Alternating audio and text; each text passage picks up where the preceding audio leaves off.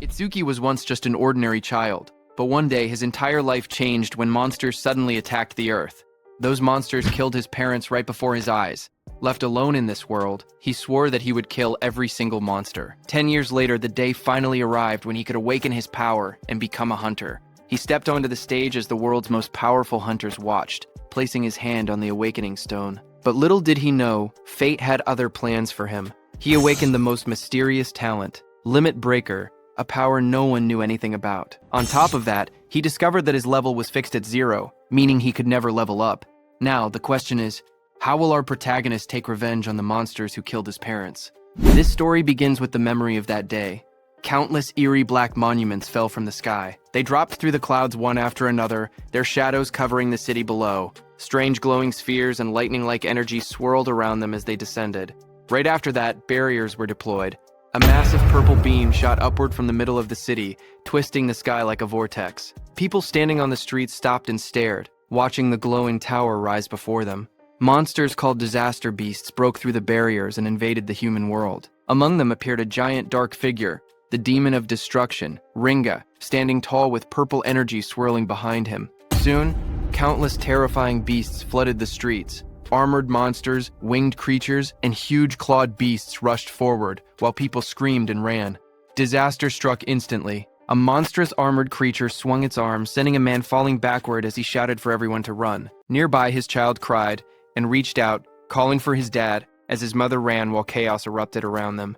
Across the streets, different beasts attacked from all directions. A winged creature swooped down, a burrowing beast erupted from the ground, and blue-flamed monsters charged toward the fleeing civilians. Bodies fell on the road as the destruction spread, and the entire area was swallowed by panic. The armored monster rushed forward with blue flames bursting around its body. Its jaws opened wide as it roared, blue light flashing in its eyes. It shot a swirling vortex of blue flames toward a woman who ran away, holding a child tightly against her chest. The flames spread across the road as the monsters closed in. That woman was caught by the blue flames and threw her child ahead. The small boy reached out weakly while lying on the ground. The woman's voice trembled as she repeated the same word, telling her child, Itsuki, to run.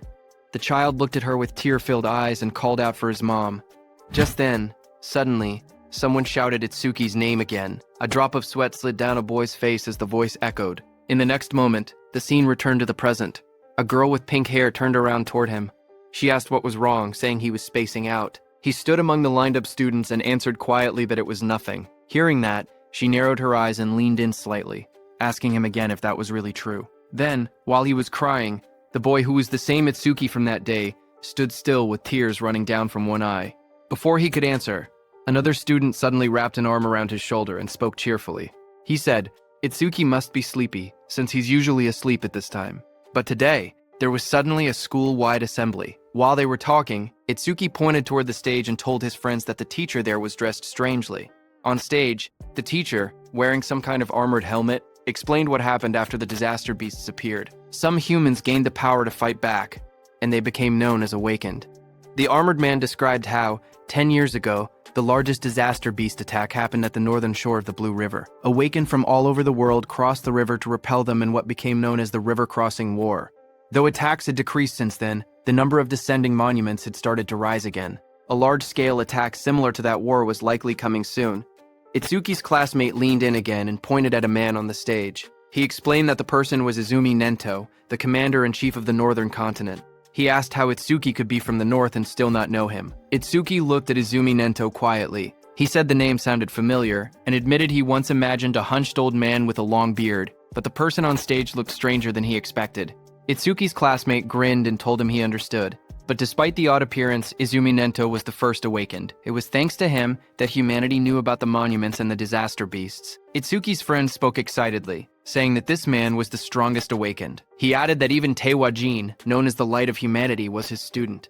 The scene shifted back to the armored man as he explained that recent research showed even ordinary people who had not yet awakened had a chance of gaining power by touching a monument. Izumi Nento stood on the stage, his long cloak spreading like black flames. He told the students he had come to let them try to awaken. He urged them to devote themselves to the fight against the disaster beasts. Just as he said that, glowing blue blades slashed across the stage as the monument burst open. Light shot outward, scattering fragments, while a guard in sunglasses stood nearby, watching. Seeing this, the students reacted with loud excitement. One of them shouted in shock as a monument rose from the ground, wondering if it was magic. Another yelled that this was not the time to be surprised. They clenched their fists, saying it felt like a dream, praying to become awakened. In the crowd, Itsuki's friend grabbed his arm in excitement. He told Itsuki that they finally had a chance to become awakened. His eyes shined as he said the word finally. Saying that, he started walking toward the stage. Seeing this, Itsuki's friend grabbed his shoulder, shouting that he shouldn't be left behind. The pink-haired girl called out to them, telling Itsuki to get back in line properly. But Itsuki walked past her, and a red glow flashed across his eyes. The girl looked at him in shock as the light streaked through the air. A close-up showed Itsuki's expression changing. His eyes shined red with excitement as he said that the day had finally come. On stage, a student touched the large black monument, but nothing happened. A guard immediately called out that it was no good and told the next person to step forward. The students watching reacted nervously. One boy pointed out that the previous student had broken the school's athletic record in his first year. He said that if even someone like that couldn't awaken, then there was no way he could. The girl beside him replied that athletic ability probably wasn't related and that it was too early to give up. More students reached out to touch the monument one after another. The guard repeated the same word. Next, as the line kept moving forward, the students crowded together anxiously. One boy with white hair nervously pointed out that not a single person had awakened yet. Others muttered in worry. A girl with short brown hair said she thought it would be easy. The boy beside her trembled, wondering if their entire school would be wiped out. The guard called out the next name loudly, Oishi Hikaru. Nearby, a group of students whispered their concerns. One girl said she didn't want him to awaken. Another explained that he was already a habitual bully, and if he gained powers, they would be in trouble. A boy suddenly pointed toward the monument and shouted that something was happening. Lightning erupted violently from the monument, blasting outward. Oishi Hikaru's body was lifted off the ground as crackling blue electricity surrounded him. The sudden burst drew everyone's attention. A glowing blue screen appeared beside him, showing his information as he grinned excitedly. He thought to himself that both Izumi Nento and the woman beside him would surely recognize him now. The screen displayed Oishi Hikaru, human, level 0, job, elementalist, lightning gift grade 2, undisclosed. Status, attack 3, agility 4, defense 2, magic 3, total 12 stat points. Watching from beside the monument, the blue-haired woman spoke softly. She told her father that they finally had one. She explained that level 0 stats usually totaled only 5, but this boy had reached 12. Her father, Izumi Nento, remained calm. The girl said it was still better than nothing. The school courtyard grew silent as Oishi Hikaru raised both arms triumphantly. Confetti sparkled around him while he grinned proudly. He muttered to himself, wondering if the old man Nento had anything to say to the first awakened student. But before he could boast further, someone grabbed his shoulder from behind. He turned sharply, surprised to see Itsuki stepping past him. Oishi Hikaru spun toward Itsuki angrily, shouting at him. He demanded to know why Itsuki was touching him with dirty hands, yelling if he had a death wish. The watching students whispered among themselves. One girl asked who the boy was, noticing that he had cut the line. Another replied that it was Tenma Itsuki from Class 5. Someone else muttered that he was finished. Once Oishi targeted someone, it was over. From above, the blue-haired woman and Commander Nento observed quietly. The woman narrowed her eyes and said she sensed incredibly intense emotions coming from that student. Itsuki stood before the towering monument, placing his hand on the stone. His eyes glowed red as dark memories flashed through him. He muttered that he refused to forget his hatred for the disaster beasts. He had burned the events of that day deep into his mind. Commander Nento stared forward as if sensing something unbelievable. Out on the awakening platform, a massive blue apparition rose behind Itsuki. The glowing figure towered over him, holding a sword and radiating overwhelming power. Itsuki stood calmly beneath it. As blue light filled the air, the monument erupted with energy. A sharp, glowing structure formed above Itsuki, surrounded by swirling streams of light. The light expanded outward, wrapping around the entire area like a giant lotus blooming in the sky. The crowd below watched as the school grounds were covered in a glowing dome. Students stared upward, speechless. One boy pointed out that the pillar of light reached hundreds of meters into the sky. Another said it looked far more spectacular than Oishi's awakening. Two of Itsuki's classmates watched with excitement. Both of them smiled and cheered proudly, shouting that this was exactly what they expected from Itsuki. The blue-haired officer stared at the sky in shock. She said that this phenomenon only appeared when the rarest job, Order Breaker, was born. She placed a hand near her mouth, unable to hide her surprise. Even Commander Nento said he looked forward to seeing how capable the student would be.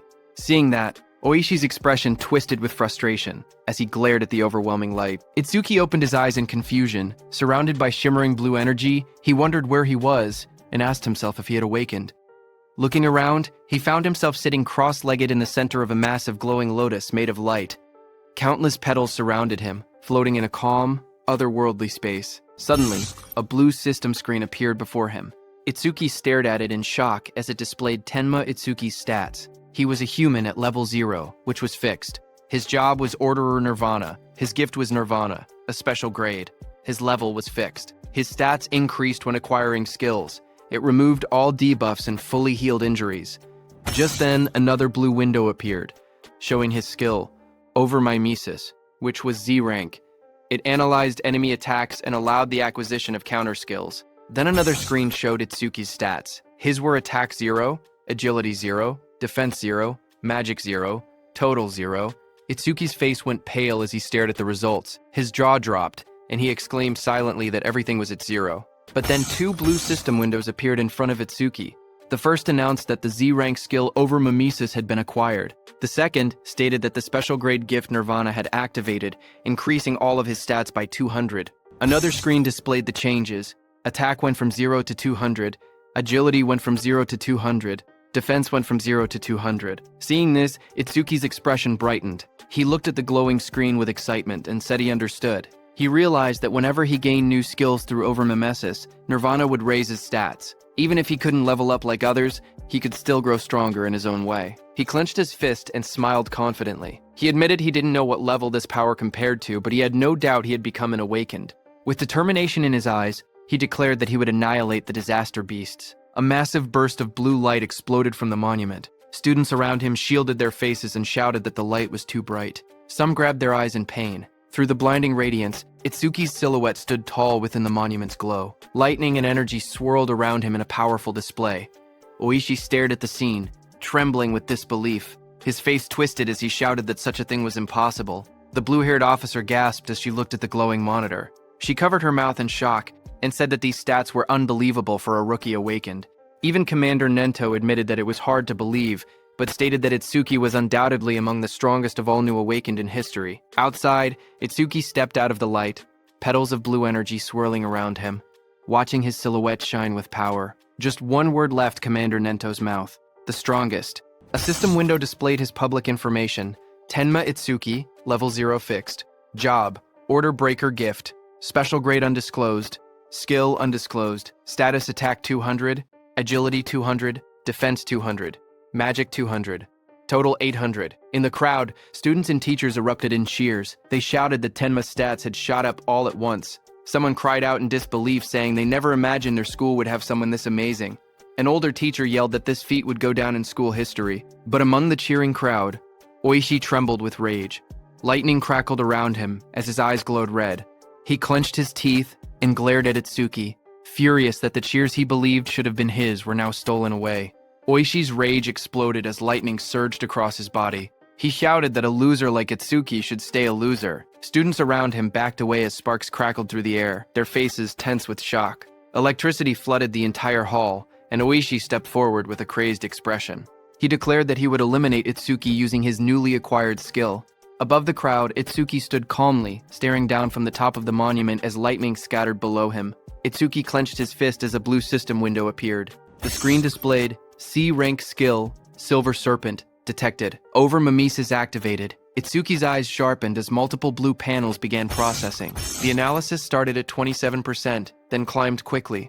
57%, 69%, and rising while lightning flickered around him. Itsuki made his move and jumped with lightning speed. The floor cracked under the impact as the lightning slammed down. Students gasped when they looked up and realized something was wrong.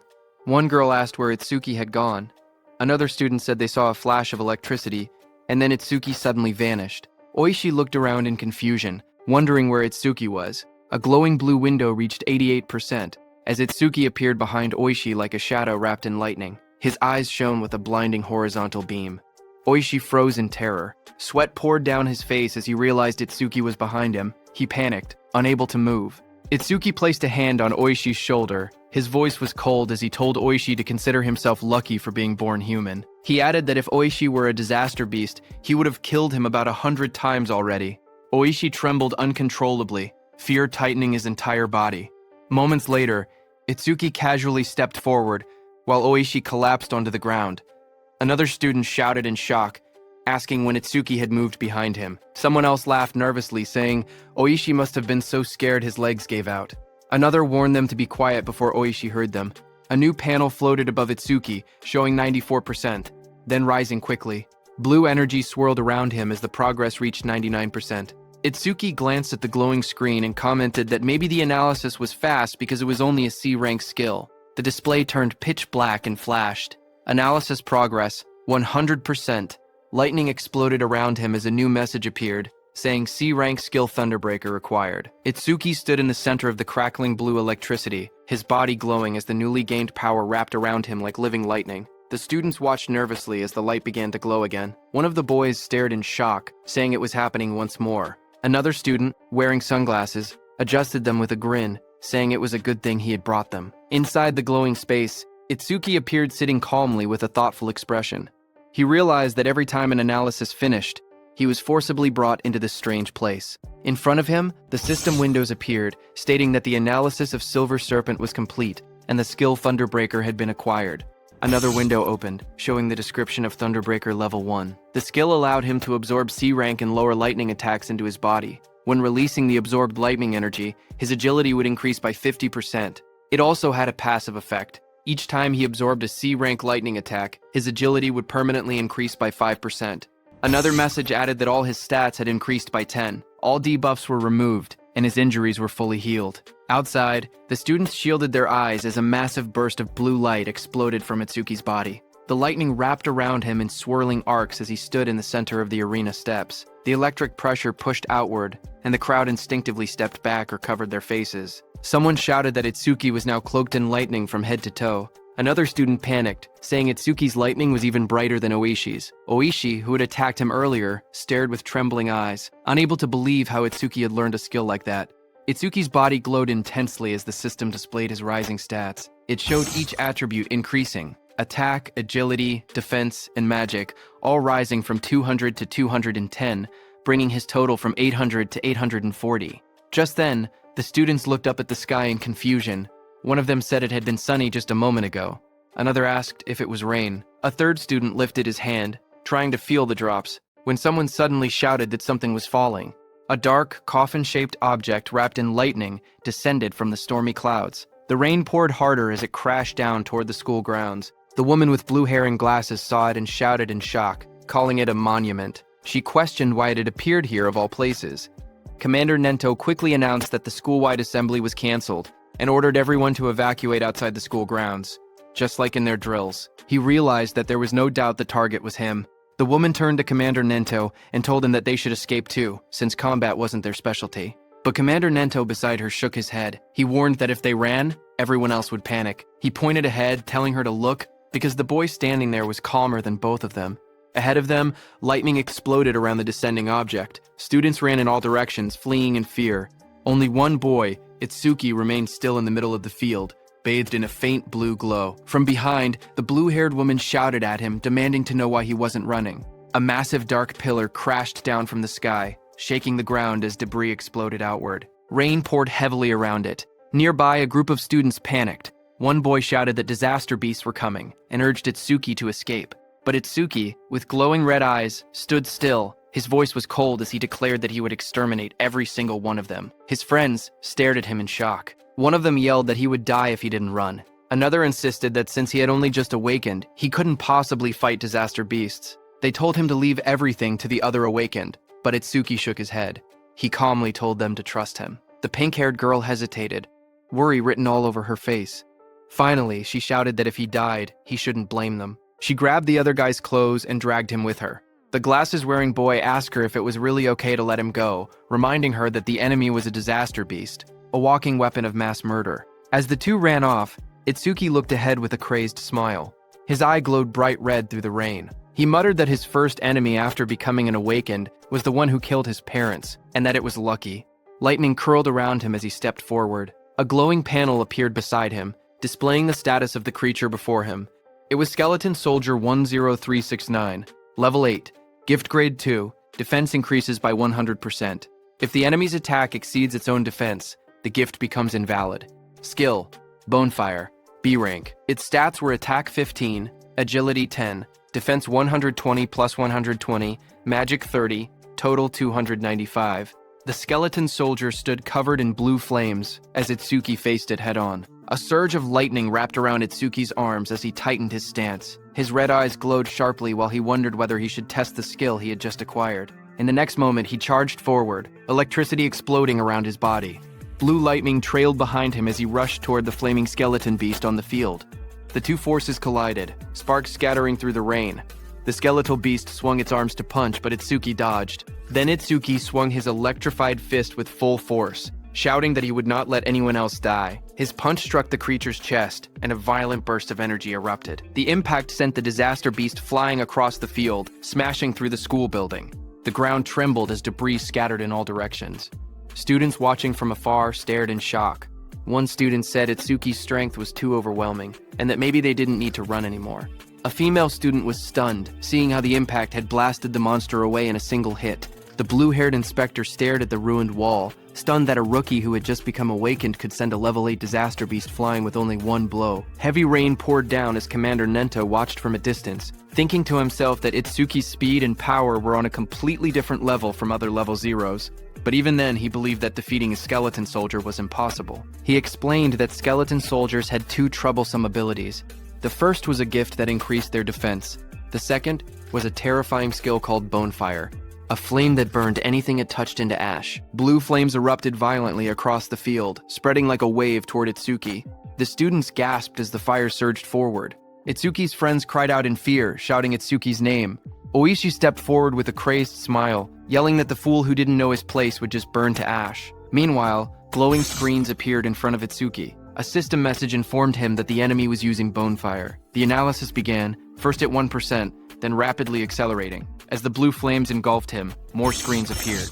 25%. Itsuki stood firmly inside the blazing Bonefire, surrounded by data streams. He calmly observed that the analysis speed increased whenever the enemy's skill struck him. The blue-haired instructor watched with widening eyes. She said that even a level 10 awakened wouldn't stand a chance if they took a direct hit. Blue flames continued to swallow the arena as Itsuki stood in the center. Half of his body burned away, glowing like a skeleton. The blue-haired instructor's voice echoed through the flames, saying it would be tragic for a genius who had just appeared to be killed by a disaster beast before he could grow. System windows floated around Itsuki, showing 77% and 81%. Itsuki looked at his burning body and muttered that this was what it felt like when the body burned. He added softly that it must have hurt. A memory flickered through the flames. He saw his mother's face, half burned away. He realized that it hurt so much, but even in her last minutes, she smiled so as not to scare Itsuki. Commander Nento peered out with a sharp gaze, wondering if Itsuki hadn't used his full power yet. The blue fire swirled violently as the progress bar climbed. Itsuki's skeletal hand tightened, and he said that once the analysis was complete, the enemy was finished. The system window flashed. Analysis progress, 100%. Outside the flames, the students whispered nervously. One asked if it had been too soon to hope for a rookie who had just become awakened. Another admitted he had been stupid to expect anything. But suddenly, someone pointed forward in shock. He shouted that the blue lotus flower had appeared again. He said Itsuki might show them another miracle. Blue light swirled around Itsuki as he stood inside the burning aura, wondering what kind of skill he would gain this time. The flames around him continued to fade, revealing his burned and cracked body beneath the blue energy. Then a system window appeared, showing that the analysis of Bonefire was complete. It stated that a new skill, Black Wall, had been acquired. More windows followed, explaining the skill. The active effect would create ice on the body by consuming magic power, and could block B rank or lower fire skills. The passive effect increased defense when blocking those skills. Another notification appeared, saying that Black Wall Level 2 had been acquired and that all of his stats had increased by 20. It stated that all debuffs were removed and his injuries were fully healed. A new window showed his updated status. Attack, agility, defense, and magic had all risen from 210 to 230, bringing his total to 820. Itsuki looked at the glowing screen calmly. He remembered how even his strongest attack earlier couldn't break the skeleton soldier's defense. Now, with this new increase, he believed he should be able to do it. Suddenly, blue lotus petals unfolded around him, blooming like a massive light flower. Itsuki stood at the center, his body surrounded by shining energy. The students watching gasped in shock. One of them cried out in relief, saying, "Itsuki is alive!" Others cheered loudly, convinced that he would succeed. Someone pointed out that a full recovery like this was practically a miracle. The blue-haired instructor stared in shock as she watched the scene unfold. She wondered aloud if Itsuki had a self-healing skill. She had seen him use a lightning element skill earlier, so she couldn't understand how he was recovering.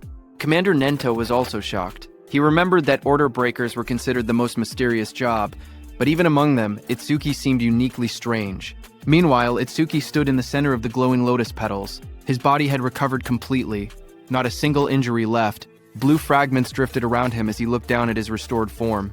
Itsuki whispered in disbelief, saying it was a perfect recovery. He wondered whether he would heal even if his limbs were cut off, or if his brain was destroyed.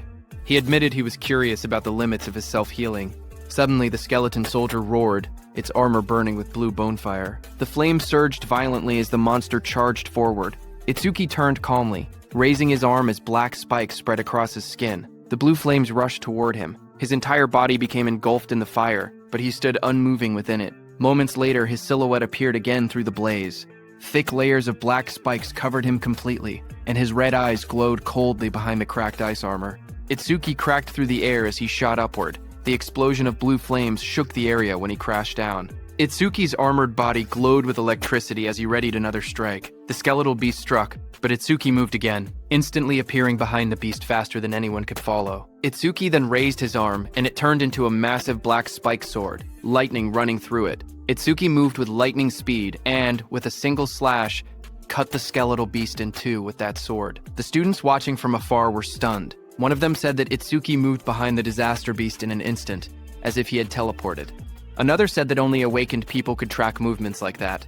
Oishi was also stunned, saying she couldn't see Itsuki's movements at all. She compared it to what she had seen before. The blue-haired instructor questioned if someone like Itsuki could really be a rookie. On the other hand, as the dust settled, Itsuki stood alone as the black spikes on his body disappeared. He kicked and destroyed the skeleton beast's head. He was stunned to realize that it not only generated solid armor to protect his body, but could also shape that armor into any kind of weapon he wanted. A divine skill that combined both offense and defense.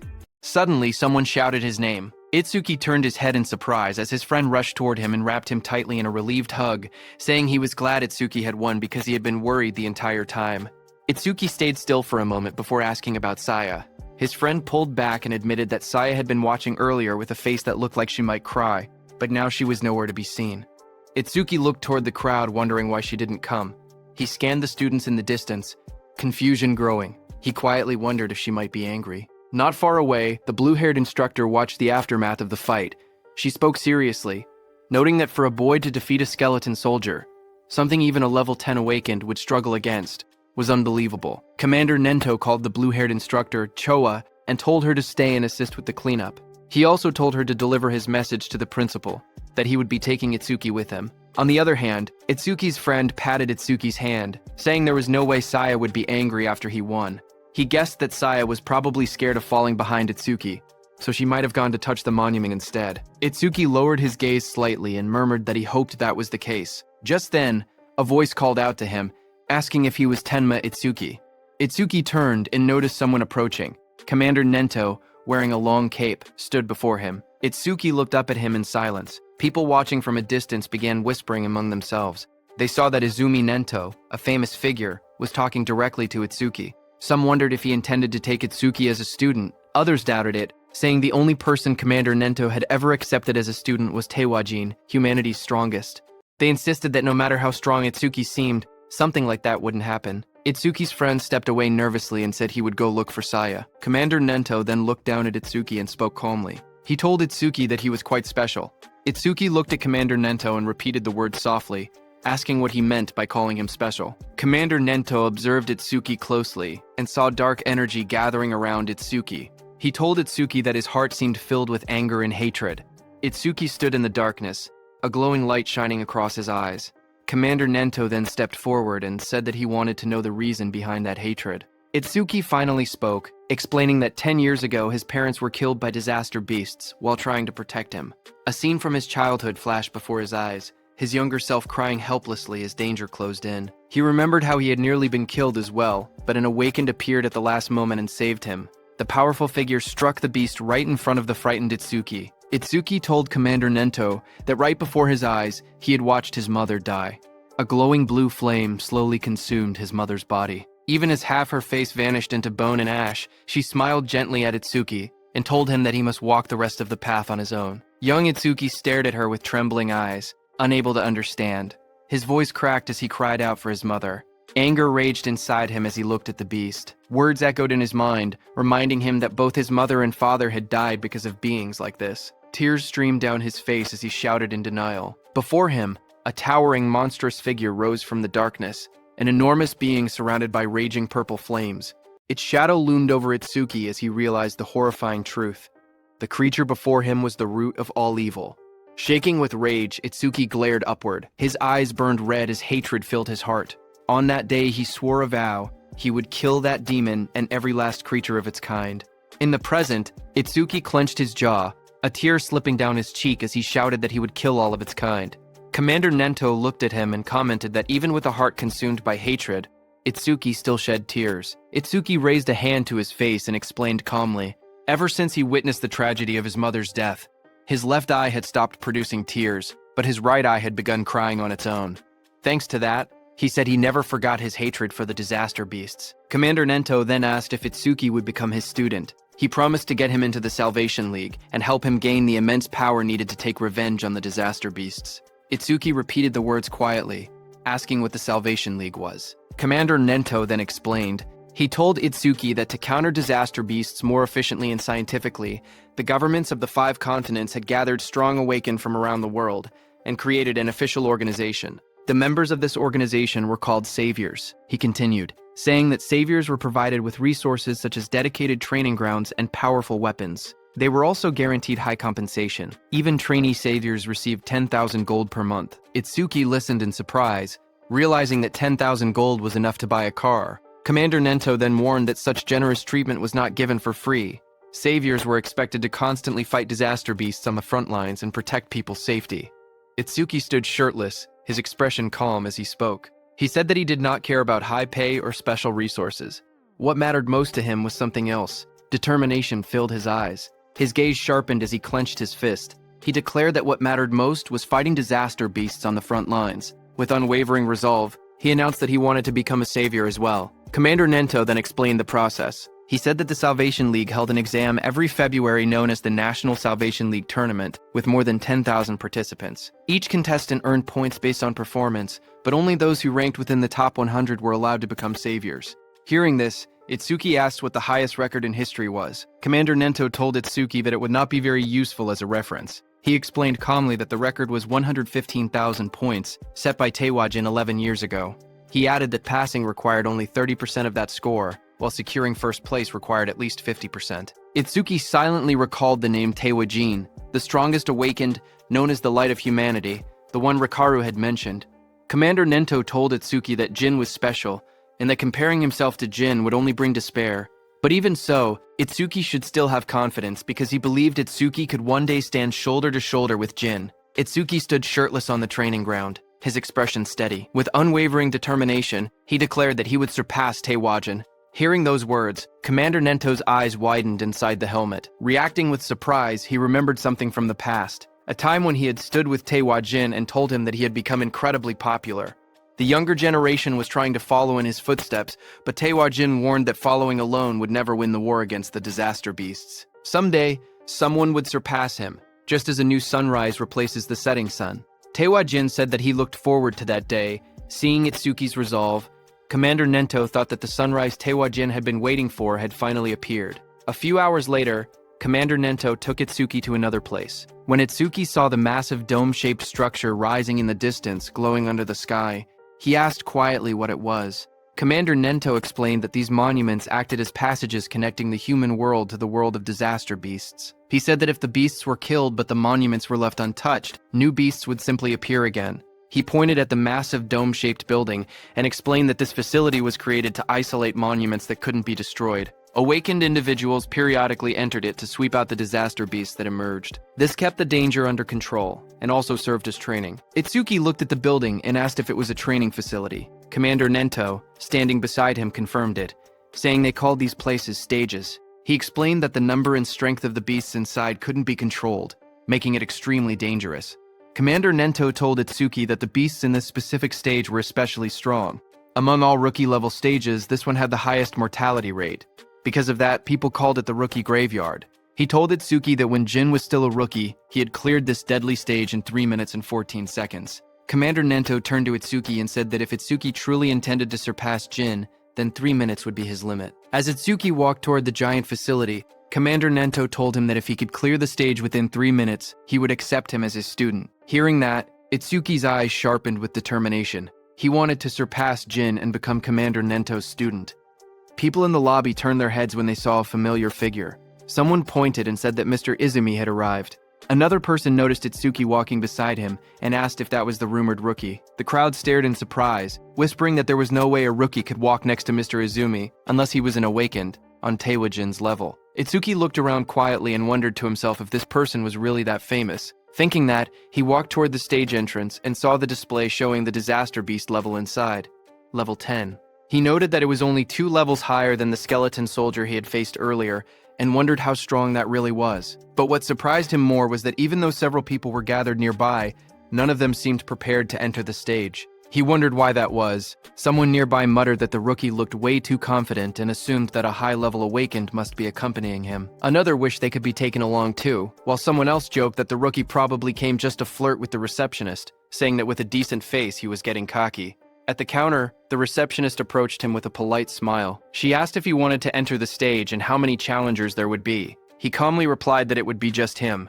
Hearing that, the area fell silent as the receptionist stared at him across the counter. Suddenly, she leaned forward and yelled angrily. She told him not to make unfunny jokes and asked if he was messing around. She warned him that if he was just there to hit on her, it was pointless. She explained that even if the place was an artificial stage, it was still dangerous. People could get hurt or even die. Itsuki stared at her in confusion, wondering what she was even talking about. Behind them, several people watching from afar started laughing. They joked that he really was there to hit on her. Some said that there were always people who treated the stages like dating spots, and those people usually got scolded and went home. Itsuki looked at the receptionist calmly and explained the misunderstanding. He told her he had absolutely no interest in her. He said he only came to challenge the stage, nothing more. But the receptionist sighed and rubbed her forehead. She told him he didn't have to act tough just because he was embarrassed. She even said she would give him her contact information, so he should just go home. But Itsuki's expression darkened. A shadow fell over his face. He didn't care about her contact information at all. He only wanted her to let him enter the stage. Hearing that, the receptionist reluctantly agreed and told him not to blame her if he died. She held out a metal bracelet with a nervous expression, clearly shaken. Seeing that, Itsuki muttered that she should have just given permission from the beginning instead of making him repeat himself. The people watching from behind whispered among themselves. One man called Itsuki an idiot, saying he could have gotten her contact information but chose to act tough instead. Another pointed out that a level 0 rookie challenging a level 10 stage was basically suicide. They guessed he would run out in less than a minute. Someone else noticed how confident he looked and wondered if he might succeed since he also had a special grade gift. But another person reminded everyone that for awakened people, gifts were just bonuses. The most important thing was level. No matter how special the gift was, it meant nothing if the level was low. On the other hand, standing in front of the gate, Itsuki checked his bracelet. He said that his personal information was registered on it, so scanning it would let him enter. A glowing screen appeared above his hand, confirming entry by awakened Tenma Itsuki has been approved. Itsuki stretched his hands forward and took a breath. He reminded himself that the promise was within 3 minutes. Then he said it was time to begin. A bright digital timer appeared showing 0:01 in green numbers. And just as the gate opened, Itsuki moved with explosive speed. Red energy surrounded his body as he dashed forward, his eyes glowing sharply. He looked around and noticed the vast area. He thought that the interior space was much bigger than he expected. As he ran across the grassy field toward a tall black tower, he told himself that it was his first time entering a stage, even if it was an artificial one. Suddenly, Itsuki noticed a creature rush in and said that it was coming. That creature jumped toward him. It was a wooden monster from the Kodama tribe. A blue window appeared beside it, showing its information. Kodama number 1307 from Kodama tribe. Level 4. Gift. None. Attack. 49. Agility. 48. Defense. 53. Magic. 24. Total. 174. Seeing it coming, black spikes formed on Itsuki's hand. In the next moment, he slashed downward with overwhelming force. A sharp strike of energy cut through the target as he launched his attacks. Itsuki stood calmly with the massive black spike axe hand, smiled, and remarked that an axe was always the best tool for trees. He then asked the remaining monsters how it felt to see their comrade cut in half. Dozens of Kodama creatures rushed at him. He stood tall and called them rotten trees. Outside, Choa spoke to her father, Commander Nento. She asked why, out of so many rookie stages, he had made the newcomer enter this one specifically. Commander Nento answered that Itsuki claimed he would surpass Jin, so he simply brought him to the same stage Jin first challenged. Hearing that, Choa frowned and said that surpassing Jin was impossible unless someone stepped outside the bounds of humanity. Hearing that, Commander Nento asked Choa if she believed Jin had already transcended humanity. Choa recalled the time she met Jin for the first time. She had once thought Jin was kind and approachable. Then she saw Jin instantly kill a level 97 disaster beast. She recalled that Jin's eyes during that fight were different. She remembered those eyes clearly. Cold, solitary, and transcendent. She felt that they didn't seem human at all. She described Jin's gaze, saying his eyes were like the eyes of a god. Hearing that, Commander Nento told Choa that Itsuki also had potential comparable to Jin, but at the moment, he was nothing more than an unpolished gemstone. He added that if Jin could be compared to a godlike existence who saved people, then Itsuki was the opposite, a demon consumed by hatred. Meanwhile, on the battlefield, Itsuki stood among the fallen wooden beasts. He stated that Over My Masis wouldn't even activate against disaster beasts of this level. Just then, a dark silhouette appeared behind him, its eyes glowing red. His own eye glowed the same way as the shadow towered over him. In the next moment, his body moved at extreme speed, cutting through the enemies with a sharp motion. Itsuki stood before the fallen creature and looked down calmly. He asked if that was the end. He examined the broken body and wondered if level 10 disaster beasts were only this strong. But then he thought that if that were true, this place wouldn't be called the Rookie Graveyard. There had to be something else. Just then, a blue system window appeared before him. It displayed B-rank skill, self-regeneration detected. Over My Mimesis activated. Another window followed. Analysis progress 5%. Itsuki turned as a sudden sound caught his attention. His expression shifted slightly. The level 10 disaster beast rose again behind him, its entire form twisting upward with glowing green eyes. Its long vine-like limbs burst outward and lunged at him. Itsuki braced himself, thinking in surprise that he had cut off half its head, yet it had regenerated. The moment the towering monster regenerated, Itsuki narrowed his eyes and muttered that he knew things wouldn't be straightforward. A glowing blue system window appeared in front of him, revealing the creature's details. It identified the monster as Regenerated Kodama, number 520 of the Kodama tribe, a level 10 beast with a grade 2 gift. Its defense had dropped by 50%, but its self-healing ability had greatly increased. Another blue window listed its stats clearly. Attack, 110, Agility, 100, Defense, 60, Magic, 180, Total, 450. As the creature's roots and branches whipped wildly, Itsuki tightened his fist. A system alert flashed. Black Wall activated. The next second, his hand was covered by black spikes cutting through the roots. Itsuki jumped at the monster.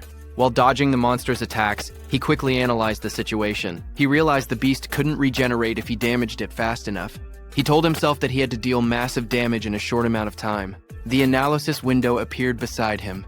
Itsuki smashed forward with his armored arm, splitting through the Kodama's defenses as sparks and debris burst around them. His eyes glowed red as he moved like a shadow slicing through the forest of wooden limbs. Each step sent shockwaves across the ground, and each strike pushed the progress window higher. Itsuki surged forward again, his blade-like arm shining with a cold blue light. Then he shot upward before crashing down like a falling spear, splitting the monster's giant body in half. Light from his attack cut straight through the Kodama, illuminating the entire battlefield. The towering creature's body split down the middle, a glowing crack running from its head to its torso. Its golden eyes shone through the gaps as its massive frame began to fracture. Itsuki watched with sharp red eyes, a grin forming on his face. He said he wasn't done yet. He said he would mince the creature completely so it wouldn't regenerate. In the next moment, he raised both arms. A blinding vertical slash of light tore downward, cutting the giant monster clean in half. Cuts spread across the creature's body, and the wooden shell shattered into countless pieces. The fragments scattered through the air, glowing faintly before breaking apart completely. As the dust settled, Itsuki lowered his arm and exhaled. He said, "This should be enough." He added that using Black Wall for so long was draining his magic. But before he could rest, vines and roots twisted together again in front of him. The wooden creature's form surged upward with glowing yellow eyes, rising from the remains and preparing to attack. The glowing display in front of Itsuki showed 60%, but the fight still raged on. Wooden tendrils whipped toward Itsuki as he moved between them with sharp, fluid steps. He glanced back with an annoyed expression, thinking that even after all of this, the monster still refused to die. He quietly muttered that it was becoming a real pain. The attacks continued to strike from every angle. As he dodged, he noticed something important. Every time the monster regenerated, overmimesis analysis speed increased. His eyes narrowed. That meant the longer this continued, the faster the analysis would complete. He realized he needed a new approach. He decided to cancel Blackwall to conserve his remaining magic, and instead rely on Thunderbreaker to avoid the attacks while keeping his distance. Continuing this pattern until the analysis finished would be the winning strategy. But there was a problem. He didn't have much time left before the 3-minute limit ran out. Lightning crackled across his arm as the display climbed to 75%. Determination hardened his expression. He activated Thunderbreaker and Black Wall at the same time, pushing his offense to the extreme while forcing the monster to repeatedly regenerate. Doing so, he thought, would increase the analysis speed even further. Power surged around him. Arcs of lightning danced across his arm as he charged forward with a cold, focused expression. The creature's wooden body split down the middle, its golden eyes glowing through the cracks. Electric sparks flashed violently as he fought. If overmimesis failed when his magic hit 0, he knew he would die right there. The percentage rose to 80%, then 85%, as he forced his body forward through the storm of wooden strikes. He told himself that if he died now, then everything he'd done would amount to nothing. Lightning gathered in his arm as he unleashed another powerful strike. But right before hitting the monster's head, his magic power hit 0. Finally, his body staggered. Blood dripped from his mouth. He lowered his head and quietly muttered, "Damn it." Itsuki stood pierced by sharp wooden spikes, his body battered and barely holding on. He lowered his head as white steam drifted off his wounds. He quietly admitted that his magic seemed to have finally run out. Then a glowing window appeared beside him, showing 99%. Seeing that, Itsuki's expression sharpened. Blood streamed down his chin as his eyes glowed coldly. He declared that just as he thought, overmimesis did not need magic to activate. With a strange smile, he announced that this match was his win. The window in front of him then showed analysis progress 100%.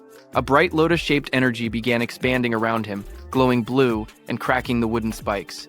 A system window appeared, saying, Self-regeneration analysis complete. Lotus burst acquired. The lotus continued to bloom outward, pushing everything away as more spikes shattered. Another window displayed the details. Lotus burst level 2. Active effect. Consumes magic to deal explosive damage to enemies within a 5-meter diameter. Power scales with magic consumption. Passive effect. Each time Lotus burst defeats a living creature of level 1 or higher, all skill ranges increase by plus 1%. The lotus opened fully. A pink glow surrounded Itsuki as his wounds rapidly healed. Another window appeared.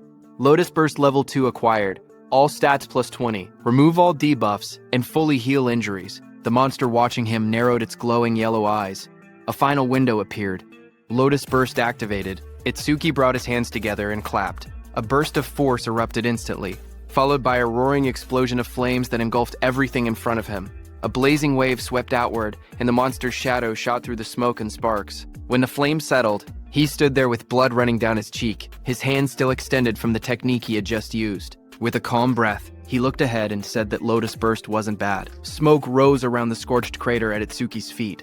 As he examined the destruction, he noted that using only a third of his magic produced this much power, and sweeping away weak disaster beasts would now be far easier. But he admitted he never expected overmimesis to restore magic that had already reached 0. As he stepped forward, something on the ground caught his attention. He stopped, staring at a glowing green crystal beside him, and quietly asked what it was. Meanwhile, outside, the receptionist stared anxiously at the bright red screen. She said that almost 3 minutes had passed since the rookie Itsuki went inside, yet there was still no sign of him coming out. She pointed at the display where the status window showed, Challenge in progress. Stage level 10. Challenger, Tenma Itsuki. Time used, 2 minutes 09 seconds. Seeing this, she nervously added that they should call the rescue team quickly. Choa adjusted her glasses and spoke calmly. She said she didn't think Itsuki would lose to level 10 disaster beasts, but clearing the stage within 3 minutes seemed impossible. Her sentence trailed off as silence fell between them, but suddenly a new message appeared on the large screen, saying, New record achieved. Seeing that, everyone in the hall froze. Shocked whispers spread through the crowd. One woman stepped forward, staring at the green screen in disbelief, whispering, No way. Choa widened her eyes. She asked aloud how Itsuki managed to clear it, unable to believe what she was seeing. And the most shocking thing was that even 3 minutes hadn't passed. A final notification flashed brightly on the monitor. Challenge success. Stage level 10. Challenger Tenma Itsuki. Time used, 2 minutes 14 seconds. Stage clear record updated. The room fell silent as everyone stared at the unbelievable result. The leaderboard screen displayed the results. It showed first place belonging to Tenma Itsuki with a clear time of 2 minutes 14 seconds. Second place belonged to Taewajin, who cleared it in 3 minutes 14 seconds. Third place was Heaton Sho with a time of 7 minutes 17 seconds.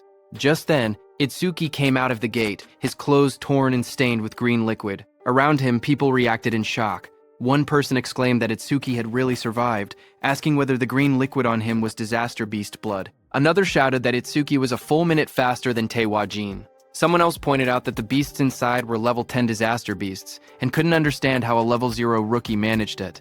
Another voice added that there was no way a level 0 rookie should have survived. As Itsuki stepped forward, someone began to speak, saying, "Mr. Izumi is coming." Izumi Nento turned toward Itsuki, who asked him if he could now officially receive Commander Nento's guidance. Itsuki looked at him with a faint smile and addressed him as teacher. Commander Nento responded with pride, saying that Itsuki had done well, just as he expected from his student. Standing nearby, Choa watched quietly. She wondered if her father was happy, saying she hadn't seen this expression from him in a long time. In the crowd, people continued whispering. One person shouted in disbelief that Itsuki was actually Izumi Nento's student. Another said it was no wonder he could break Taewajin's record. But someone else added that even if he truly was Izumi's student, as long as his level didn't increase, there would be no room for growth. Just then, the receptionist came forward nervously with a decorated box in her hands. She explained that it was a gift for breaking the record and asked Itsuki to accept it. Her expression softened as she apologized for the rude things she had said earlier. Itsuki looked surprised as he received the box, asking if he truly got something for his achievement. He said that it was fine because a level 0 rookie challenging a stage like that really did seem reckless. He added that he was a complete stranger to them and it wouldn't have mattered to anyone if he had died. But since she tried to stop him, it proved she was worried. Hearing that, the receptionist blushed deeply. She stuttered as she insisted it wasn't like that. Itsuki simply thanked her, which only made her blush even harder. Not far away, Choa called out, telling Itsuki that she was leaving and not to lag behind. She tightened her glasses, annoyed, and warned him not to get cocky just because he had become her father's student. Itsuki straightened up and replied quickly, agreeing. Then Commander Nento beside Choa studied Itsuki and commented that a stage of this level now seemed too easy for him. He suggested raising the difficulty. He continued, saying that Itsuki should be able to challenge advanced stages now. Itsuki looked at him, surprised, and repeated the words, "advanced stages." As the three of them walked together across the rooftop at sunset, Commander Nento continued explaining. He said that a disaster beast's strength was not determined by level alone. The most important factor, he stated, was something else entirely. He explained that the true deciding factor was species. Choa explained that species without intelligence, which moved only by instinct, were usually easy to deal with. But some species possessed intelligence equal to or greater than humans. She explained that such species were far more troublesome than ordinary disaster beasts. Choa continued, saying that awakened beings and disaster beasts were essentially the same type of creature, but with one difference. Only humans were said to possess jobs. Because of that, stats differed depending on species. She went on to explain that advanced stages contain these powerful species or intelligent disaster beasts. Their difficulty was several times higher than normal stages. Most of the northern continent's advanced stages were located in North District 4, and she told Itsuki that this would be his next destination. She asked whether Itsuki had any other questions. Hearing her explanation, Itsuki suddenly remembered the two beasts he had defeated earlier. He thought about them in silence. They hadn't shown any signs of intelligence, and they hadn't screamed even when attacked. He wondered if that meant they didn't even have pain receptors. Itsuki's eyes glowed with sharp intensity as he looked up. He asked Choa whether intelligent disaster beasts had pain receptors or not. Hearing that, Choa suddenly felt a chilling pressure behind her. As she turned, her expression stiffened. She wondered what this terrifying aura was and what Itsuki was thinking. Behind them, a group of people gathered and whispered among themselves. One of them asked if anyone had heard that Mr. Izumi planned to make Itsuki challenge an advanced stage. Another replied that Itsuki, who broke Taewajin's record, should be fine. But one man explained that advanced stages were completely different from normal ones. More importantly, almost all the stages in North District 4 were under a single man's control. He said that every awakened person who had entered an advanced stage there had gone missing, and rumors claimed that the man had killed them. Someone immediately asked if he meant Kinoshita Reiji. Another man began to speak disrespectfully, asking who Kinoshita Reiji even was, and suggesting he acted like a king. His friend quickly covered his mouth, hushing him in panic.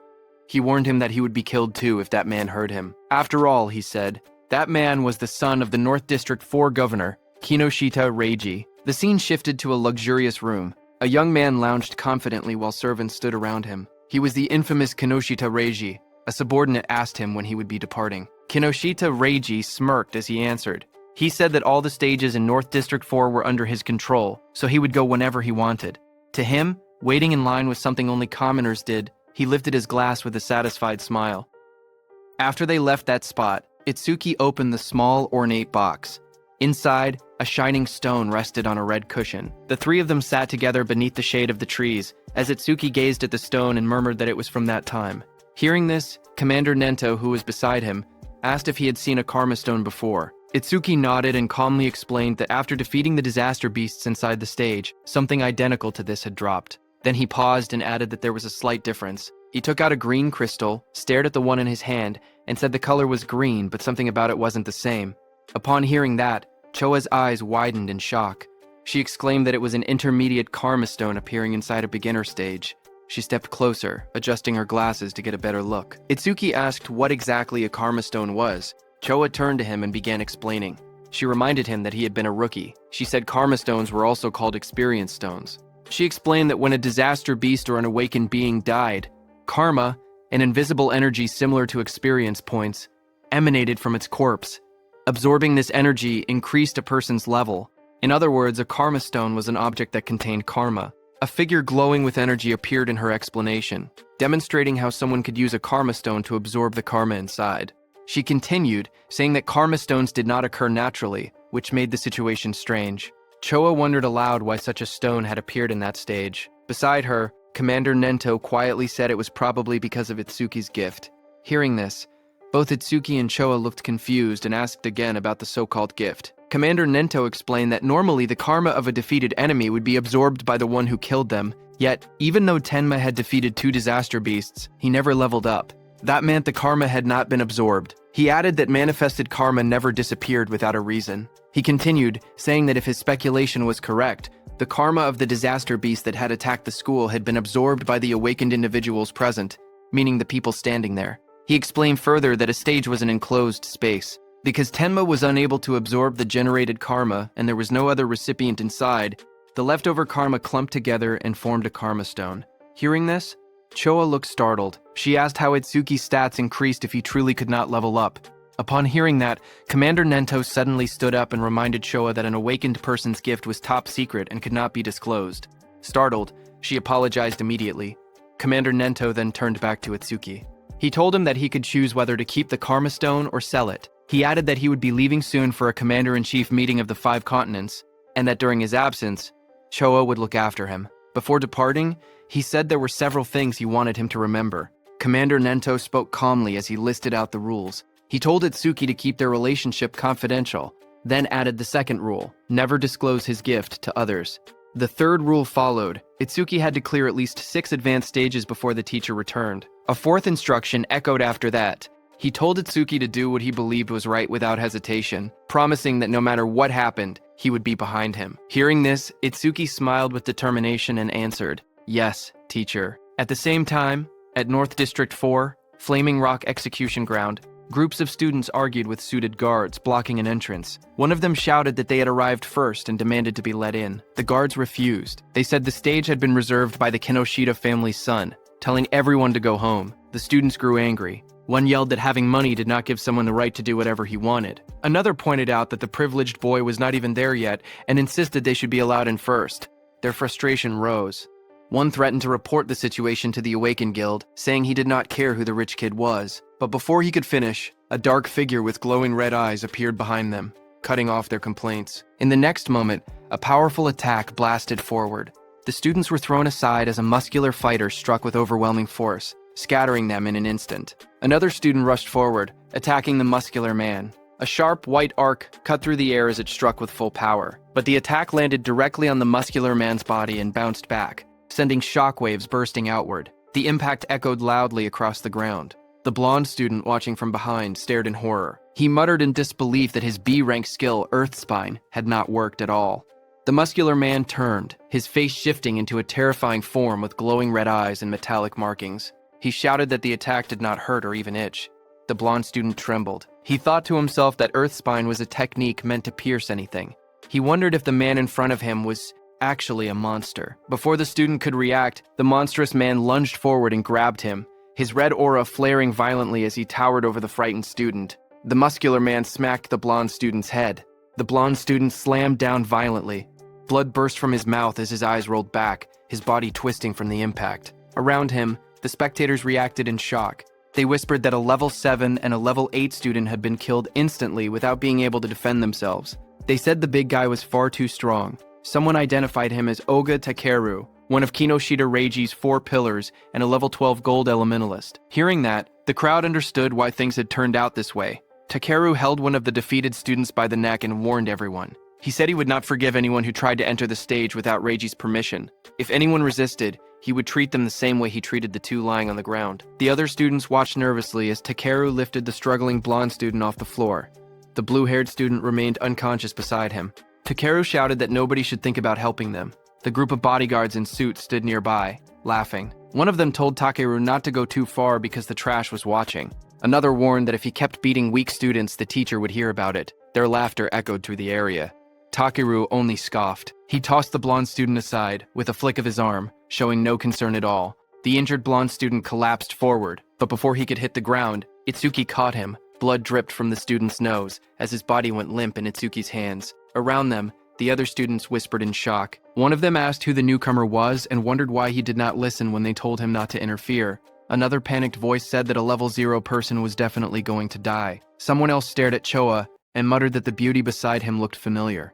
Not far away, Takeru glared at Itsuki. He shouted that nobody was allowed to pass without Reiji's permission. He warned that if Itsuki did not want to end up like the unconscious student, he should just go home quietly. Hearing that, Itsuki lowered his head slightly. He calmly said that he understood he would not be able to enter the stage unless he defeated this man. Beside him, Choa raised her hand, saying she would contact the North District 4 administrator because this kind of behavior could not be allowed. But Itsuki stopped her. His eyes glowed bright blue as he said it was not necessary. He repeated what his teacher had told him, that he should do what he believed was right without hesitation. He then turned to Choa again and spoke plainly. He said he would leave the treatment of the injured students to her. Then he turned to Takeru. As Itsuki stepped forward, a thought appeared in Takeru's mind. As he stared at him, he wondered who this man was. A status window floated beside Itsuki, showing his information. Tenma Itsuki, human, level 0, fixed job, order breaker, gift, special grade, skill, undisclosed. Status undisclosed. Seeing this, even though Itsuki was level 0, he stood firmly without any fear. Takeru wondered if Itsuki had a rare job that allowed him to stay calm like this. Takeru suddenly felt something strange. Even with his higher level, he felt pressured. He told himself that rare job or not, he was 12 levels ahead. The stat difference should not be something Itsuki could bridge. Another window appeared beside Takeru, showing his status. Oga Takeru, human, level 12, job, elementalist, gift, grade 2. After metallization, defense plus 50% in stationary state. Skill, metallization. Status, attack 110, agility 100, defense 250, magic 145, total 605.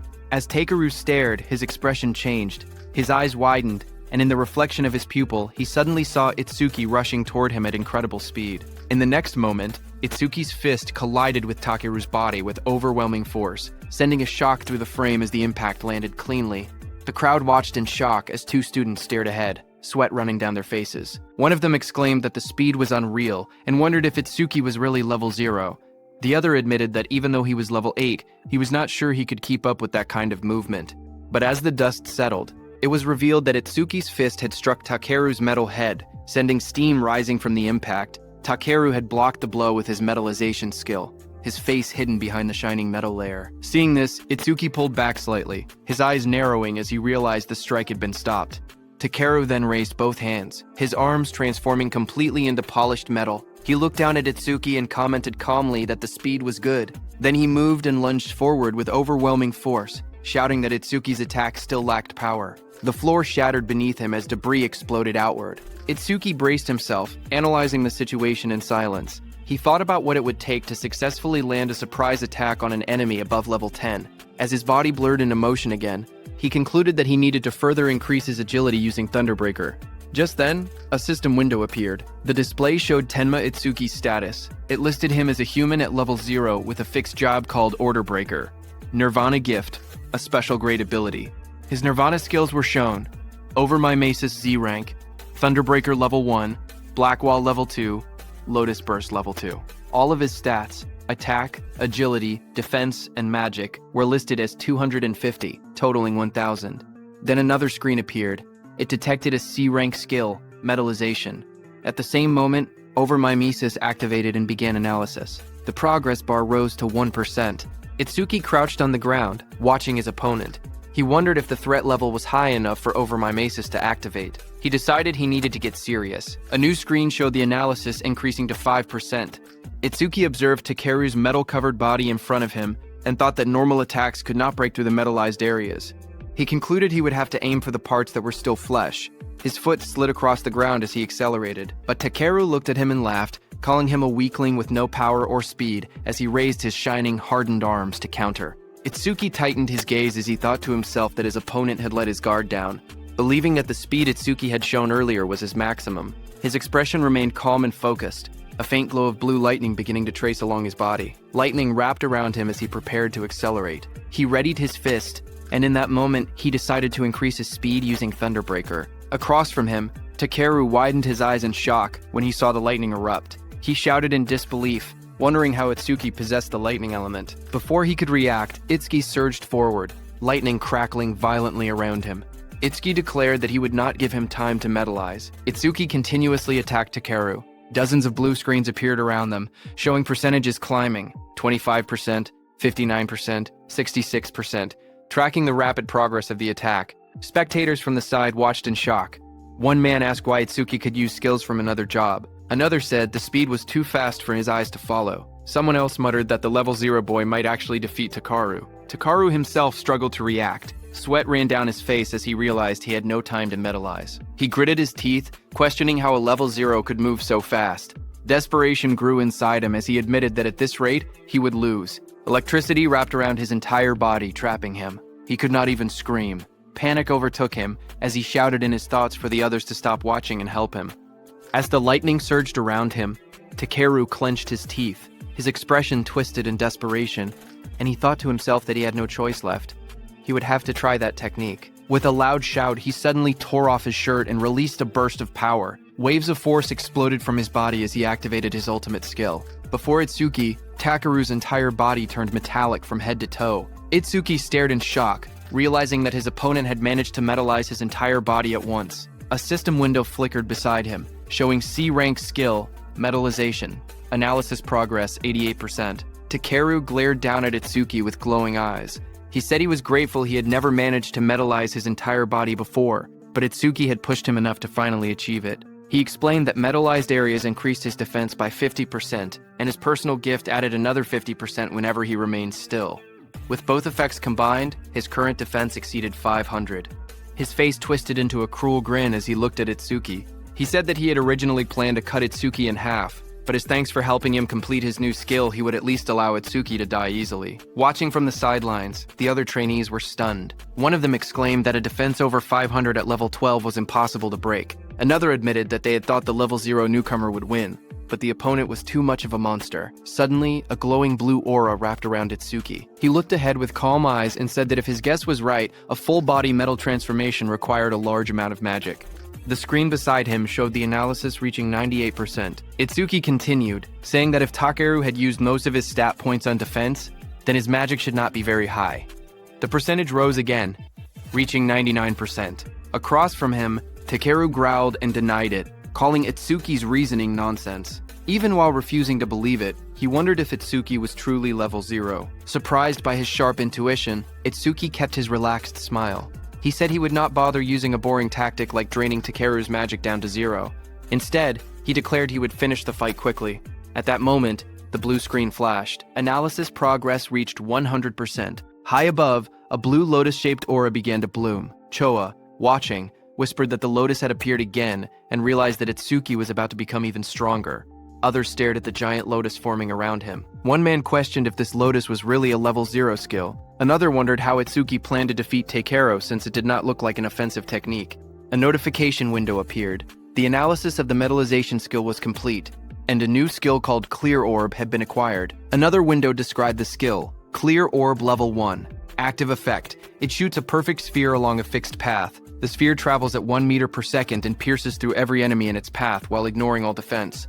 Passive Effect. Every time an enemy with higher defense than the user is defeated with Clear Orb. Seeing that this new skill had defense ignored, Itsuki thought that if he hit with this, he could definitely deal damage. But the problem was flight speed. At 1 meter per second, even ordinary people could dodge it, so timing was crucial. But then Itsuki thought that against that sandbag Takeru, who would not even move, he did not even need to think about timing. Itsuki's eyes glowed blue as he looked at Takeru, and declared that Takeru's prized absolute defense would be thoroughly smashed to pieces. Just then, a system window appeared displaying, Clear Orb Level 1 acquired, all stats plus 10. Remove all debuffs and fully heal injuries. Status, attack went from 250 to 260.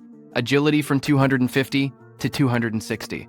Magic from 250 to 260. Total stats from 1000 to 1040.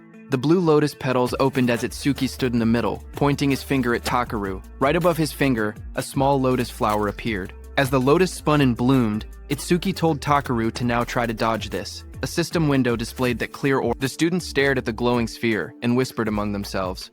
One of them said he had never seen that skill before. Another explained that this must be the Order Breaker, the job known as the most mysterious among the four. Someone questioned whether a skill released by a level 0 could break through the defense of a level 12 specialist. Another pointed out the confident look on Itsuki's face, saying that the technique must be incredible. A glowing, lotus-like shape opened, revealing a small black orb. The orb floated forward, shining as colors scattered around it. The onlookers watched silently as the orb drifted through the air. Some students stared in confusion. One boy complained, saying it was just a tiny ball. Another asked if they were being serious and called it disappointing. Takeru glared at the orb. He mocked the attack, saying that such a small sphere couldn't make him move or cancel his gift, calling it naive. He stepped forward confidently. He asked if this was Itsuki's trump card. Then the orb continued floating toward him. With a mocking glare, Takeru shouted that Itsuki was going to die pathetically. For a moment, he remained certain of his victory, until his expression suddenly shifted. His eyes widened as the orb began to sink into the side of his metal-coated body. A faint crack appeared where it touched him. A heartbeat later, a violent burst of blood exploded from the wound. Takeru screamed in agony as the clear orb tore through his arm, ripping it apart in a single clean line. He collapsed to the ground, clutching the bleeding stump, shouting desperately about his arm.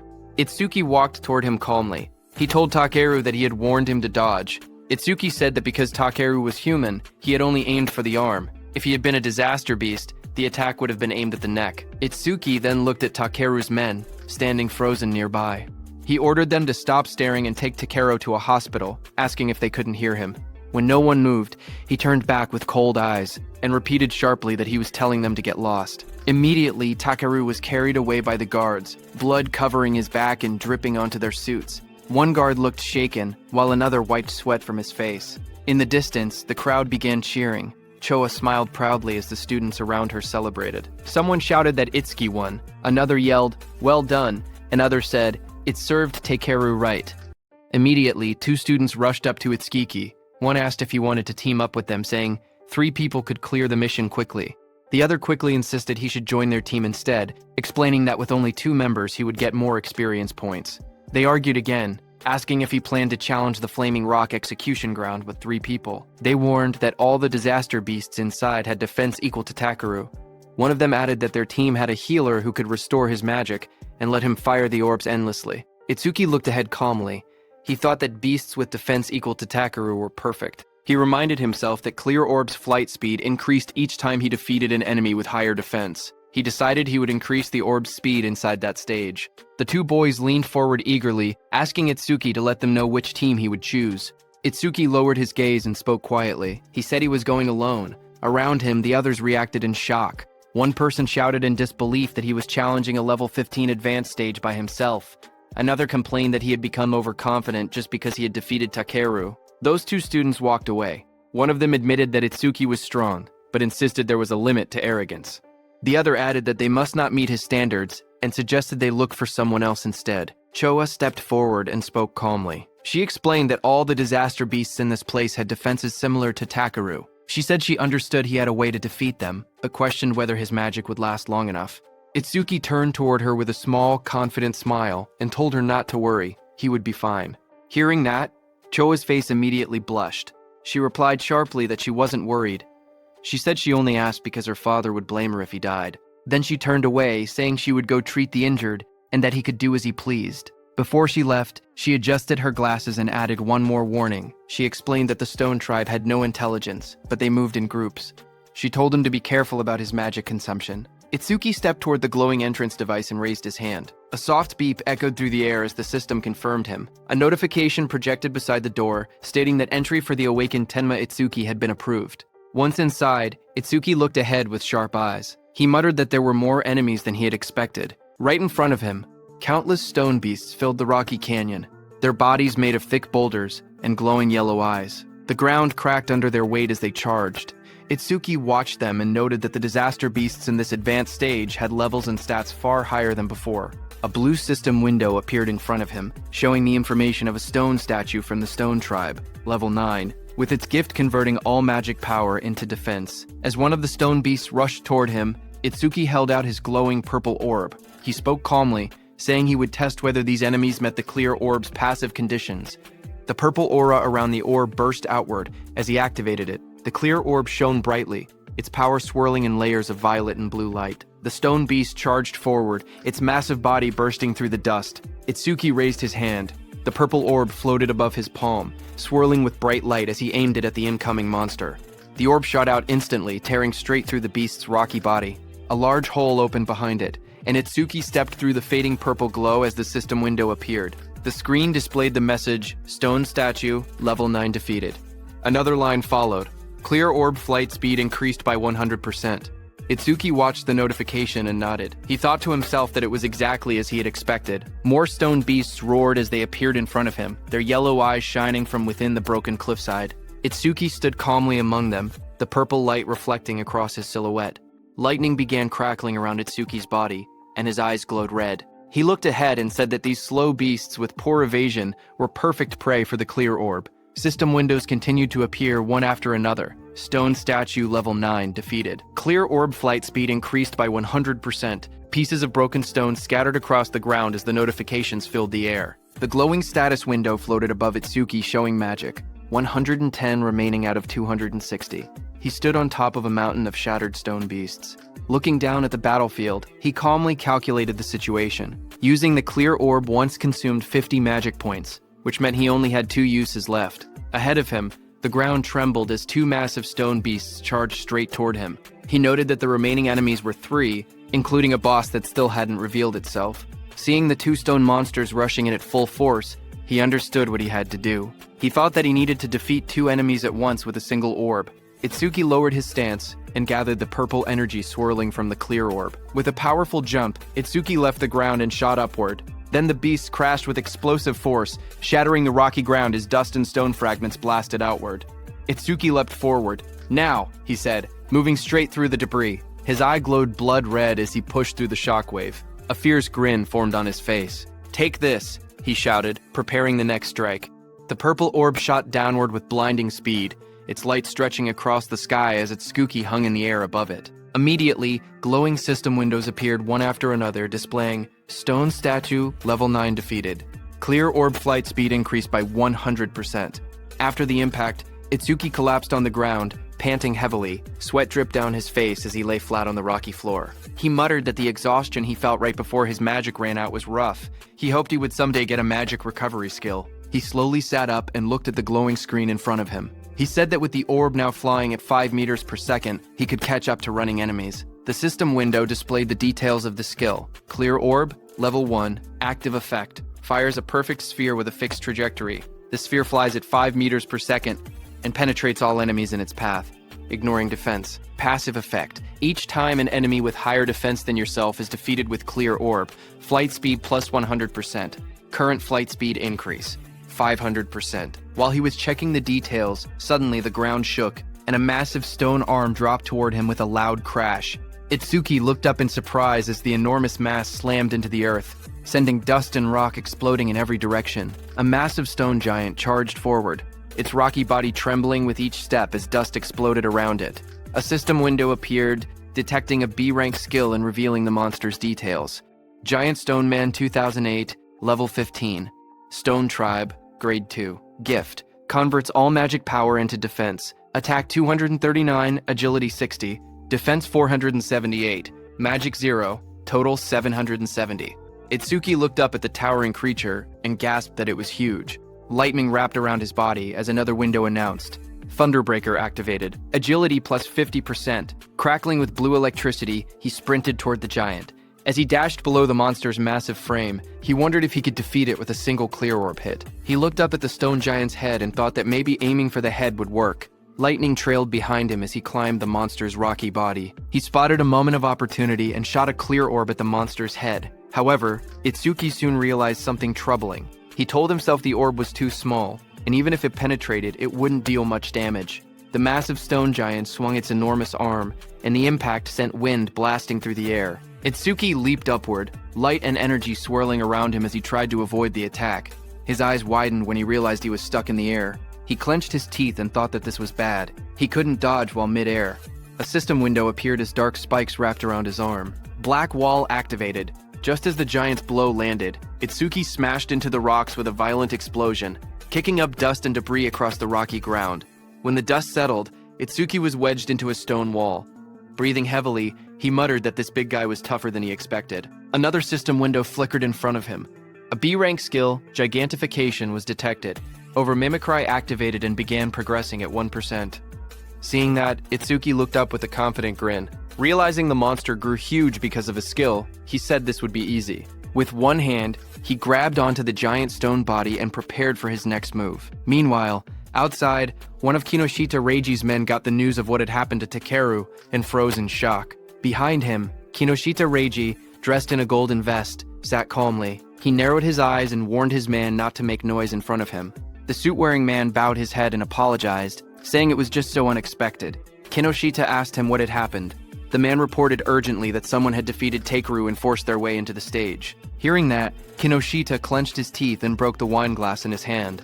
He questioned what Takeru was even doing. He reminded himself that Takeru always bragged that no one below level 30 could break through his defense. He wondered if a level 30 or higher awakened had shown up, but his man quickly explained that with the recent surge in descending monuments, all awakened above level 30 were busy dealing with them and shouldn't have time to come here.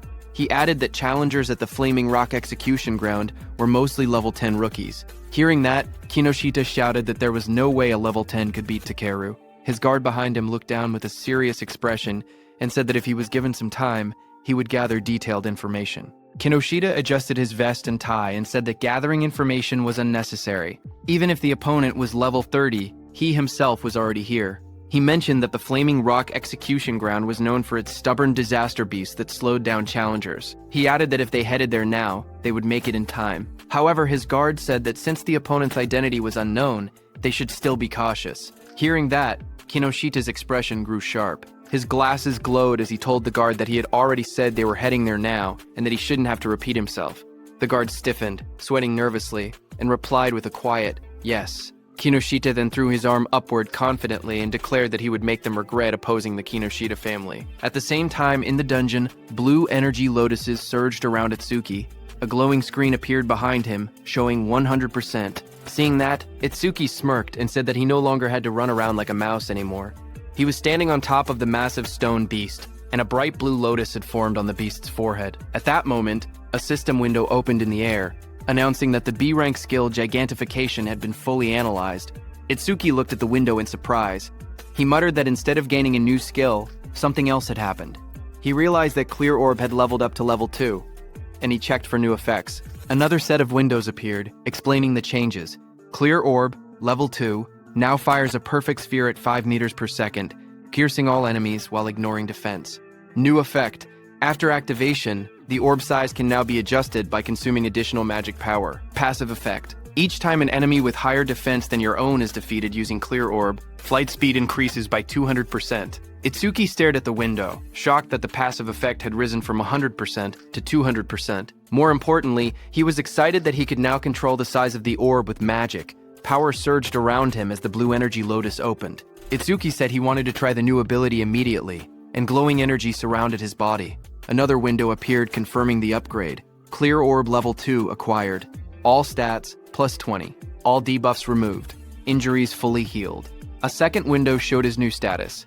attack from 260 to 280, agility from 260 to 280. Itsuki then jumped above the massive stone beast, and a massive dark glowing flower appeared beside him, pulsing with power. He thought to himself that it was consuming all his magic to create the maximum orb it could produce right now. The stone beast glared up at him with bright yellow eyes as cracks of energy spread across its body.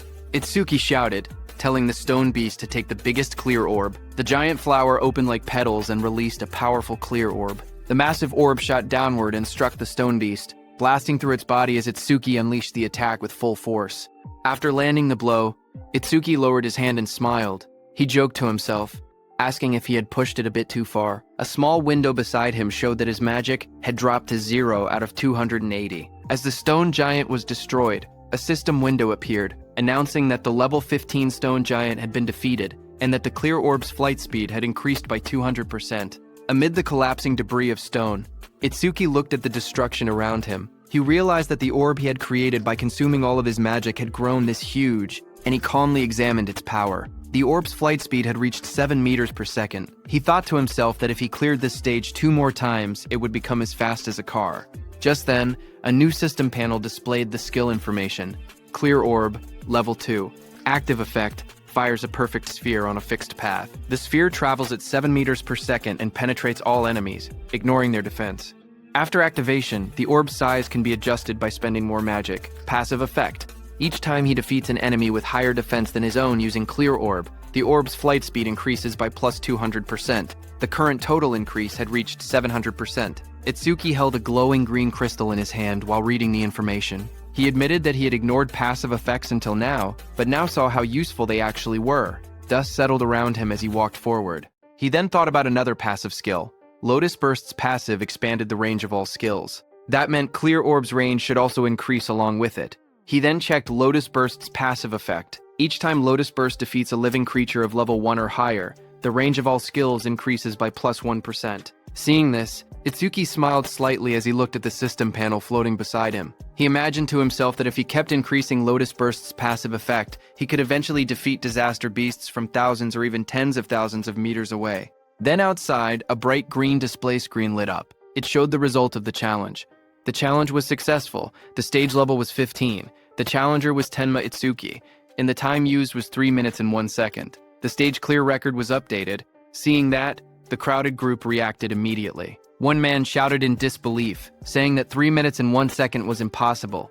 Another said that even a 5-person party needed more than 10 minutes. Someone else wondered if Itsuki had defeated all the disaster beasts in a single hit. Another person pointed out that he had even broken Taewajin's 3-minute 19-second record and asked what kind of monster he was. They all turned as someone announced that he was coming out. More voices followed. One person questioned why he was still level 0 and wondered if the clear notification was a bug. They looked at him and said he wasn't even injured, only a little dirty. So they didn't believe he had cleared it at all. Choa, in her armor, stepped forward with a smile as a green butterfly flew around her. She was happy that he had cleared the stage unscathed again, and that he had broken Jin's record again. She admitted that he always managed to surprise her. Choa then adjusted her glasses and, with a restrained tone, admitted that the challenge had ended unexpectedly quickly. Itsuki answered casually. He said the disaster beasts inside were weak against defense, so he had taken them down easily. The glowing butterfly hovered in front of Itsuki. He looked at it with surprise and asked what it was. Choa explained calmly. She said that her job was a Shikigami user, and the glowing butterfly was her Shikigami. Itsuki watched the butterfly flutter near his hand. He softly repeated its name, Tamacho, and admitted that this was his first time seeing a Shikigami. To him, it looked beautiful. Curious, he asked Choa what kinds of awakened jobs existed. His question startled her, and she asked why he didn't know something so basic. She then began explaining. Jobs, she said, were divided into 4 major types. According to her, he should have already encountered 3 of them by now. She raised her hand and continued her explanation. The first type she mentioned was Elementalist. Elementalists controlled 7 elements: fire, water, wood, metal, earth, wind, and lightning. She said Elementalists had the largest population among awakened jobs, and also possessed the highest minimum combat capability. She then explained that his classmate who used electricity attacks, as well as Takeru, the muscular iron-skinned man from earlier, belonged to that same type. She then introduced the second type, Shikigami User. She explained that Shikigami users could summon Shikigami that obeyed only their master. A blue system window appeared beside the butterfly, displaying that it was Tamacho, B rank, level 15. Its skill was undisclosed. Its status was undisclosed. Choa continued explaining that a Shikigami stayed with its master from birth. Then another system window appeared, showing her own status. Izumi Choa. Human, level 6. Job. Shikigami user, gift. Grade 2, undisclosed. After explaining everything, she asked him if he had any questions so far. Itsuki looked at her Shikigami and then asked why her own level was lower than her Shikigami's level. He wondered aloud if she was really a veteran awakened. His words hit Choa like arrows. She wondered to herself if Itsuki had no concept of sugarcoating. Choa touched her forehead with a tired expression and explained that Shikigami also absorbed experience and leveled up. Because of that, they were basically always at a higher level than their master. Hearing that, Itsuki's expression darkened. Half of his face sank into shadow, and his eyes glowed coldly. He stated that in that case, when fighting a Shikigami user, it was faster to target the person themselves. Seeing that, Choa's eyes widened. She noticed the negative aura seeping out of him again, and wondered what was going on with him. Itsuki then looked at her calmly and asked what else there was, pointing out that she had only introduced 2 types so far. Choa straightened herself and explained that the third job was currently the most mysterious one with the least information known about it. She pointed at Itsuki and told him that his job was order breaker. Itsuki listened quietly as she continued explaining. She said the reason this job was mysterious was because every order breaker possessed different abilities, like the blue lotus flower ability he had shown earlier. She then explained that there were order breakers who could change the size of their bodies at will, others who could create infinite clones, and even some who could stretch their bodies freely like rubber. Next, she compared order breakers to regular awakened jobs. She explained that normal jobs had skills divided into 4 ranks, C, B, A, and S, while order breakers had only Z-rank skills, abilities that stood completely outside that ranking system. Choa said that order breakers were treated differently because of these rare, exclusive skills. She warned that if an order breaker's abilities became known to their enemies, they would lose their greatest advantage. That was why her father had scolded her earlier when she tried asking about his skills. She looked at him seriously and added that he was an irregular existence even among order breakers. From what she had observed, he could already use at least 3 different skills, and 2 of those skills were normally only possible for elementalists. Hearing her words, Itsuki looked uneasy as he realized the teacher wasn't there. He thought to himself that he would be in trouble if Choa continued talking about him. Itsuki then asked her about the last job, adding that he had never seen it before. When Choa heard Itsuki asking about the last job, she kept a calm expression and told him she would only explain it after he actually saw it. She added that this was his punishment for never telling her anything about himself. Hearing that, Itsuki let out a quiet sigh and answered with a simple, "Fine." As she turned away, Choa reminded him that the students he saved were now safe. Then she asked what he planned to do. After this, Itsuki replied that he was thinking of clearing the stage a few more times. Choa looked back at him sharply. She asked him if he really didn't know anything, explaining that stages had cooldown times. She warned him that this one had an especially long cooldown, meaning he couldn't enter again for at least 2 days. Hearing that, Itsuki's eyes widened in surprise. He wondered aloud if cooldown times really existed. He realized that this must be why Kinoshita monopolized the stages. Determined, he decided that if he couldn't raise the passive effect of his Clear Orb skill, then he would increase the power of his Lotus Burst instead. Itsuki then turned and asked Choa if there was a stage filled with disaster beasts.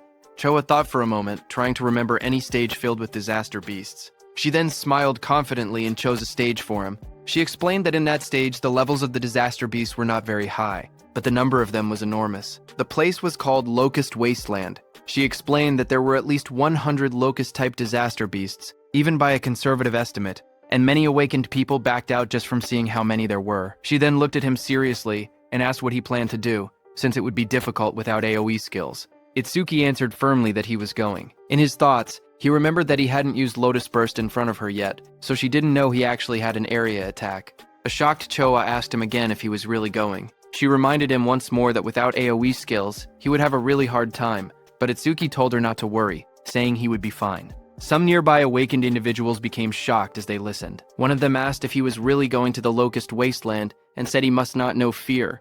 Another person whispered that once Kinoshita Reiji heard about Takeru, he would definitely come. The group decided to leave quickly. They said they should get out before getting caught in the crossfire.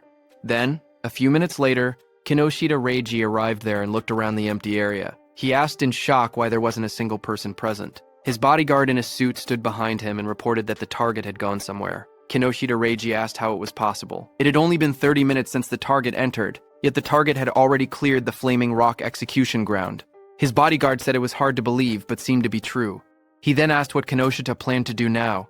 Kinoshita Reiji gritted his teeth and said the target was making a fool out of him. He then said that if the target had used skills, there should still be magic traces left behind. He ordered his bodyguard to contact the hound and make it track the target. Kinoshita Reiji shouted angrily for them to capture the target alive no matter what, saying he would make the target taste what living hell was. At the same time, inside a dim alley lined with machinery, a man pressed his back against the wall, hidden in the shadows. His panicked thoughts echoed as he regretted taking the assassination request. He muttered to himself that he never knew Kinoshita Reiji had such a strong subordinate, and cursed himself for accepting the job. That same man slumped to the ground, exhausted and trembling. He breathed heavily and admitted that without his earth escape technique, he would have been killed. Sweat dripped down his face as he caught his breath. He slowly peeked around a corner, whispering that he should be safe now that he had gotten this far. His eyes widened with fear as he carefully watched his surroundings. Suddenly, a massive beast lunged toward him, with its jaws wide open. The monster's sharp teeth and glowing red eyes filled his vision as it attacked.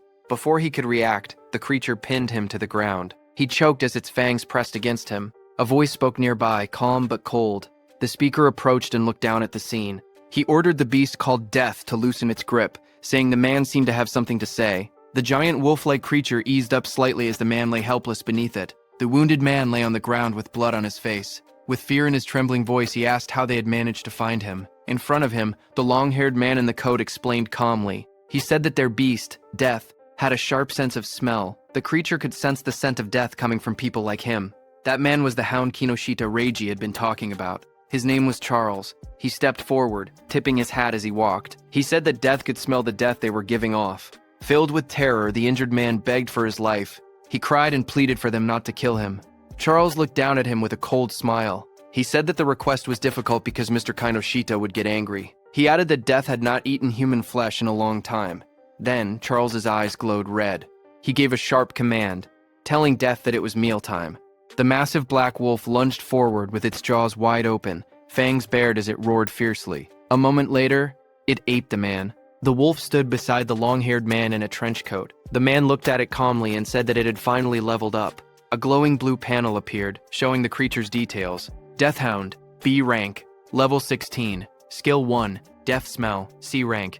Detects all magic traces in an area and identifies the magic source. Skill 2, respawn desire, B rank. After the Shikigami dies, its respawn time is greatly reduced. Status, attack 250, agility 250, magic 150. Just then, the man's phone began vibrating. He glanced at the screen and answered the call.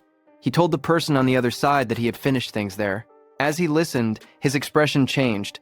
He asked if Takeru had been badly injured. He wondered aloud if someone had struck that stubborn Takeru's weak point. Finally, he replied that he understood and said he was on his way. He ended the call and turned back toward the wolf. With a small gesture, he told it that a new prey had appeared, and ordered it to move. Sometime later, in a bright golden field labeled as the Locust Wasteland, a dome-shaped building stood in the distance. Itsuki and Choa approached it along a narrow dirt path. Itsuki looked at the structure and asked softly, "Here?" He stared across the endless wheat fields and wondered aloud whether there were really that many locusts in a place that looked so quiet and peaceful. Walking beside him, Choa explained calmly. She said that disaster beasts always chose environments that suited them when invading this world. Because of that, predicting the type of beast based on the surrounding terrain was an important skill for awakened individuals. Hearing that, Itsuki nodded. As they moved closer, he noticed there wasn't even a reception desk. Choa touched her forehead and explained that the danger level of this stage was extremely high. So high that it had already reached the point of a dismantlement resolution.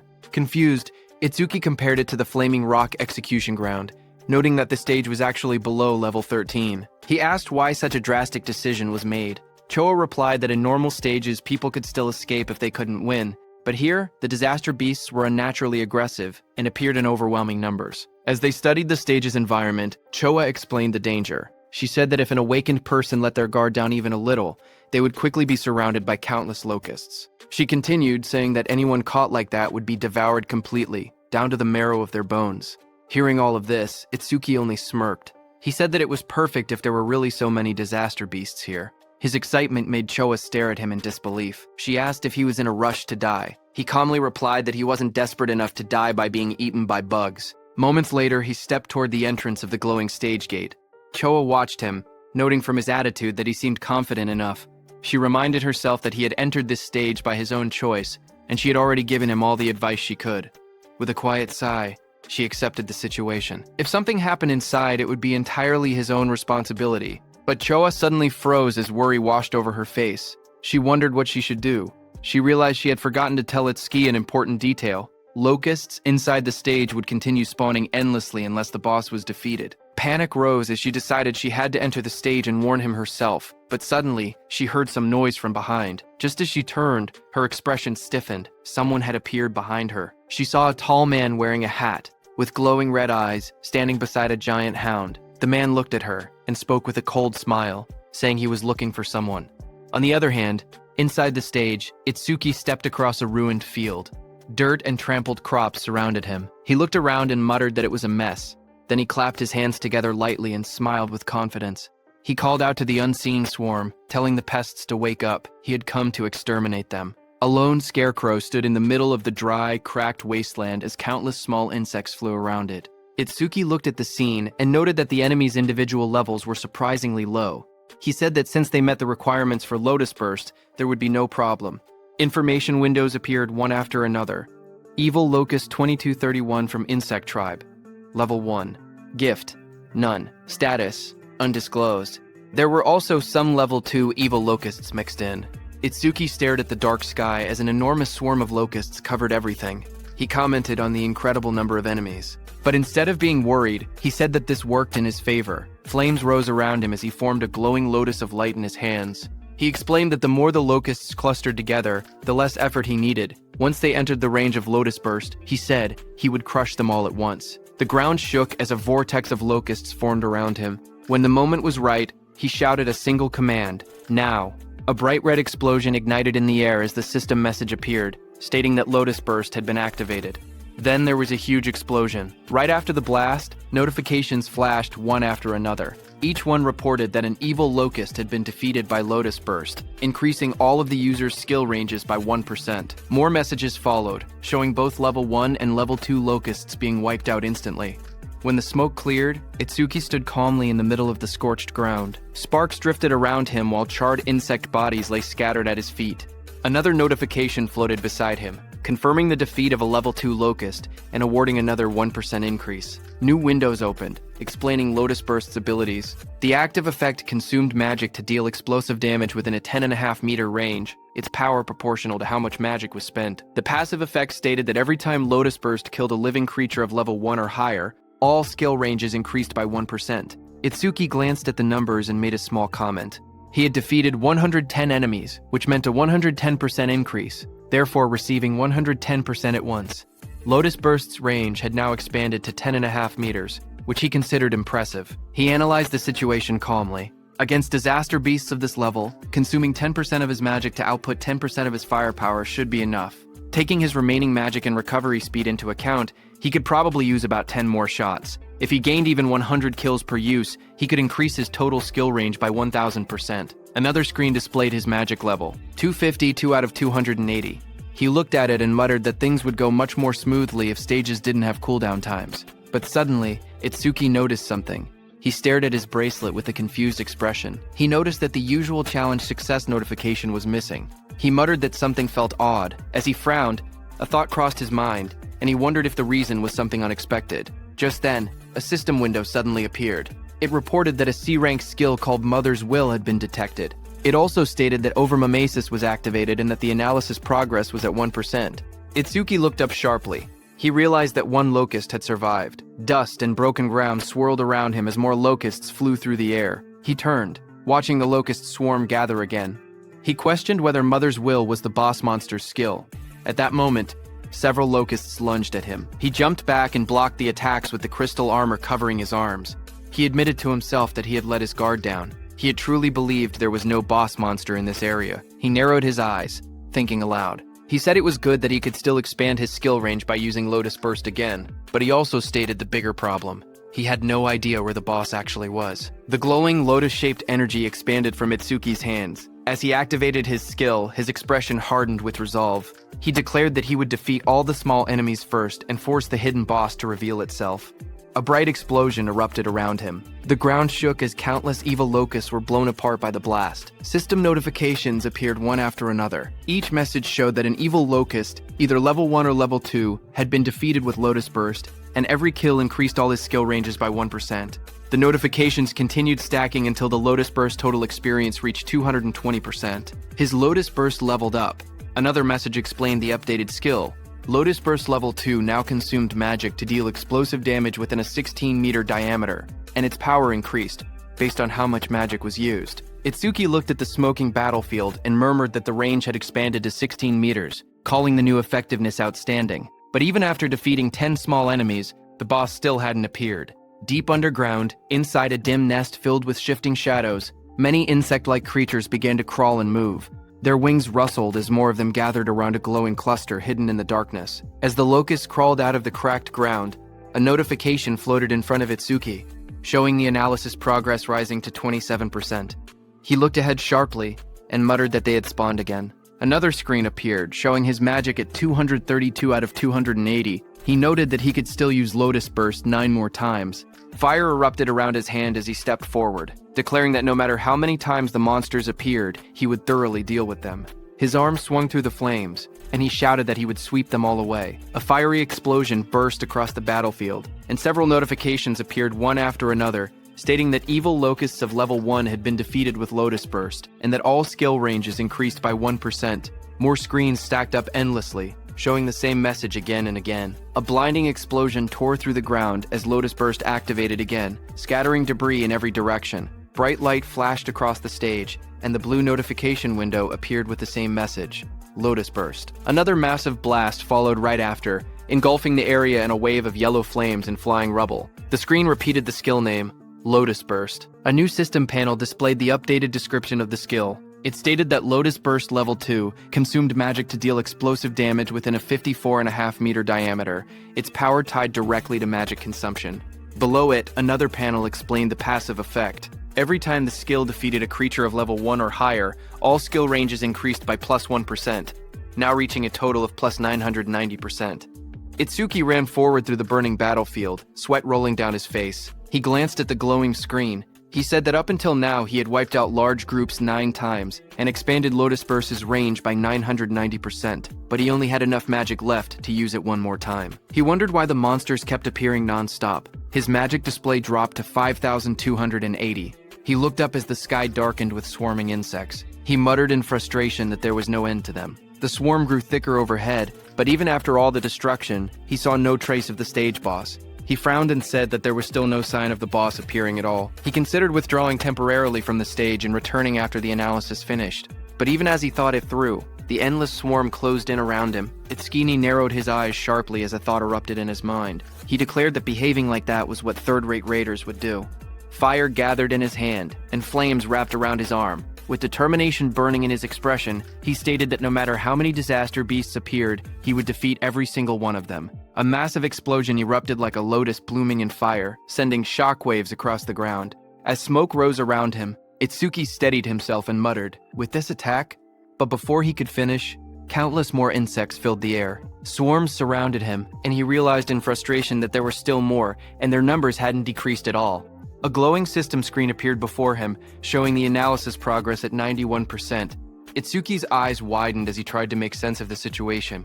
He wondered what was happening. All the disaster beasts that had appeared since the first defeat were still only level 1. Their bodies were small too, as if they had just hatched. As he connected all the dots, he realized the truth at once. The boss's ability was infinite reproduction. A massive golden insect, the queen locust, crouched in the darkness as glowing eggs shot out from its abdomen. A system window identified it. Queen Locust 0379, Insect Tribe, Level 13, Gift Grade 1, lays large quantities of evil locust eggs. Skill, Mother's Will. Itsuki looked up, sweat trailing down his face. If the queen could reproduce endlessly, then fighting the small ones meant nothing. The only way forward was to defeat the boss itself. His magic was nearly gone, but the analysis bar floated in front of him, rising steadily, 98%. He clenched his teeth as the final percentage completed. The blue sphere of the analysis pulsed outward. Analysis progress, 100%. A new message appeared. Mother's Will. Analysis complete. Skill acquired. Magic detection level 1. Another window followed. Magic Detection Level 1. Active Effect. After activation, continuously consumes magic to sense magic flow within a 100-meter diameter. Passive Effect. Range expanded to 1,100 meters because of Lotus Burst's passive effect. Additional passive. Each time one enemy unit is detected, the user's magic recovers by 10%. Seeing this, Itsuki's eyes widened as he read the description. A detection skill, its effective range now stretching over 1,000 meters, and every enemy detected would restore his magic. A smile curved across his lips. The passive effect was perfect for this stage. Hunting the smaller creatures again and again would now benefit him greatly. He tilted his head slightly, his eyes shining with confidence. He thought that leaving the queen alone for a moment and clearing out more enemies wouldn't be a bad plan at all. As he lowered his gaze, he thought quietly to himself. He realized he had been keeping Choa waiting for now. He decided to finish clearing the stage before returning. A blue system window appeared before him, announcing that Magic Detection Level 1 had been acquired. All of his stats rose by 10 points. All debuffs were removed, and his injuries were fully healed. Another window displayed the updated numbers. His attack increased from 280 to 290. His agility rose from 280 to 290. His defense moved from 280 to 290. His magic stat climbed from 280 to 290, where training his total grew from 1,120 to 1,160. Itsuki then raised his hand to his forehead as swirling energy surrounded him. He activated the new skill, focusing intently. He began locating the boss using magic detection. Wide ripples of energy spread out from his body, expanding across the entire area like rings on water. The waves traveled far into the distance, lighting up the surroundings as they moved. Down below, the massive golden insect boss lifted its head, its yellow eyes glowing as the waves passed over it.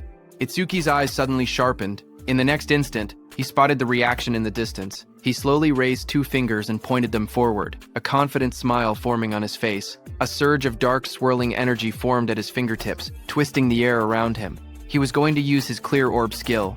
Amid the chaos, his steady voice echoed. He said that even if the enemy used its children as shields, it would be useless. The clear orb began to glow, merging with the power of Lotus Burst. A bright, lotus-shaped light burst outward, illuminating the battlefield. He declared that with Lotus Burst's passive effect and the clear orb's current flight range, the attack would definitely reach its target.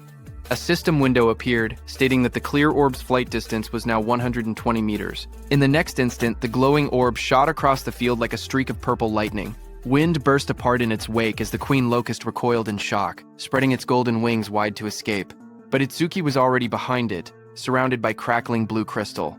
His transformed figure loomed like a shadow. Lightning surrounded Itsuki as he appeared above the Queen.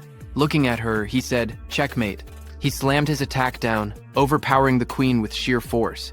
He cut the Queen into pieces. Immediately, the whole insect swarm was disturbed. Seeing that, he realized the swarm fell into chaos after losing its queen. Itsuki turned toward them with cold eyes. Flames erupted from his crystal-covered arm as he promised to send the remaining creatures to their mama right away. After the Lotus Burst explosion, all insects fell to the ground.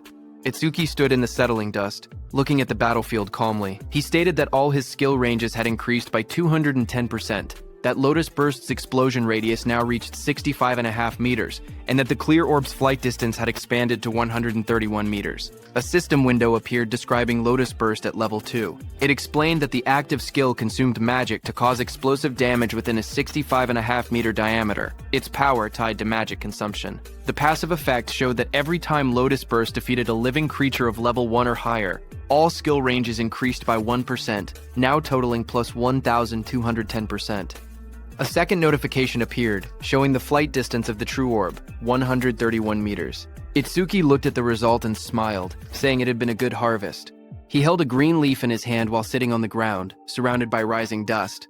He then thought to himself that when the cooldown ended, he would challenge it again and raise Lotus Burst's passive effect to 5 digits.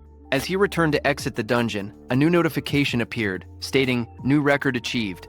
Another line reported time used, 17 minutes, 7 seconds. Standing in front of a glowing blue portal, Itsuki looked at the timer and noted that it had taken 17 minutes. He thought that Choa must be worried. He imagined Choa waiting outside. He believed that when he returned safely, she would probably act aloof again. Yet, he knew she was actually kind and considerate. He thought her inability to be honest was somewhat cute. Stepping out of the portal, surrounded by a swirl of blue energy, he lifted his hand and greeted her, saying he was back and sorry for worrying. But then his eyes widened sharply, shock filling them. Right in front of him, Choa appeared injured, blood on her lips. A man with glowing red eyes held her up by the collar. He looked down at Itsuki and spoke coldly. He said that going solo and coming out of the stage safely could mean only one thing. Itsuki was the guy Reiji had been looking for. Charles, in the wide-brimmed hat, looked at Itsuki and spoke calmly. He said the timing was perfect. He had been trying to get information about Itsuki from Choa, whom he had captured, but even in her current condition, she refused to talk. Charles added that Choa had more backbone than most men. Across from him, Itsuki stepped forward. His voice was cold as he told Charles to let go of Choa with his filthy hands. He warned that if Charles did not do so now, he would only be half killed. Hearing that, Charles laughed loudly. He mocked Itsuki and told him not to get cocky, calling him just a level 0 rookie.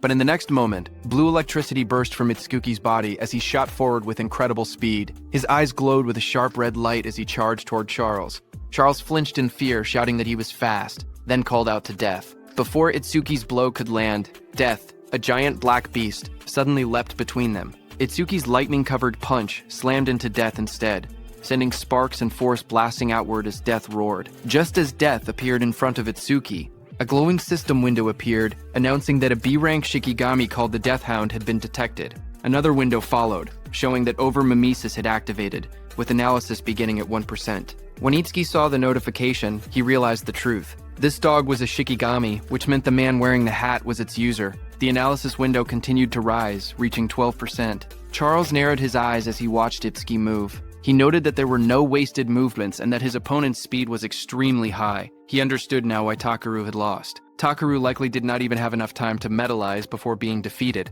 but Charles showed no fear. He grinned and declared that he had Death in a hostage. Behind him, Choa struggled weakly in his grasp. Hearing this, Itsuki shouted her name, his expression tightening in alarm.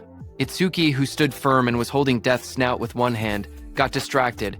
Death broke free from his grip and roared, baring its sharp teeth as it lunged. The monster's glowing red eyes locked onto him. Charles smirked as he spoke. He said that Death's bite force could crush any enemy with a defense lower than 30. At best, he said, Itsuki would get his arm bitten off. But the next second, Charles's expression suddenly froze. His eyes widened in shock as he looked ahead. In front of him, black spikes grew around Itsuki's body, blocking the beast's bite.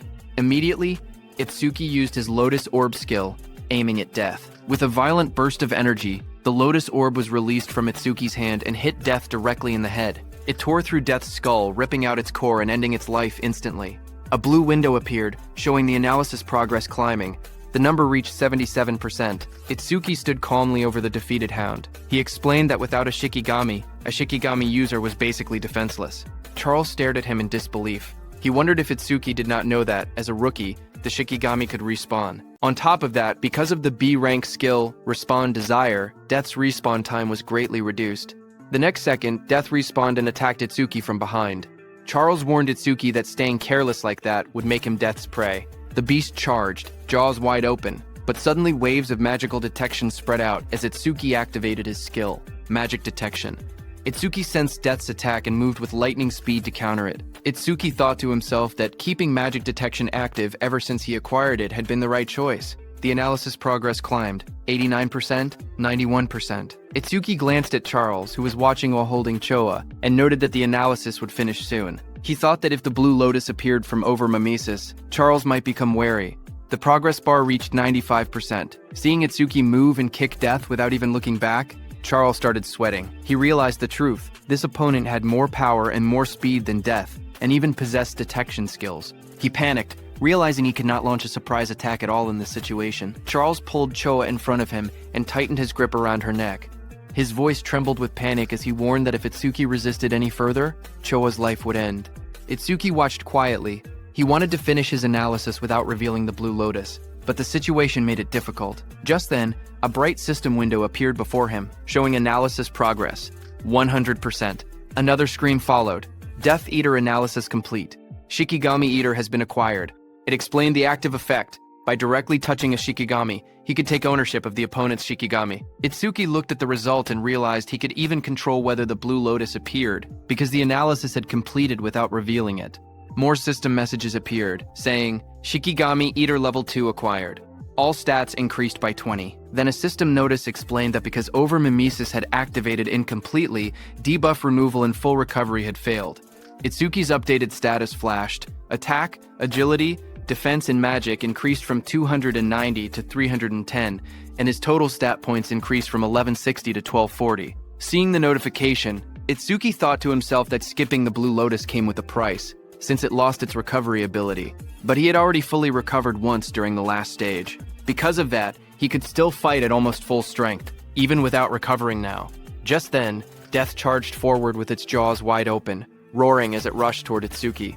In that moment, Itsuki realized something important. He understood that this new skill allowed him to steal other people's Shikigami.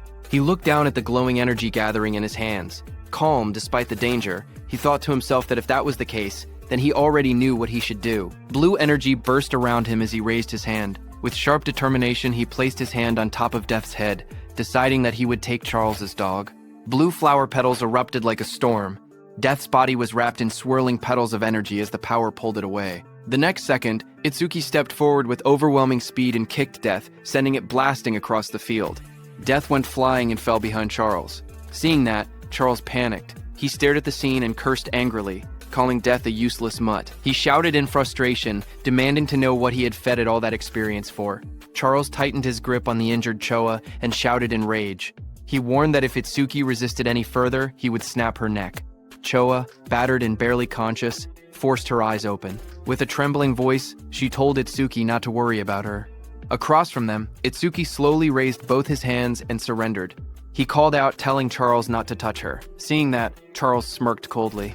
He said that if Itsuki had been obedient from the beginning, Choa wouldn't have had to suffer like this. Itsuki glared at Charles and asked why he was being targeted, saying he didn't remember doing anything to earn such a grudge. Hearing that, Charles sneered, accusing him of still trying to probe for information. He then explained that it didn't matter, because Itsuki would meet him soon anyway. He told Itsuki that Kinoshita Reiji was furious that Itsuki had entered a North District 4 stage without permission. He introduced himself, saying he was Charles the Hound sent under Reiji's orders to capture him. Hearing that name again, Itsuki muttered that he needed to meet Kinoshita directly and talk things out. Charles grinned and said that Itsuki would meet him soon, but only in a battered body. He then announced that Death would bite off his legs next, and warned that if Itsuki wanted Choa to stay alive, he was forbidden from using that strange ice again. Charles pointed at Itsuki and gave the command, telling Death to bite off both of Itsuki's legs. Hearing that, Itsuki narrowed his eyes. Instead of fear, a cold determination filled them. He told Death to prove it was worthy of being his Shikigami. In the next instant, Death turned and lunged, not at Itsuki, but at Charles, sinking its teeth into its former master. Taking advantage of the moment, Itsuki moved at lightning speed, appearing behind Choa. Blue sparks burst around him as he caught her gently in his arms, pulling her away from danger. Charles screamed as he stared in shock. Sweat ran down his face as he shouted, asking why Death was attacking him, his own master. Shikigami Death stood beside Itsuki with glowing red eyes. Death growled quietly as Itsuki praised it, telling it that it did well. Itsuki then held the injured Choa in his arms. Blue energy surrounded him as he spoke coldly. He said he would return the pain Choa suffered 10 times. No, 100 times over. He warned that Charles would regret laying hands on them, crying and wailing. Hearing that, Charles fell back, terrified. He begged for a chance to speak, claiming he had only followed Reiji's orders. His voice shook as he suggested they team up instead. He said he would lure out Reiji for him. Itsuki's eyes glowed red. He looked down at him and said that it was a good proposal. Seeing this, Charles's expression changed. A sharp grin spread across his face as he muttered that he had found an opening. He threw a blade toward Itsuki and shouted for him to die. The attack flashed forward with blinding light, but Itsuki was calm and easily dodged the blade. His eyes narrowed as he watched the attack pass by. He muttered that he alone was more than enough to kill Kinoshita Reiji. Beside him stood Death, its eyes glowing red. Ready, Itsuki ordered Death to make Charles suffer the same treatment Choa had endured. Death's jaws opened wide, revealing sharp fangs as it prepared to strike. Seeing that, Charles froze in terror. Sweat dripped down his face as he begged for mercy. He insisted that his hand had slipped earlier and that he would apologize. Trembling, he pleaded for one more chance. But Itsuki didn't falter. Holding Choa in his arms, he stared coldly and told Charles that it was mealtime. Death, with glowing red eyes, rushed forward. Its fangs bared as it charged at the man. Charles panicked as he stumbled back. Tears streamed down his face as he shouted, asking if Death had forgotten who its master was. He reminded Death how much he had fed it. His voice shook as he tried to speak again, but Death opened its jaws wide, revealing rows of sharp teeth as it lunged at him. Death finished off Charles. A short distance away, Itsuki stood while carrying the injured Choa in his arms. He had sensed someone watching them. Itsuki told the hidden person that he had been watching them ever since Itsuki left the stage. Itsuki then turned and asked how long the hidden person planned to stay hidden, telling him to show himself. Hearing his words, nearby tall grass rustled as someone began to move, stepping out into the light. It was a hooded, blonde young man who stepped out from the tall grass, scratching the back of his head with an awkward smile. He said softly that they had caught him. Itsuki held the injured Choa in his arms as a dark aura spread behind him. His eyes glowed as he asked the blonde man if he was working with Charles from earlier. Startled, the blonde man waved his hands frantically and shouted that he wasn't an enemy. He begged them to listen. Itsuki glanced at him coldly and said, "Fine." He didn't have time to deal with him. Behind them, Death continued eating Charles, whom it had taken down. Itsuki ordered Death to follow him after finishing the meal. The blonde man watched in shock. Even a savage beast like Death obeyed without hesitation. He thought that someone like Itsuki might actually be able to help him. He quickly approached and introduced himself as Iberia, asking for Itsuki's name excitedly. He said, "The fight earlier was amazing, even though there were some terrifying moments." He added that Itsuki must be the mysterious man who defeated Ogatakeru. Itsuki answered calmly. His name was Tenma Itsuki. While continuing to hold the unconscious Choa in his arms, Iberia nervously followed beside Itsuki. He smiled awkwardly and asked if Itsuki could lend him a hand. He said he would pay him, or he could give him karma stones, or even a weapon. Itsuki stayed silent, walking forward with the injured Choa. Iberia watched him leave, sweat forming on his face. He wondered why Itsuki wasn't responding. His father had once told him that anyone would happily help if given enough compensation. Now he questioned if that had been a lie. A memory surfaced, his father hammering steel in front of a blazing forge. His father explained that compensation required creativity, just like how a cup of water was more valuable than treasure in the desert. His father said that for someone seeking revenge, one must offer a blade. For someone injured, offer medicine. He said that was enough compensation for them. Back in the present, understanding flashed across Iberia's face. He clenched his fist with excitement and said he finally understood. Iberia called out from behind, reminding Itsuki that he had come on foot. He said that with an injured person, it was impossible to move quickly, and that the nearest hospital was dozens of kilometers away. He warned that if Itsuki walked that slowly, the woman he was carrying would die. Iberia then reached into his bag and held up a glowing scroll. He said that he happened to have healing items. But even hearing that, Itsuki continued walking. Iberia shouted in a hurry that he could save her. Hearing this, Itsuki stopped and turned his head, asking if that was really true. Iberia explained that he couldn't fully heal her right away, but he could save her life. The two of them knelt beside the injured Choa. Itsuki asked if the healing could be done through her clothes. Iberia replied that the bandage he was using wasn't ordinary. He wrapped the glowing bandage around her, explaining that it was a rare karma tool made from bandages worn by the Shadow Tribe and bark taken from the Kadama Tribe. Itsuki looked at Iberia and repeated the unfamiliar term, asking what a karma tool was. Iberia studied him and said that at his level he must have just become an awakened. He explained that it was no surprise Itsuki didn't know. Iberia explained that modern weapons didn't work on disaster beasts. Guns were useless against them. So, firearms couldn't be used in real combat. However, crafters were able to forge special anti-disaster beast items known as karma tools, created from monument materials and the body parts of disaster beasts. He said that karma tools were divided into 4 ranks depending on the crafter's skill and the materials used. The 4 ranks were normal, rare, epic, and unique. Iberia then explained using a simple longsword as an example. Normal karma tools weren't much different from regular weapons, except they were capable of damaging disaster beasts and awakened beings. The sword was labeled an ordinary longsword.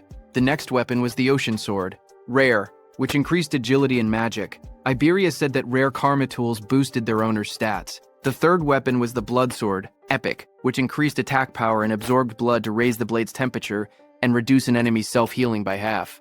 Iberia explained that epic karma tools not only boosted stats, but also possessed special effects. Iberia continued by explaining the final rank of karma tools, which was the holy sword, unique. It granted increased attack and agility. Its unique effect allowed the user to obtain the inexhaustible magic sealed inside it, enabling infinite magic usage.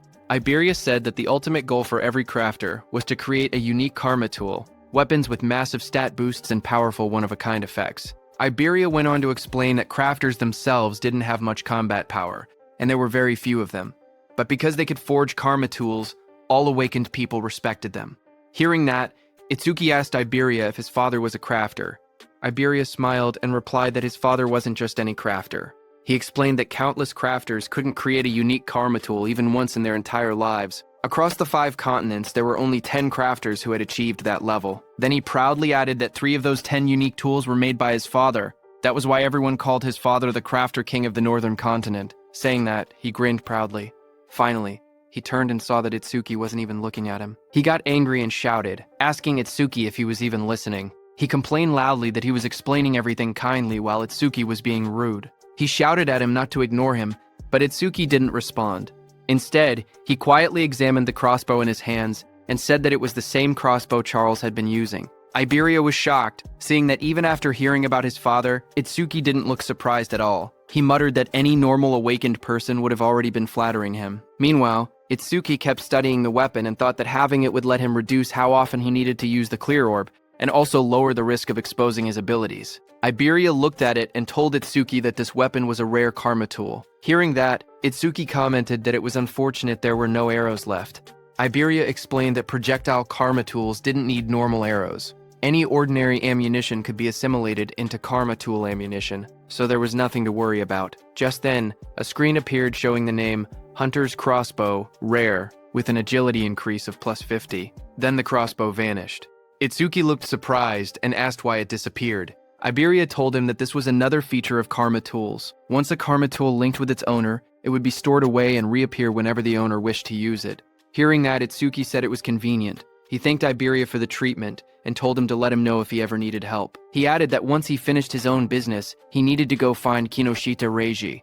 Hearing that name, Iberia reacted and said he thought he had misheard earlier. He said Itsuki must be incredibly bold to go against someone like Kinoshita Reiji in North District 4. Hearing his words, Itsuki looked at him calmly and asked if he was also going to tell him to give up. Iberia told Itsuki that if his target was Kinoshita Reiji, then they were after the same person. Itsuki asked calmly if Iberia had angered Reiji as well. Iberia said it wasn't exactly like that and explained that he wanted the two of them to team up for the Salvation League National Tournament preliminaries happening the day after tomorrow. Hearing about the preliminaries, Itsuki remembered Choa mentioning that only the top 10 would advance to the main tournament, and he had been grinding stages non-stop these past few days to prepare. Itsuki asked Iberia what the tournament preliminaries had to do with Kinoshita Reiji. Iberia explained that the preliminaries were divided by continents, and for the Northern Continent, the venue was located in North District 4. He explained that as the son of the North District 4 administrator, Reiji was determined to compete in the main tournament. His older brother was also a savior, so failing to reach the top 10 would disgrace the Kinoshita family name. Hearing that, Itsuki then understood why Reiji monopolized all stages in North District 4 to level up quickly. He looked at Iberia and asked why someone like him would want to team up with him, especially since he had been receiving help from him this whole time.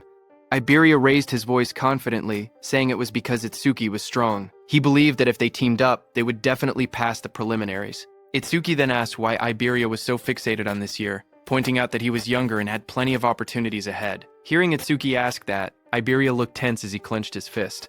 Then he answered softly that there was a reason. He recalled his childhood. Since he was young, he had watched his father create karma tools right in front of him. His eyes had always sparkled as he watched. Every completed karma tool looked perfect, like a piece of art. His admiration for his father kept growing. He remembered his dream. He had always wanted to become an awakened one someday. He imagined himself fighting disaster beasts using the karma tools his father made. A month ago, he finally awakened. Excited, he begged his father for a karma tool, but his father refused, telling him it was too early. His father said that only saviors could use his karma tools. Iberia didn't give up. He kept begging. Finally, his father set a condition. If he passed this year's preliminaries, he would receive one. Iberia clenched his fist tightly. With determination in his eyes, he declared that this was why he had to win this year's preliminaries no matter what. Itsuki looked at Iberia and spoke calmly. He said that with such an amazing father, Iberia should have plenty of options. There was no need for him to team up with someone like a level 0. Iberia lowered his eyes and replied that his father had thought of that too. So before he left, his father told him to pass the preliminaries with his own skills. His father warned him that if he teamed up with strong partners using his father's name, he would not receive any karma tools. Hearing that, Itsuki commented that his father seemed strict. Iberia explained further that according to his information network, most strong participants had already been bought off by Kinoshita. What remained were lone wolves who disliked teaming up, or groups with fixed members. He had no prospects for teammates. With excitement, Iberia grabbed Itsuki's hand and explained that 2 days ago, he had heard news that someone had defeated Oga Takeru, one of the 4 pillars, and even broken stage records. Because of this, he dug for information continuously and eventually found his way here. Itsuki first freed his hand and then agreed to team up. He said the team was no problem, but first he wanted to take Choa to the hospital. With excitement, Iberia declared that he would come along. From now on, they were a duo. Iberia then said they needed a duo name. He brought up possibilities combining Tenma Itsuki and Iberia. He suggested Iba-ten but rejected it because it sounded like a store name. He tried Ibetsu, then Tenmaria, then Tenibe, changing ideas one after another. Nearby, Itsuki carried the unconscious Choa in his arms. He looked tired and thought to himself that he was in trouble because Iberia talked even more than Rikaru. Suddenly, Itsuki thought about Rikaru and Saya. He wondered how they were doing and whether they were participating in the preliminaries, now that both had awakened. Just then, Iberia suddenly brightened with an idea. He said that since both of their names contained the letter I, they could call their duo Double I. Far away, as Itsuki thought of Rikuru, Rikuru suddenly sneezed while training. Saya looked at him and asked if he had caught a cold. Rikuru scratched his head and said maybe someone was talking about him, maybe Itsuki. Saya lowered her gaze and quietly asked how long it had been since the attack incident. She said she never expected them to be apart for so long and wondered if Itsuki was doing well. Rikuru looked at her strangely. He said that if she was that worried, she should have gone to see Itsuki after the disaster beasts were defeated. Saya blushed deeply and bowed her head in embarrassment. A moment later, she thrust her hands forward and released a burst of water, sending Rikuru flying back as he shouted in surprise. Rikuru shouted that attacking suddenly was unfair, but Saya quickly replied that fair or not, it was sparring practice, and he was the one who left an opening. Just then, their teacher appeared behind them. Both students straightened up in shock. Rikuru called out, "Sensei," while the teacher scolded them, reminding them that the national tournament preliminaries would start the day after tomorrow. He asked if this was really the time to fool around. Saya's eyes lit up. She said she was excited to finally fight other awakened people because sparring only with Rikuru had become boring. A glowing screen appeared beside her, revealing her stats as an awakened water elementalist. Rikuru looked at his own status window as well. He said he had never been to North District 4 and had heard it was a prosperous town. He said he wanted to see it with his own eyes soon. Elsewhere, someone opened a metal case holding 3 sharp crystal stones. It was Kinoshita. He looked at the crystals and frowned impatiently. He commented that the hound still hadn't arrived and said it was unusual for him to be late. His bodyguard, standing behind him, wondered if something unexpected had happened. Hearing that, Kinoshita's expression darkened. He muttered that those useless fools had failed again. His glasses glowed red as a message appeared, saying the Karma Stone had been used and experience had been gained. His bodyguard asked if they should send people to search. Kinoshita looked frustrated and said to forget about that person. The national tournament preliminaries were the top priority now. He muttered that if he failed, his father would lock him in the confinement room again. Then he asked about the matter he had assigned his bodyguard. His bodyguard reported the results. Out of the 3,113 participants in the northern continent, he had persuaded 87 to cooperate. All of them were level 5 or above, just as ordered. Hearing that, Kinoshita smiled and said his subordinate had done well and that he was the only one he could rely on. He then took another glowing stone. His bodyguard told him that it was the last Karma Stone. Light surrounded Kinoshita as he broke it. The experience was absorbed, and his level went up. Power surged around Kinoshita as lightning burst from his body. He said it was enough, and that he would use this strength to crush the commoners. A status screen appeared, showing Kinoshita Raiji at level 12. Job: Lightning Elementalist, Gift Grade 2, Attack 135, Defense 130, Agility 168, Magic 170, Total points 603. A few hours later, a bright blue teleportation column formed outside the hospital. As Itsuki stood calmly in front of it, he lowered his head and apologized to his teacher, saying that he had let Choa end up in such a condition. His teacher, Commander Nento, came out of the teleportation portal and asked what he wanted to do. He said he could dispose of Kinoshita if Itsuki wished. Itsuki looked up and answered firmly, telling his teacher to leave Kinoshita to him. His teacher agreed and told Itsuki to explain the details of what had happened later. Nearby, Iberia watched in amazement. He realized that the Northern Continent's commander-in-chief had been the teacher. Iberia understood why Itsuki hadn't been surprised, even after hearing who Iberia's father was. Iberia thought that Izumi Nento was truly a mysterious person. He even wondered if he should ask for his autograph later. Then, in the hospital room, Itsuki calmly explained what had happened and told his teacher that this was why he had chosen to participate in the Salvation League National Tournament preliminaries. His teacher said he understood, then turned toward Choa and asked how she was feeling. Choa smiled softly. She said Tamacho had treated her, so she had fully recovered. A glowing green butterfly floated near her hand. She added that Iberia's rare karma tool had also helped in her healing. Hearing that, Izumi Nento looked at Iberia in surprise. He said that since Iberia possessed the rare karma tool, the Kodama bandage crafted by Aiden, he must be Aiden's son. Iberia was surprised to hear that. Realization hit him as he thought to himself that Izumi Nento knew about karma tools and even recognized his father. He reminded himself that he needed to show the dignity of the Crafter King's eldest son. He pointed proudly at himself and shouted with confidence that he was Aiden's father. Hearing that, everyone stared at him in silence. Then Itsuki told him that he had gotten it backwards. Hearing that, Iberia lowered his head, hiding his red face behind his hand. In a shaky voice, he apologized and admitted that Aiden was his father. Commander Nento cleared his throat and tried to shift the atmosphere. He said he was grateful that Iberia had saved his daughter. He added that once the preliminaries ended, he wanted to visit Aiden together with Tenma. He then reminded Itsuki and Iberia that they had to prepare for the tournament and told them to head out. He promised that he and Showa would come to watch tomorrow. Iberia raised his fist excitedly and agreed. He told Commander Nento that he could relax because they would definitely pass the preliminaries. Beside him, Itsuki stood quietly and nodded. After they left, Choa commented that her father had really taken a liking to Tenma because she remembered how, when he used to meet with Jin, he would always bring her along to the meetings. Hearing that, Commander Nento told her that because of childhood trauma, whenever Itsuki faced disaster beasts, powerful self-destructive impulses would awaken inside him. But Itsuki's self-destructive impulses weakened only when someone he wanted to protect was nearby. He explained to Choa that this was the reason he had placed Choa by his side. Hearing that, Choa realized that her father wanted her to become Itsuki's friend, become his weakness, and become the person he wanted to protect. Choa repeated the thought quietly, wondering if she was truly the one Itsuki wanted to protect, while she was lost in her thoughts.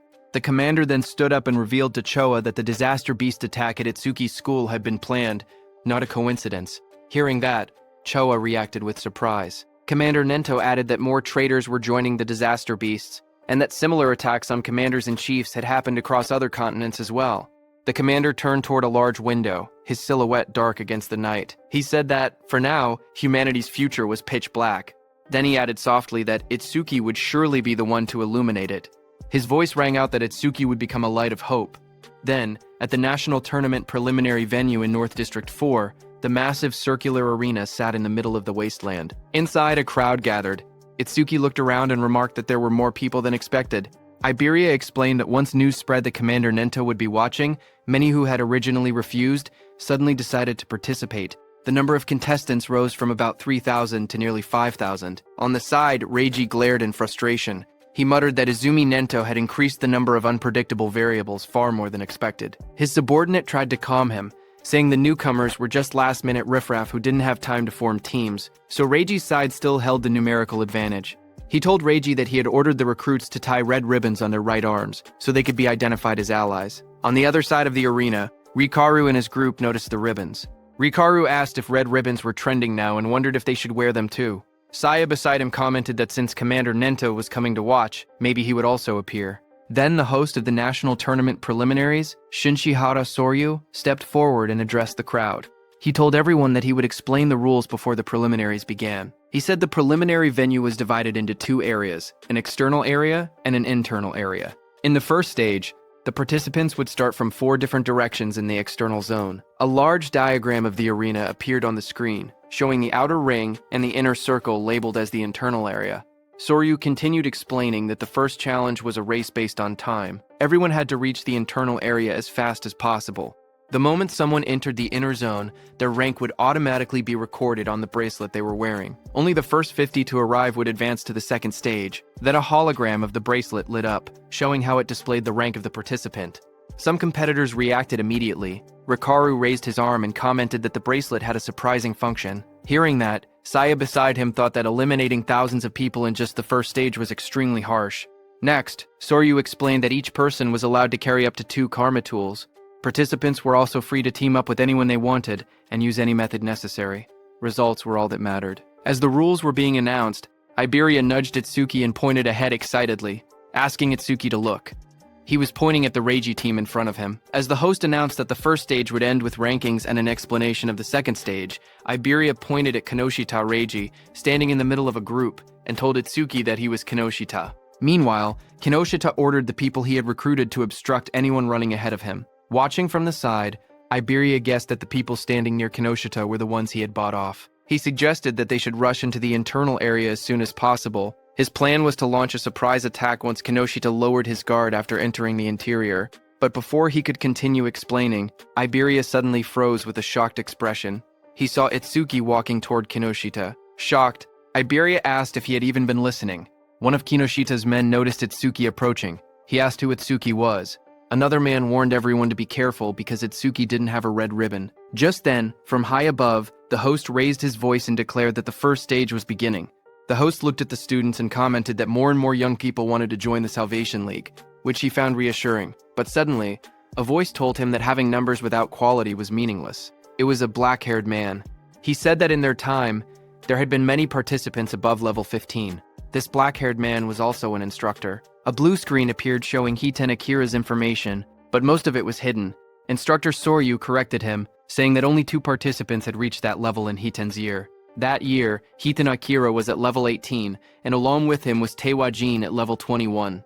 Remembering the past, Instructor Hiten commented that things were boring now without rookies like Teiwa. He said he hoped someone similar existed in the current group. But Instructor Soryu shook his head and replied that geniuses like that did not appear easily. Instructor Hiten stepped forward and asked Commander Nento about a rumor. He said he had heard that a student from the northern continent had defeated a level 8 skeleton soldier right after awakening, and later became Commander Nento's pupil. Instructor Soryu widened his eyes and asked if it was true, calling it ridiculous for someone to defeat level 8 monsters immediately after awakening. Commander Nento, covered in dark flames, answered calmly, saying that the rumor was true. Hearing this, Instructor Hiten asked if that person was in the group they were watching. Instructor Soryu thought that since this was Izumi's second recognized pupil after Taiwa Jin, it meant the student must possess exceptional talent. Examiner Soryu looked at the participants list and wondered who the mysterious participant could be. The tablet displayed the first candidate. It showed Harino Rikuru, a level 10 metal elementalist. Examiner Soryu noted that Rikuru's gift was only an ordinary grade 2 and decided it couldn't be him. Another profile appeared. Kisaragi Saya, a level 11 water elementalist with a grade 1 gift. She specialized in support-type abilities, so he assumed she wasn't the one either. The next image revealed Hanyu Kana, a wood elementalist at an unusually high level 16. Seeing this, he guessed she must be the hidden talent, but when he looked at Commander Nento, he didn't say anything. Seeing that, Instructor Soryu realized that his guesses seemed incorrect, even though Hanyu had the highest level among all participants. Just then, Instructor Hiten pointed out that among this year's participants there was even someone at level 0.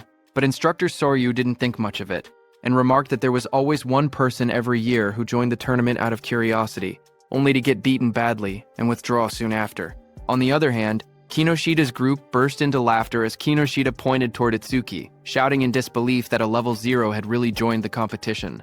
His team laughed loudly, mocking Itsuki and asking if he had gotten lost. Hearing them, Itsuki stepped forward silently and raised his hand, showing the mechanical glove of Charles on his hand. Kinoshita froze when he saw the glove. He stuttered, recognizing it as something belonging to Charles. Fear spread across his face as he demanded to know who Itsuki was. Itsuki stared directly at Kinoshita and asked if Kinoshita was the one who had been looking for him this whole time. Hearing that, Kinoshita grew furious. He refused to believe it. He shouted that there was no way a level 0 could have defeated Takeru. He insisted that Itsuki must have been sent by someone just to shake him up. He then pointed forward and yelled for his group to attack. The men beside him grinned confidently and stepped forward. They said they would handle it and make Itsuki regret provoking them. While Kinoshita's men stayed back to block Itsuki with a burst of purple lightning, Kinoshita rushed toward the center, saying he didn't have time to deal with trash like Itsuki. As Kinoshita left, his remaining men formed a circle around Itsuki, ready to attack him. From the watchtower, Instructor Hiten watched everything and thought that there were 3 level 6 fighters and 2 level 7 fighters present, so there was no need to wait for the results. He thought that if Itsuki just begged for mercy now, he might survive on the ground. Iberia also grew nervous and started calculating the situation. He thought he could take down one opponent, but even with Itsuki's strength, fighting 4 enemies at once would be impossible. That meant he had no choice but to use a certain technique. Thinking that, he stepped forward slowly while reaching toward the item at his side. Suddenly, one of Kinoshita's men, a red-haired man, smirked as he looked at Itsuki. He said he had expected a strong opponent to appear, but the first one they encountered was just level 0 trash. Hearing that, Itsuki lowered his head slightly, his face hidden in shadow, as he told the man in front of him to move. The red-haired man widened his eyes in surprise, not having expected such blunt words. For a moment, he froze, then burst into loud laughter. Throwing his head back, he mocked Itsuki's attitude. but instructor Hiten smirked instead when he heard Itsuki. He said he liked that attitude and offered to step in later, claiming he would save Itsuki when things got bad. Then the red-haired man leaned forward with a twisted grin. He told Itsuki to let him crack open his head and see what was inside. Itsuki didn't reply to him. Instead, the next second, Itsuki struck. His fist slammed into the red-haired man's face with overwhelming force, sending blood and broken teeth flying as the red-haired man fell backward, screaming. Itsuki repeated in a cold voice that he had already told him to move.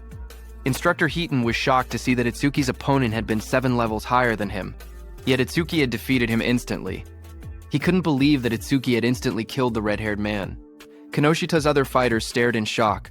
One man shouted that Honda was level 7 and couldn't understand how a rookie had defeated him. Another tried to calm him, suggesting that the rookie must have caught Honda off guard. Flames swirled violently in the hands of that fighter, as he growled that he would burn the rookie to a crisp. A system window appeared beside him, showing that he was using the B-rank skill Flamethrower at full output. A massive wave of fire shot out.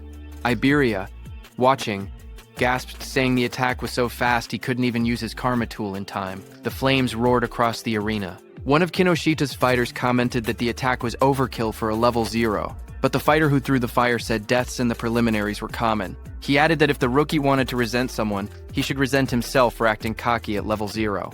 But another fighter suddenly pointed forward, shouting that something wasn't right. As the flames cleared, everyone looked toward the center of the blast. Itsuki had created a huge black ice wall. Flames danced around it. One fighter stared at the scene and yelled, asking what this was. Inside the black ice wall, Itsuki and Iberia stood unharmed. Iberia stared at the scene with wide eyes. He shouted in shock that Itsuki had blocked such a wide-range flame attack completely. To him, it was exactly what he had expected from someone that strong. Itsuki didn't react to the praise. Instead, he looked to the side and told Iberia to get away from him. A system window appeared beside him. It stated that he had blocked a B-rank fire skill using Black Wall, and his defense increased by 10%. Another window listed his updated stats: attack 310, agility 310, defense 310. Seeing that, Itsuki noted that his defense had increased by 31. He thought to himself that he needed to confirm whether Black Wall's passive effect would activate again if he blocked the same skill more than once. From a distance, one of Kinoshita's fighters pointed at Itsuki in disbelief. He asked how Itsuki was still unscathed, and wondered if that strange ice-like shield was really his ability. He looked around in confusion, saying there wasn't even a water elementalist present. So how could Itsuki use ice skills? Itsuki then stepped forward and raised a finger. His voice was steady as he told the fire user to use that technique one more time, adding that this time he wouldn't block it. Hearing this, the fire user glared angrily at him as flames rose around his hands. He asked if Itsuki was making fun of him. He shouted that Itsuki shouldn't go back on his word. Itsuki calmly replied that he promised.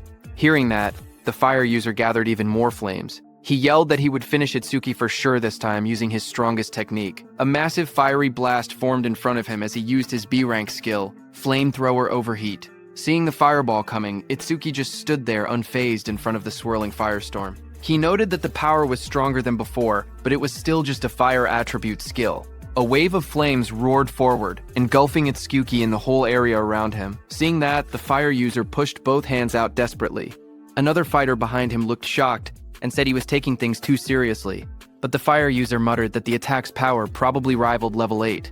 Sweat dripped down his face as he felt his magic drain instantly. He thought to himself that this was his ultimate technique. It felt wasteful to use against a level 0, but he declared that the farce would end now. But the next second, the fire user fell back in shock, his eyes wide and sweat dripping down his face. He stared at Itsuki standing calmly before him and shouted that it was impossible. Across from him, Itsuki examined the black ice covering his arm. He muttered to himself, realizing something. When the same skill came from the same target, Black Wall's passive effect no longer activated a second time. With a quiet nod, he said that he understood. He stepped forward confidently. Cracks of heat and smoke spread across the ground as he declared that the verification was over, and now he would finish this. Seeing this, the fire user trembled. He couldn't believe that his ultimate technique had been defeated so easily. Standing beside him, another fire user clenched his burning fists and insisted that he had already figured out the weakness behind the ice skill. He charged in with blazing attacks. Flames burst around him as he unleashed his B-rank skill. Fire Barrage. Fireballs shot toward Itsuki from every direction. Surrounded by heat and swirling flames, Itsuki looked unfazed. He asked calmly if they were planning to win just by numbers. His whole body became covered by black ice as a glowing notification appeared, saying Black Wall had been activated.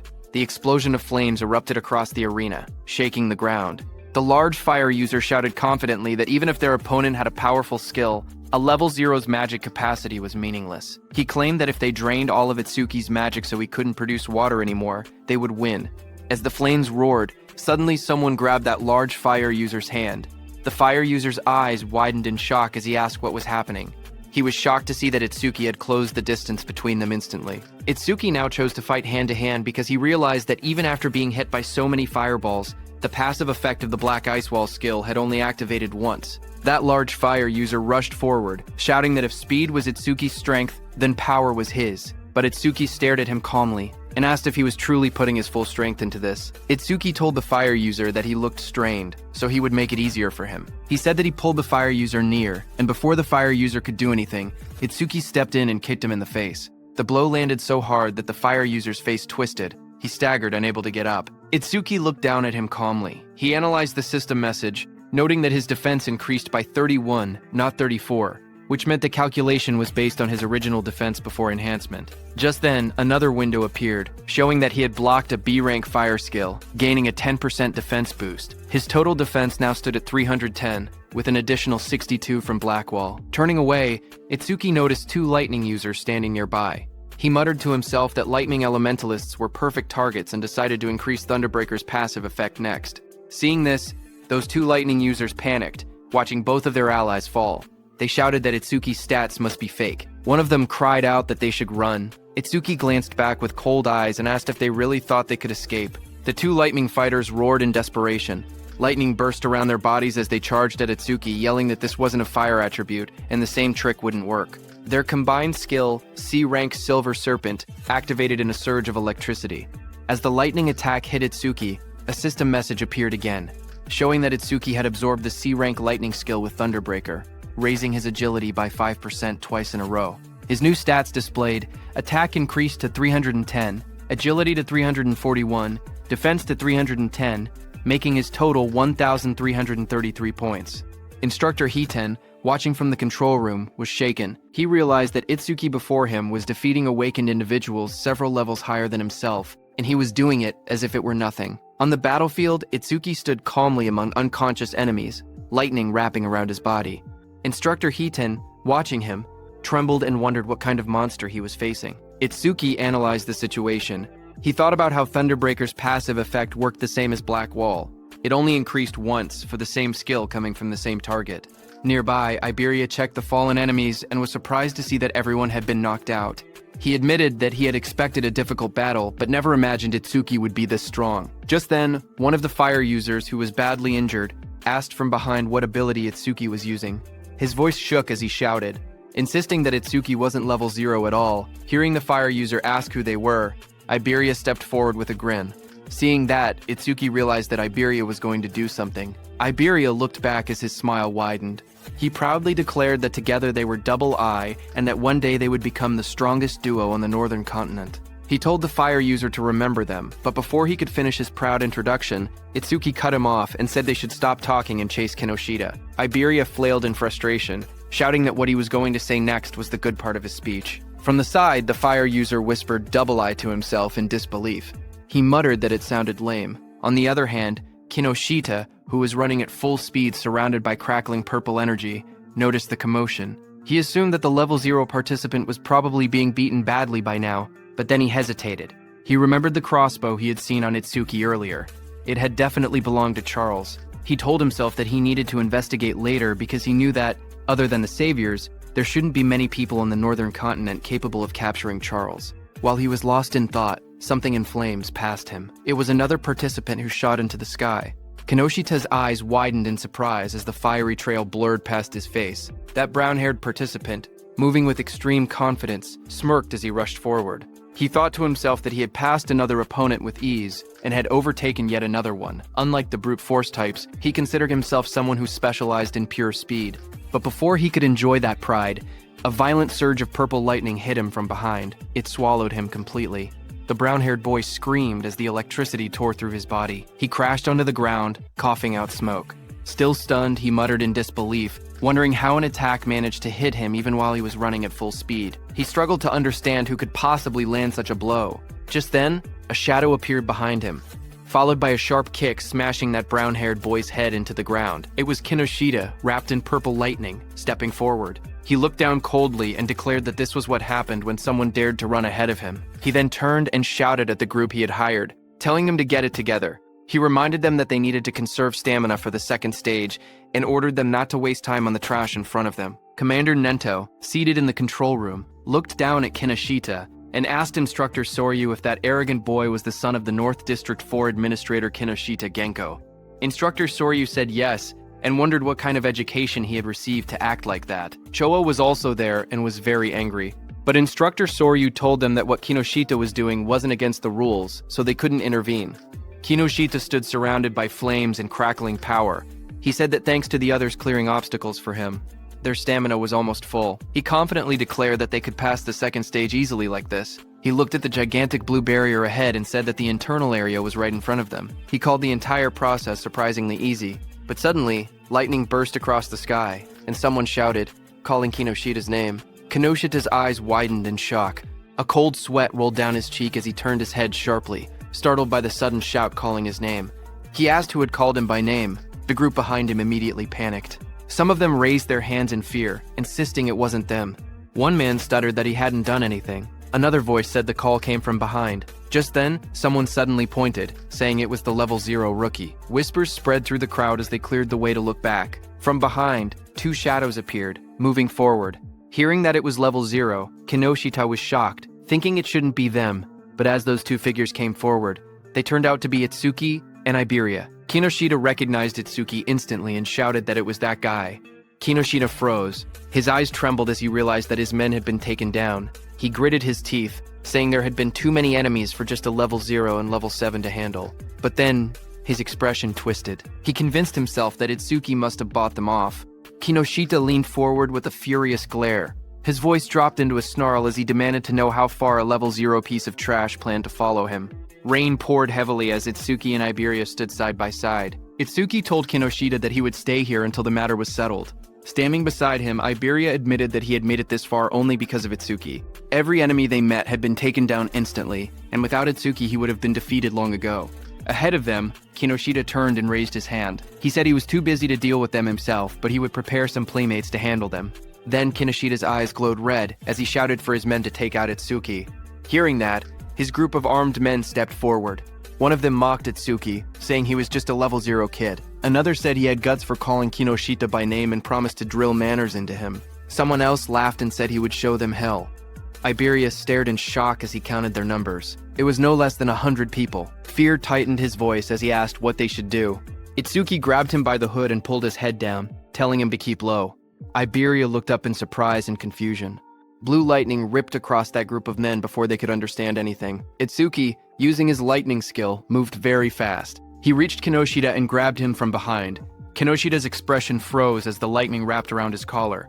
Before anyone could react, Itsuki pulled Kinoshita off his feet and slammed him into the ground with overwhelming force. And before Iberia could understand anything, Itsuki threw Kinoshita toward the blue barrier. Both Iberia and Kinoshita landed on the ground. Shock filled their faces as they didn't understand what had just happened. In front of Kinoshita, Itsuki stepped forward and said it seemed he hadn't been clear. Then he corrected himself and told Kinoshita and his men that until everything was settled, no one was going anywhere. His cold gaze made everyone freeze where they stood. Inside the internal area, Saya dropped to her knees, breathing heavily. A screen beside her showed her result, arrival in the internal area, ranked 4th place.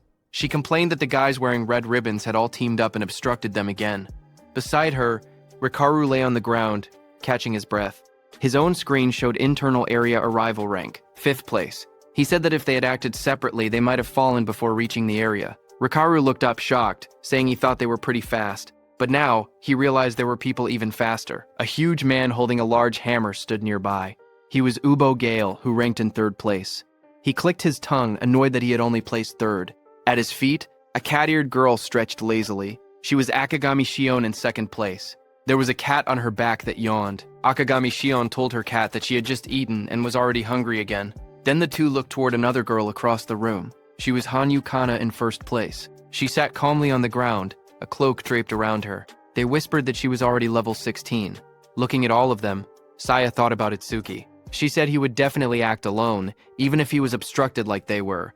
But suddenly, Rikaru pointed upward, panicked, saying someone was flying toward them. She slowly lifted her head, eyes widening as she looked up at the sky. A man was thrown across the ground, landing hard as the notice showed. Internal area arrival, ranked 6th place. That was Iberia, who pushed himself up and shouted desperately, calling out Itsuki's name. Saya and Rikaru both heard it. Rikaru stared in surprise and asked if that boy had really said Itsuki. Saya looked over and confirmed that she had heard the same thing. As they looked out into the arena, they saw a silhouette standing in the rain.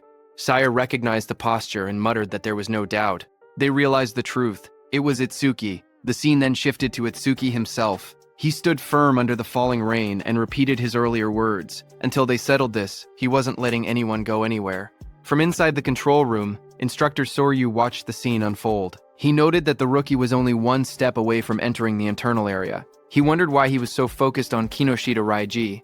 Choa watched Itsuki with a worried expression. Sweat slid down her cheek as she looked toward the scene in front of her. Instructor Soryu then turned to Instructor Heaton beside him and told him calmly to help Itsuki if things became dangerous. But Instructor Heaton's eyes widened slightly as he looked at Itsuki. He muttered the name Tenma Itsuki, remembering how just moments earlier Itsuki had moved with incredible speed. He admitted to himself that he wasn't sure he could have done something like that at the same age. Far away under the rain, Kinoshita was furious. He spoke with frustration, saying that Itsuki kept interfering again and again. So he warned Itsuki to prepare himself. He lifted his gaze and his voice grew heavier. He said that what was about to begin wasn't just a battle, it was complete subjugation. Across the field, a huge group of fighters stepped forward through the rain. Their eyes glowed red as they surrounded Itsuki. Kinoshita's voice explained what it meant. A 100-on-1 group attack. The moment rain slid down his face, Itsuki's eyes narrowed with cold determination. Passing the preliminaries didn't matter anymore. Right now, his top priority was avenging Choa. Across the field, Kinoshita screamed with bloodshot eyes. He pointed forward and yelled for everyone to kill Itsuki. In an instant, dozens of fighters charged toward him, lightning and flames clashing as the battlefield erupted into chaos. One man, covered in blazing fire, rushed ahead of the others. He shouted that nobody was allowed to get ahead of him and claimed Itsuki's head as his own. Flames wrapped around his arms as he used his C-rank skill, Fire Punch, and lunged straight at Itsuki. But Itsuki didn't move. He simply raised his arm and grabbed the fiery fist with his bare hand. The fire user froze, shocked. In the next second, Itsuki swung his fist and punched him in the face. He slammed him into the ground with overwhelming force, ending the attack in a single motion. The others watching were shocked. One of them shouted in disbelief that their companion had been knocked out with just a single punch. Another quickly tried to calm everyone, saying they had many people on their side and there was no way they would lose to someone who was still level 0. More voices joined in, urging everyone to attack together. Itsuki stood calmly as they prepared to charge. He muttered the word perfect as a system window appeared in front of him. It stated that he had blocked a C-rank fire skill using Black Wall, and his defense had increased by 10%. Itsuki then raised his clawed arm, flames swirling around him. He declared that he would end this farce quickly. The fiery lotus in his hand glowed brighter as the system announced, Lotus Burst activated. The flames wrapped around his whole body, spinning wildly. And then Itsuki clapped. A massive explosion erupted. The fire burst outward like a wave, blasting everyone off their feet and sending bodies flying across the arena. The dust settled, and everyone stared at the ruined ground. Rikaru trembled as he looked at the destruction. He asked in shock if this overwhelming attack was really Itsuki's skill. Behind him, Saya covered her mouth, unable to speak. Gaku rushed over, asking what had just happened. Beside him, Shion calmly stroked her small cat, saying that Michin should be able to swallow an explosion of this size without any problem, speaking as if the blast meant nothing. Not far away, Kana sat silently with her sword, her expression unreadable as sparks drifted through the air. From inside the control room, Instructor Soryu stared at the screen in disbelief. He shouted that the explosion had been caused by a level 0. He couldn't understand how someone with such a low rank could use so much power. What shocked him even more was how Itsuki used skills that didn't belong to his job class at all. Instructor Hitten was also shocked. Choa couldn't believe her eyes because she never knew Itsuki had learned an AoE skill. She thought back to the Locust Wasteland incident and finally understood why he had been so confident back then. She looked at him, wondering just how many trump cards he had. On the battlefield, Itsuki stood calmly. His suit was torn, and faint flames glowed around his clawed hand. He thought that 30% of his power would be enough. Since his opponents were human, he reminded himself to hold back and not to kill them. Kinoshita looked at the destruction in front of him. Smoke filled the air as the ground cracked open. Bodies lay scattered across the arena. Itsuki was standing in the middle, He looked straight at Kinoshita and said that he was the only one left. Seeing that, Kinoshita panicked, sweating heavily.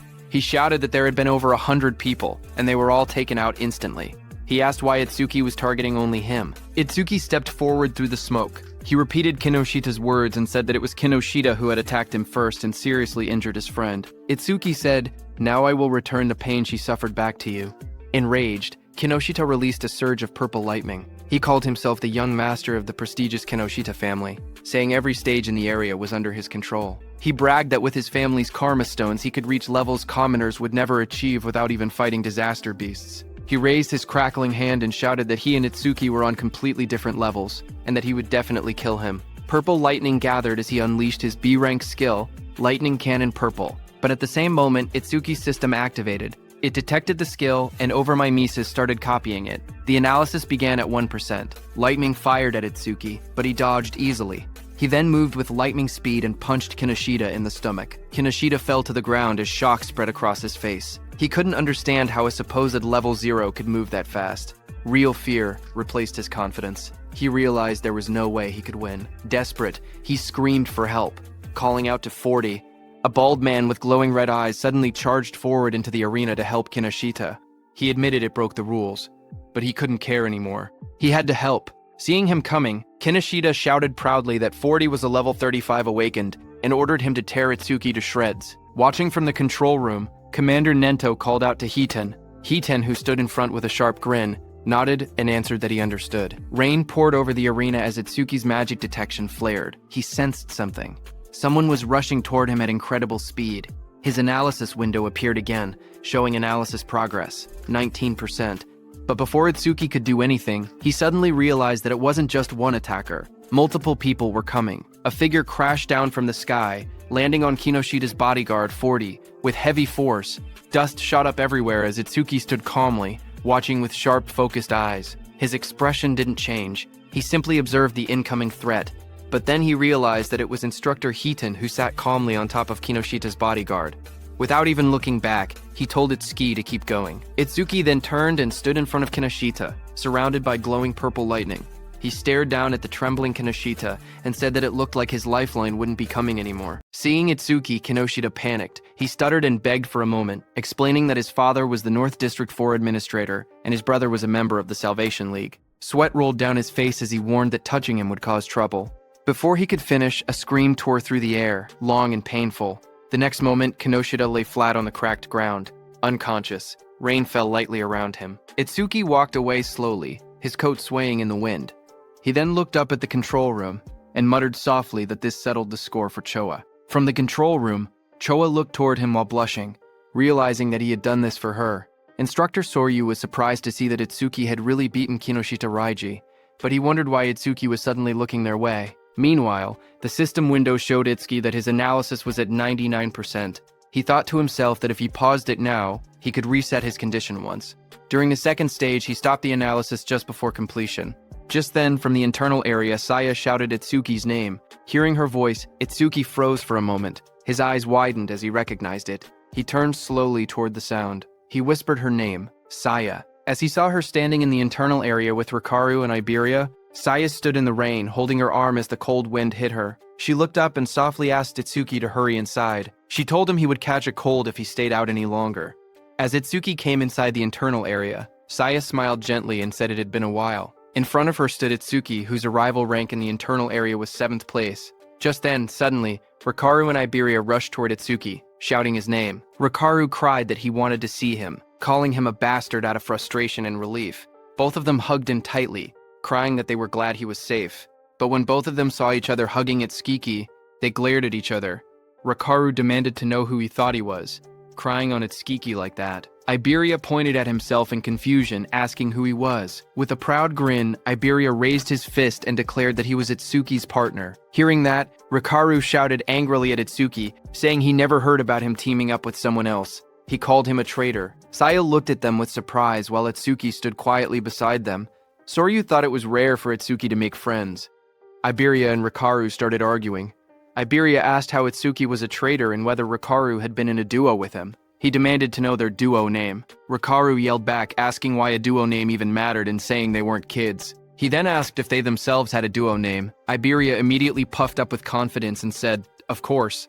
Hearing that, Rikaru asked him to say it. Itsuki, watching from the side, quietly whispered for Iberia not to say it, but Iberia's eyes shone dramatically as he proudly announced the duo name, Double I. He insisted it took a lot of effort to come up with it. Hearing that, Rikaru fell to the ground laughing, saying Double I sounded lame. Iberia became frustrated and shouted that it was a good duo name.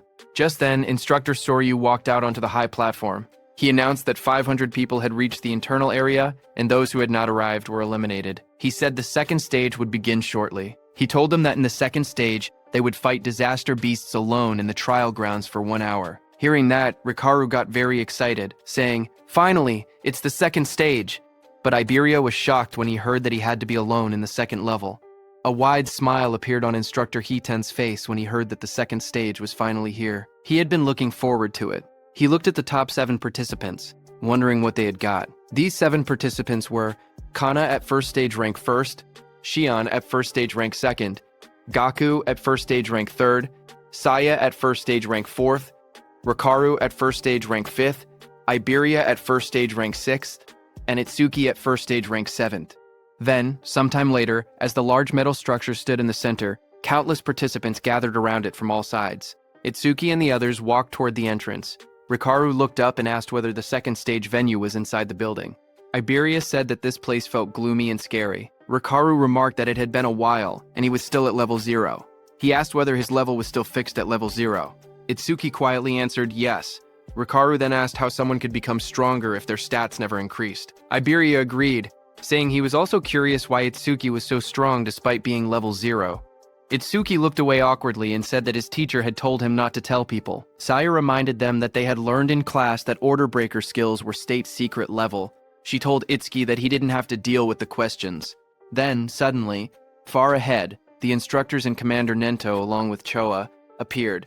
They walked forward with serious expressions. Instructor Soryu asked if everyone was ready. Hearing that, Iberia suddenly stiffened in shock, turning his head sharply. Up on the raised platform stood several well-known figures. Someone in the crowd whispered that the man in front was Fujiwara Soryu, the one who oversaw the national tournament every year. Another person explained that the muscular man beside him was Hiten Akira, a war veteran known for having the strongest physique. They also pointed out the masked individual and called him the legendary Izumi Nento. The murmurs spread as people recognized them as all legends. Instructor Soryu then stepped forward and began speaking. He announced that he would now explain the second stage rules and told everyone to listen carefully. He continued, saying that various disaster beasts would appear in the trial grounds and kill points would differ based on difficulty. A screen appeared, showing the values. A hard-class disaster beast gave 1,000 kill points.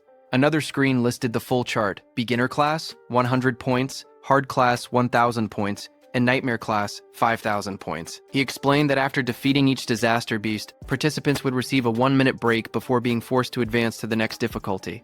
Hearing that, Gaku, holding a long staff, smirked confidently. He declared that he would go straight to nightmare class. A status window appeared beside him, displaying his information. He was Gaku, human level 13, job, elementalist, earth gift, grade 2, status undisclosed. Just then, Itsuki stepped forward slowly, his voice low as he said that he had a question. Seeing that, several contestants around him whispered among themselves. They pointed at him and mocked him, saying he was only level 0. Some wondered how he had even passed the first stage. Others laughed, claiming he must have been carried. They joked that now that he knew the second stage involved individual combat, he was probably scared and thinking about withdrawing. Up on the platform, Instructor Soryu looked down and told him not to hesitate. He could ask anything. Itsuki raised his head and asked calmly whether Nightmare class was the highest difficulty. His question made several people freeze. Instructor Soryu and Instructor Hiten both looked surprised. Hiten even grinned with interest. But in the crowd, the mocking continued. Some said he was acting tough. They whispered that if a level 0 fighter encountered a Nightmare class disaster beast, he wouldn't stand a chance. Others scoffed, saying he couldn't even beat a beginner class beast. One of them clicked his tongue, calling him trash who only talked big. Instructor Soryu then explained further. He said that theoretically, there was no upper limit to disaster beast difficulty. He told them they would understand once they actually defeated a Nightmare class beast. Hearing this, Itsuki's expression darkened as he repeated that there was no upper limit. Rikaru told Itsuki that thinking about such things was pointless, because Nightmare class required at least level 10, and defeating a hard class would already be amazing for them. Instructor Soryu continued explaining the rules. He said that points earned in the preliminaries would carry over to the main tournament. In other words, today's performance would greatly affect whether they could join the Salvation League in the future. Down below, hearing that the points earned here would also become points in the main tournament, Rikaru got very excited. But Iberia got nervous, thinking he had no choice but to use that thing. Itsuki watched silently. He thought about Taewa Jin's record of 115,000 points, which included what he had earned in the preliminaries. To surpass him, Itsuki believed he needed to take advantage of this opportunity. Soon, the order was given. The instructor announced loudly for everyone to enter the trial grounds. The announcement echoed through the dome, declaring that the second stage of the preliminaries had begun. Itsuki stepped into the vast arena and quietly noted that the trial grounds didn't look much different from the regular stages. Just then, from the darkness around him, multiple red eyes appeared, watching him. A moment later, disaster beasts rushed out. A system window showed their details. Beginner-class disaster beasts, mad dogs of calamity, level 1. There were 10 of them, and killing them gave 100 kill points. Seeing them, Itsuki tightened his stance, saying he could finally fight disaster beasts. A blue notification flashed around Itsuki, showing that Black Wall had been activated. He moved forward, focused, thinking that he couldn't increase his stats with low-level monsters like these, so he needed to finish the battle quickly. Meanwhile, in the control room, Instructor Soryu looked at the screen and asked if Instructor Heaton was monitoring Itsuki again. He added that he also wanted to see that Hanu girl's battle, but Instructor Heaton beside him stared at the screen with a grin. He said that Itsuki was more interesting. Suddenly, he pointed at the screen with excitement and shouted for Instructor Soryu to see. Instructor Soryu beside him looked confused and asked calmly whether it was really so surprising every single time. On the battlefield, Itsuki moved like a flash. In just 1 second, he cut through the pack of disaster beasts. The system window appeared, stating that 1 second had passed and 100 points were earned. Back in the control room, Instructor Soryu stared at the numbers in shock. He muttered that it normally took several minutes. Instructor Heaton only laughed and reminded him that he had already said this.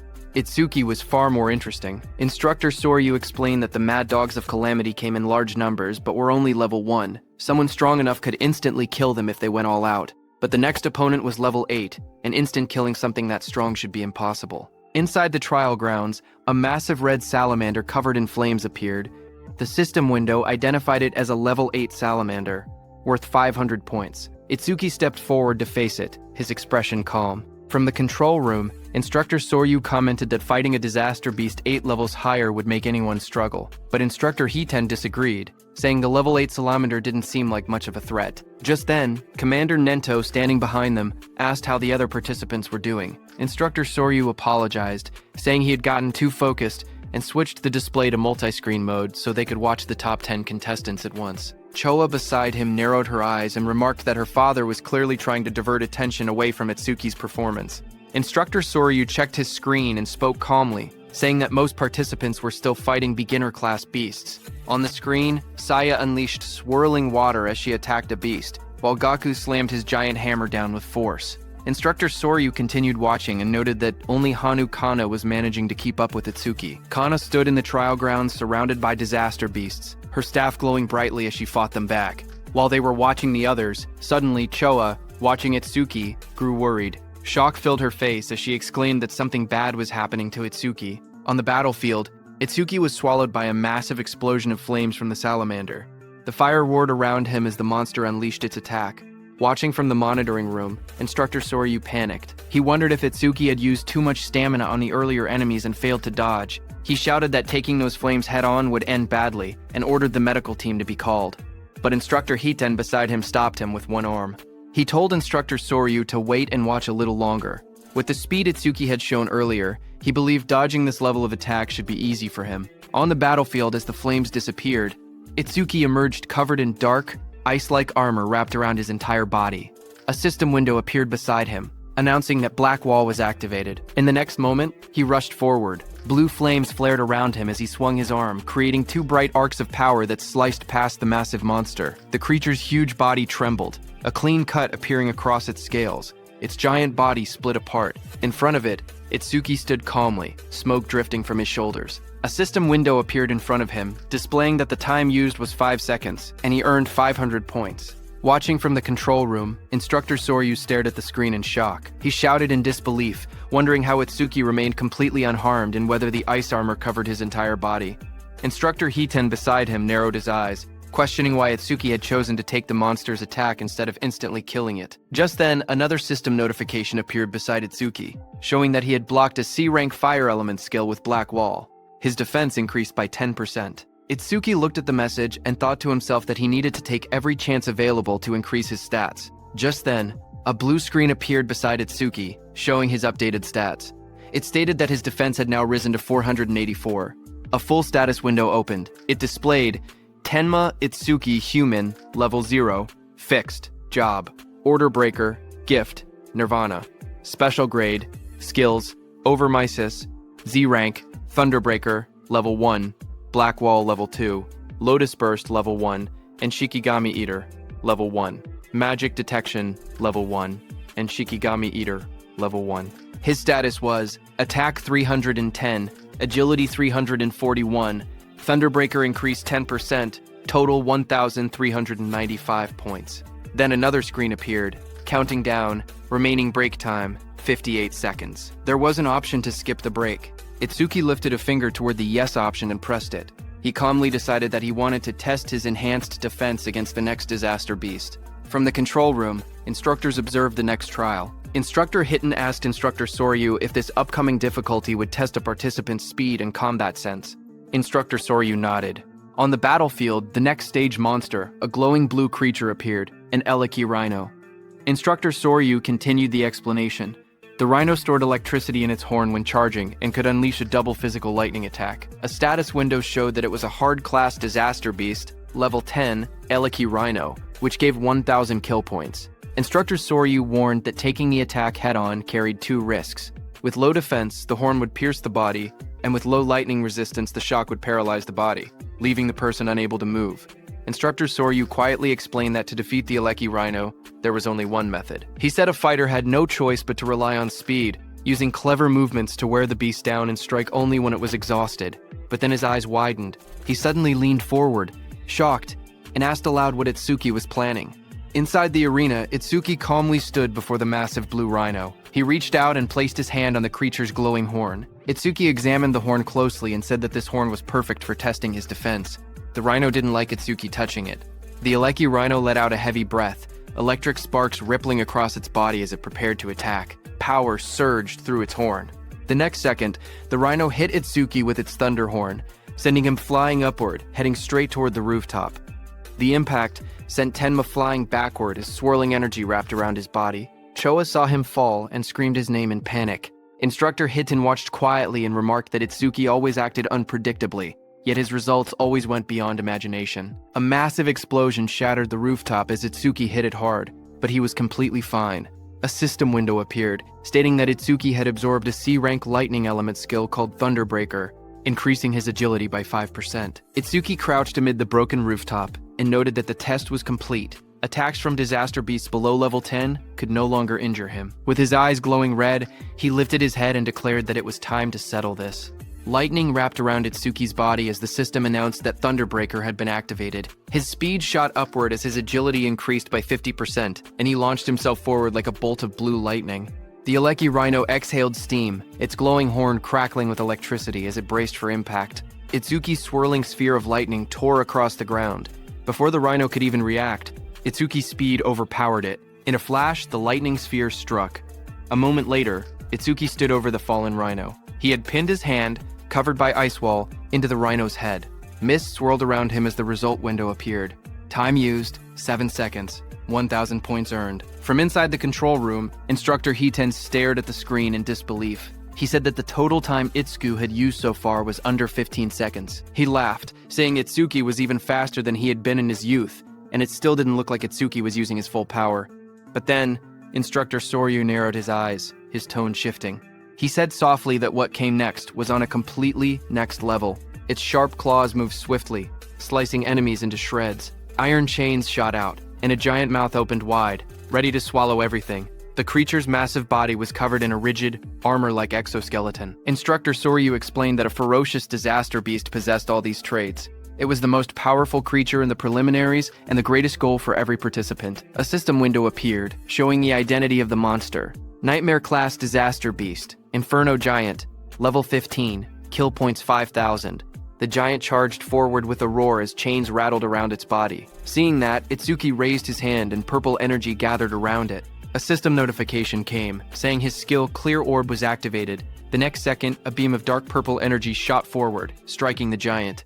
The impact tore through its body. Itsuki lowered his hand after using his skill. A system window appeared below him. It announced that the Inferno Giant, level 15, had been defeated, and Clear Orb's flight speed had increased by 200%. Inside the control room, both instructors and Commander Nento stood frozen. Their eyes widened in shock as they stared at the screen. The remains of the Inferno Giant lay on the ground, as Itsuki stood beside it. A system window appeared soon after, saying that Clear Orb flight speed was 9x and its flight speed increase was 900%. On the giant display screen, Itsuki's face appeared, telling the instructors that he would now move on to the next stage. Instructor Soryu watched in disbelief that even the Nightmare-class Inferno Giant had been instantly killed. Just then, a new window flashed as Itsuki killed another beast. It showed that time used was 3 seconds, and he earned 5,000 points. On the other hand, a massive beast with glowing red eyes opened its jaws wide to attack. However, a torrent of blue energy burst out like a violent stream and killed it. A system window appeared, announcing that a C-rank skill, Water Bullet, had been activated. The one who used that skill to kill the beast was Saya. She stepped forward with her fingers pointed like a gun, as water swirled around her hand. She told herself that if she defeated the remaining 2 monsters, she could advance to a normal class. Another window displayed her current status, Beginner Class Clear Progress, 80%. On the other side, Gaku faced a giant monster. Flames burned beside him as he spoke confidently. He said that since the other person had skipped the break time, he would definitely reach normal class first. His panel showed normal class Clear Progress, 0%.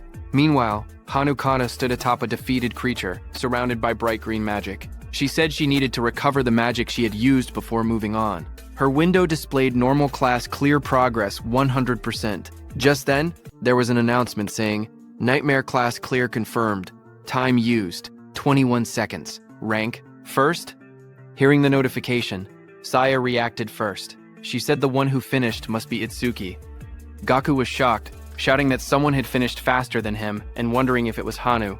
Hanu remained silent, only staring calmly ahead. On the other hand, Itsuki stood on the cracked ground and pointed forward. In a calm voice, he told the inspectors to move on.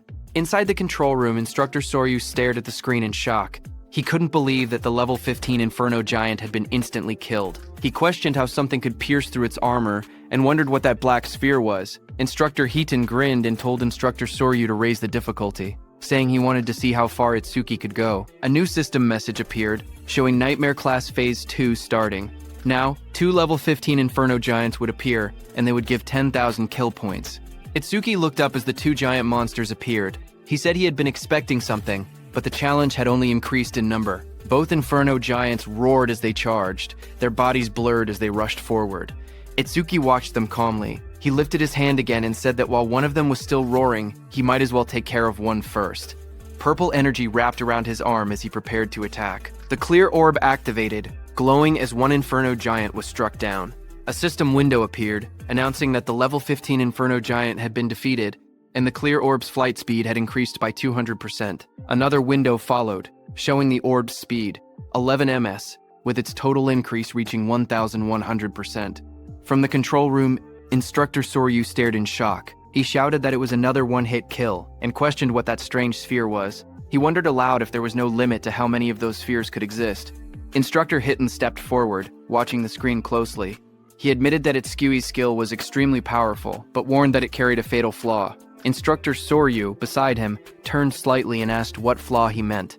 Back inside the battlefield, the remaining Inferno Giant crashed down in front of Itsuki. Dust exploded upward as the huge creature roared with glowing red eyes. Itsuki looked at the charging beast and muttered that its speed was faster than any disaster beast he had ever encountered. Watching from the control room, Instructor Hiton explained that Inferno Giants were often mistaken for being slow because of their large bodies, but that assumption was wrong. Instructor Soryu asked what he was trying to say.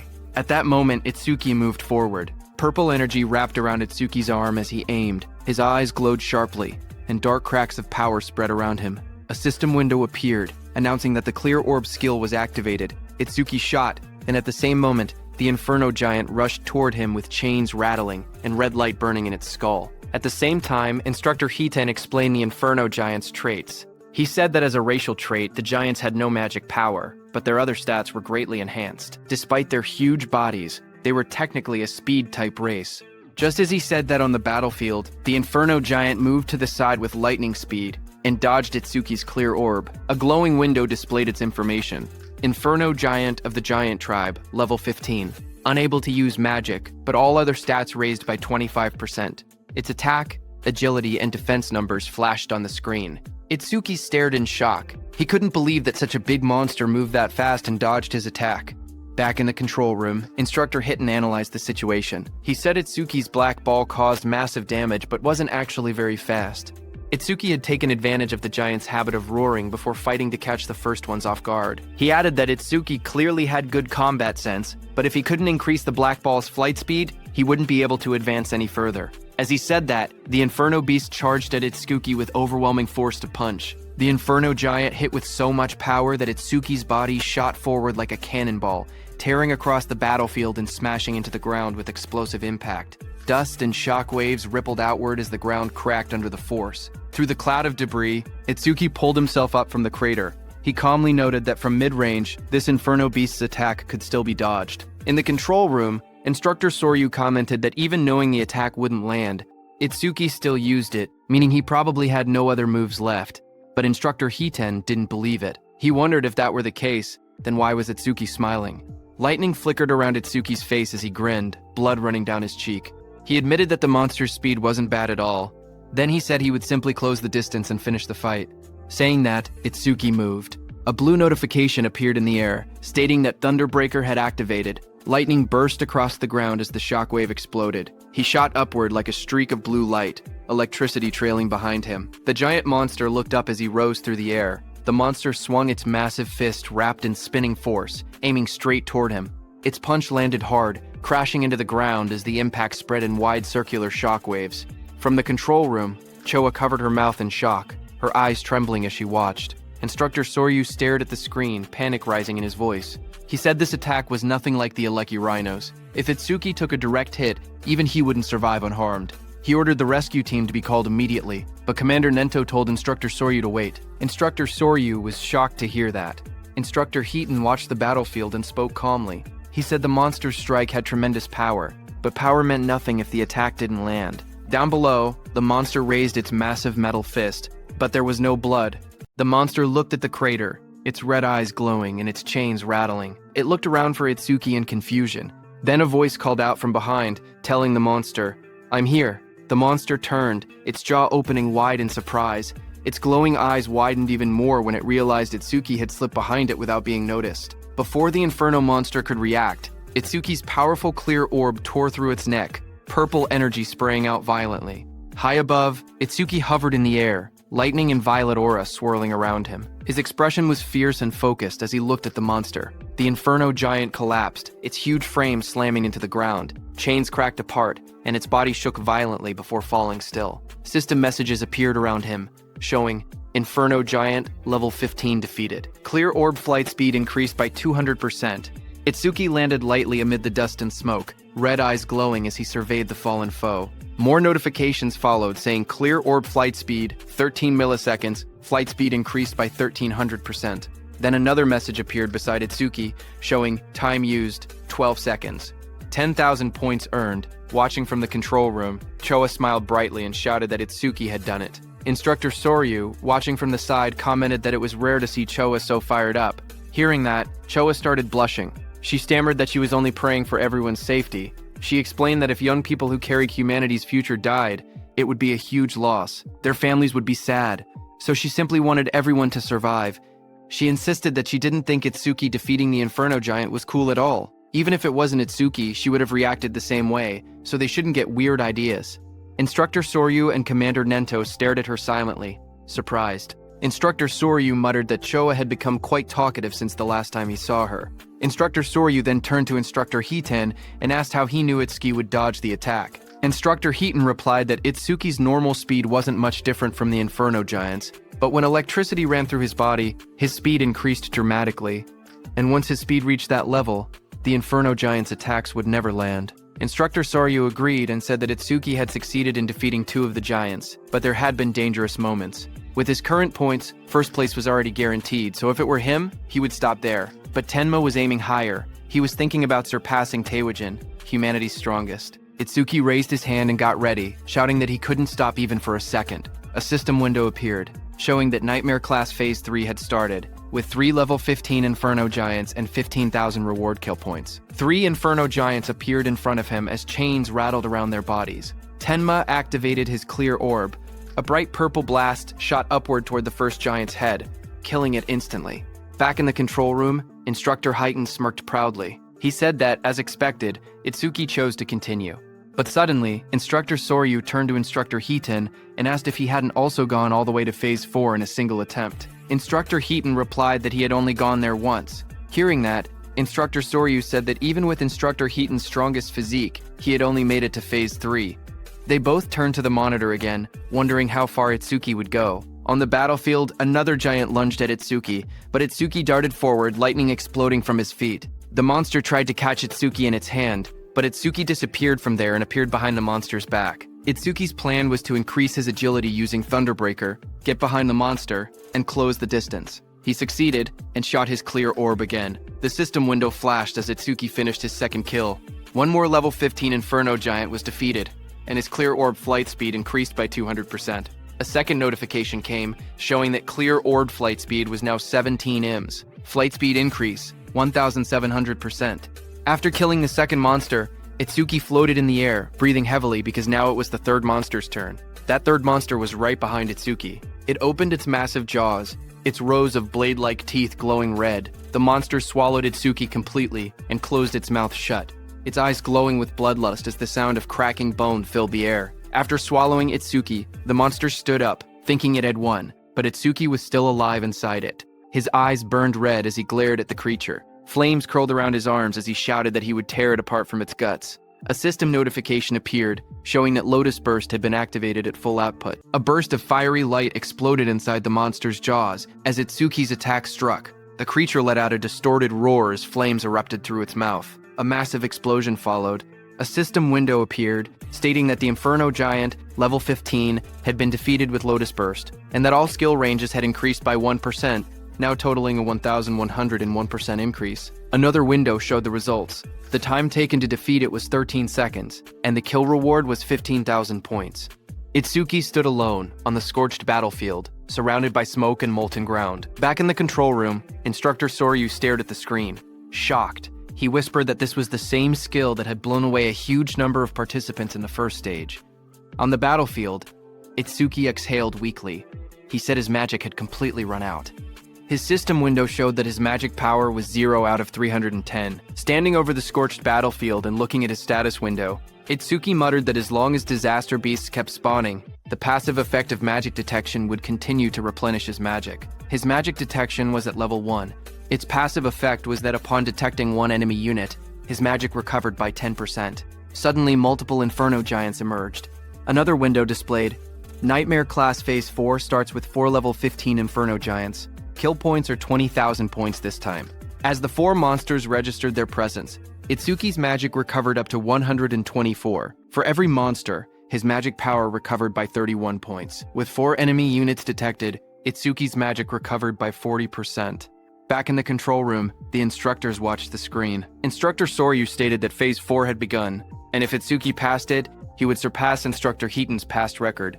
Instructor Heaton replied with a simple, yeah, and added that aside from humanity's strongest, Taewajin, no one had ever cleared Phase 4. He said it would be interesting to see how far Itsuki could go. On the battlefield, Itsuki flashed forward, electricity trailing behind him as a giant lunged. He noted that every time the clear orb's flight speed increased, its accuracy also improved. He realized that if he raised the flight speed a few more times, he wouldn't need to get to point-blank range anymore. Another giant swung through the storm of purple lightning on Itsuki's hand as he stared ahead and reminded himself that his magic was limited.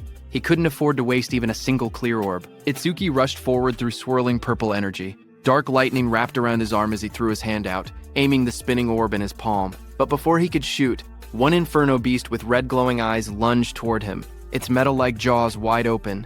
Chains rattled around its body as it shot forward and grabbed Itsuki's hand. Another similar monster crawled beside it, both towering over him. Itsuki's eyes widened in shock when he noticed the iron chains, as he had completely forgotten about them. The Inferno Beast snapped its head upward, the chains pulling tight across its armored mouth as it roared.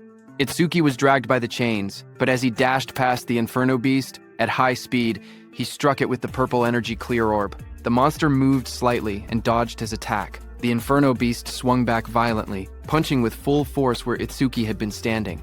The Inferno Beast's massive armored hand pinned Itsuki down. He struggled beneath it, his body crushed against the cracked ground. Then the giant tightened its grip, dragging him upward as dust and debris scattered everywhere. Its claws clamped around his torso, squeezing harder. Itsuki was in very bad shape as he couldn't put any strength into that position. A sickening crack echoed as the giant's grip twisted violently. A skeletal image of Itsuki flashed, showing all the bones in his body snapping under pressure. The giant then slammed him brutally into the ground. The impact split the earth, sending shards of stone flying. His body lay inside the crater, blood covering his clothes as smoke rose around him. Both his arms and legs were completely broken. Back in the control room, Instructor Soryu panicked and shouted for Instructor Hiten to go help quickly. Instructor Hiten watched the screen with worry. Sweat slid down his face as he stared forward. He murmured that this must be Itsuki's limit. A memory flashed before his eyes. Just like Itsuki, he himself had once collapsed at the same point. Determined, Instructor Hiten turned away from the monitor. He said he was going to help right now, but before he could move, someone called out for him to wait. It was Commander Nento, who looked at the large screen. He said that Itsuki hadn't given up yet. Hearing that, Instructor Soryu stepped forward urgently. He told Mr. Izumi that this wasn't the time to talk about such things. Choa agreed, saying that if they didn't act quickly, Itsuki would die. Instructor Hiten beside him also said that Itsuki's situation was desperate, but Commander Nento kept his eyes on the screen. He spoke with certainty, saying he could tell Tenma still had a trump card left. Instructor Soryu looked surprised and asked how Commander Nento knew about a trump card. Commander Nento answered quietly, saying it was because of his eyes. The scene shifted to Itsuki's face. His eyes glowed fiercely. Commander Nento said these were not the eyes of someone who had accepted death. Itsuki stood, battered and bloody, remembering the looming blue phantom, Ringa, behind him. He thought about how he had exhausted every method to grow strong enough to kill that Ringa who had killed his parents. Just then, a system window appeared, showing Overmimesis activated, resuming the analysis. This happened because during the battle with Kinoshita, Overmimesis had activated from Kinoshita's skill, a B-rank skill called Lightning Cannon. But Itsuki had chosen to stop the analysis at the very last moment. At that time, the system displayed analysis progress at 99% when Itsuki paused it. Now, as the analysis resumed, the progress reached 100%. Blue energy wrapped around Itsuki's body. As he rose upward, he stated that he had prepared exactly for a situation like this. A system window appeared, showing B-rank skill Lightning Cannon analysis complete. Thunderbreaker level 2 acquired. Choa suddenly pointed at the screen with excitement. She said that the usual blue lotus had appeared again. Beside her, Instructor Soryu stared in shock and asked if that blue lotus was also one of Itsuki's skills, but he wondered aloud what use it could possibly have in Itsuki's current condition. Instructor Hiten looked toward Choa. He noticed how happy she seemed and wondered whether she knew something they didn't. A system window appeared, explaining Tenma's new power. It showed the details of Thunderbreaker level 2. Active effect. He could absorb B-rank and lower lightning attacks into his body. When releasing the absorbed lightning energy, his agility would increase by 100%. Absorption count, 0/5. Passive effect. Each time a B-rank lightning attack was absorbed, his agility increased by 10%. Blue energy swirled around Itsuki's body. His legs lit up first, then his hands slowly clenched as the power surged. Another window appeared, showing that Thunderbreaker level 2 had been acquired. All stats plus 20. All debuffs removed and injuries fully healed. Just then, the Inferno Beasts attacked the blue energy lotus as lightning burst outward, but Itsuki pushed himself up from the shattered ground, covered in swirling energy, and blocked their attacks. He declared that his warm-up was over. From that moment on, he said he would be going all out. A status screen appeared beneath him, showing that his attack, agility, defense, and magic had increased from 310 to 330 points each. The total rose from 1,240 to 1,320 points. Instructor Soryu stared in shock. He said that Itsuki had been brutally beaten yet had recovered completely in just a few seconds. He shouted that the healing was stronger than what a dedicated healer could do. He continued, saying that along with that absurd area attack, he couldn't understand how many abnormal skills Itsuki actually had. On the battlefield, Itsuki moved with lightning speed and attacked the Inferno Beasts with his clear orb before they could even react. A notification appeared, showing that an Inferno Giant, level 15, had been defeated, and the clear orb's flight speed had increased by 200%. More flashes filled the scene as another giant fell. Again, the display said, Inferno Giant, level 15, defeated, and clear orb flight speed increased by 200%. As all the Inferno beasts fell, another pop-up appeared above the arena, saying that Nightmare Class Phase 4 had been cleared successfully. The time used was 31 seconds, and 20,000 points were earned. Itsuki stood confidently as two large Inferno Giants fell down. He shouted that the current him would not lose, no matter how many Inferno Giants attacked. As time passed, another giant was pierced by Itsuki's purple beam of clear orb. The system message repeated the same result. Inferno Giant, level 15, defeated with another 200% boost. Another notification followed, showing that the clear orb's flight speed was now 27 meters per second. Flight speed increase, 2,700%. Itsuki killed another Inferno beast. The Nightmare Class Phase 5 message appeared. The system stated that Phase 5 had been cleared in 57 seconds, earning 25,000 points. Then another beam of clear orb pierced straight through the back of another giant. A second later, Itsuki's clear orb again pierced straight through another Inferno Giant's body, splitting it from top to bottom as chains shattered around it.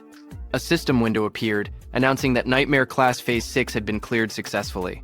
The time used was 1 minute and 34 seconds, and 30,000 points were earned. In the control room, the instructors, Commander Nento and Choa, watched the results in shock. Instructor Soryu's eyes went wide, and his mouth hung open.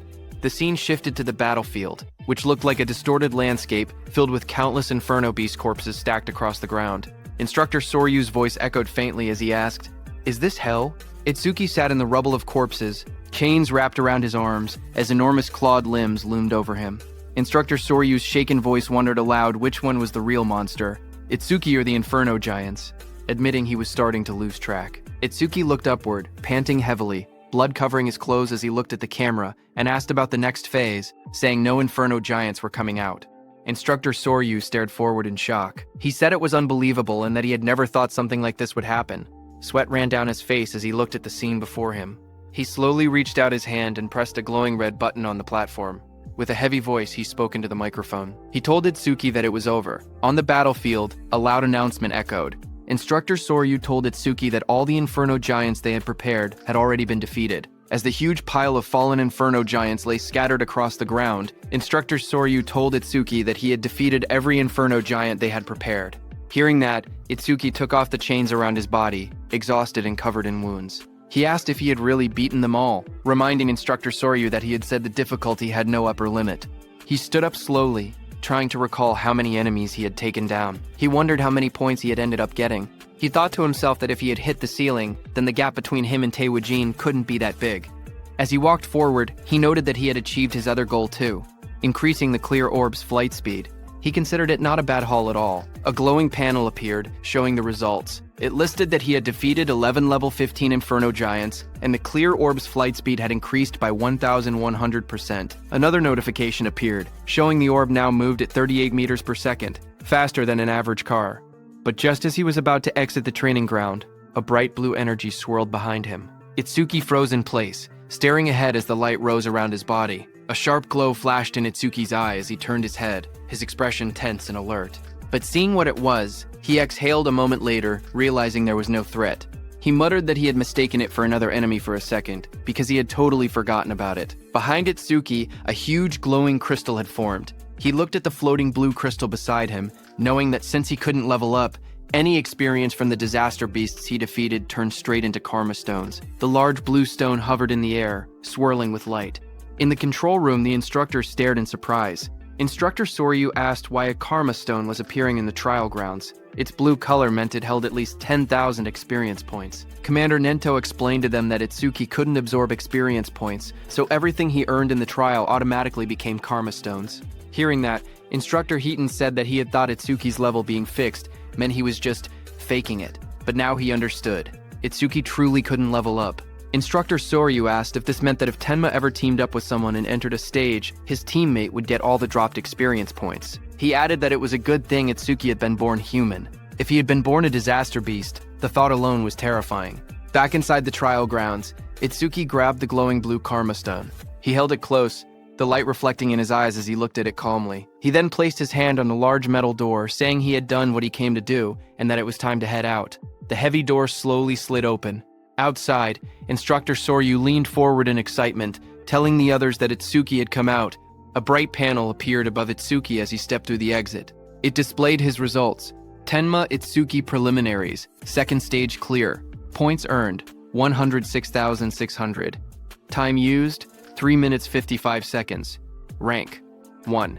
Itsuki walked forward, still covered in blood and dust. Instructor Soryu hurried toward him. He said he had witnessed Itsuki's performance with his own eyes and called him pure potential.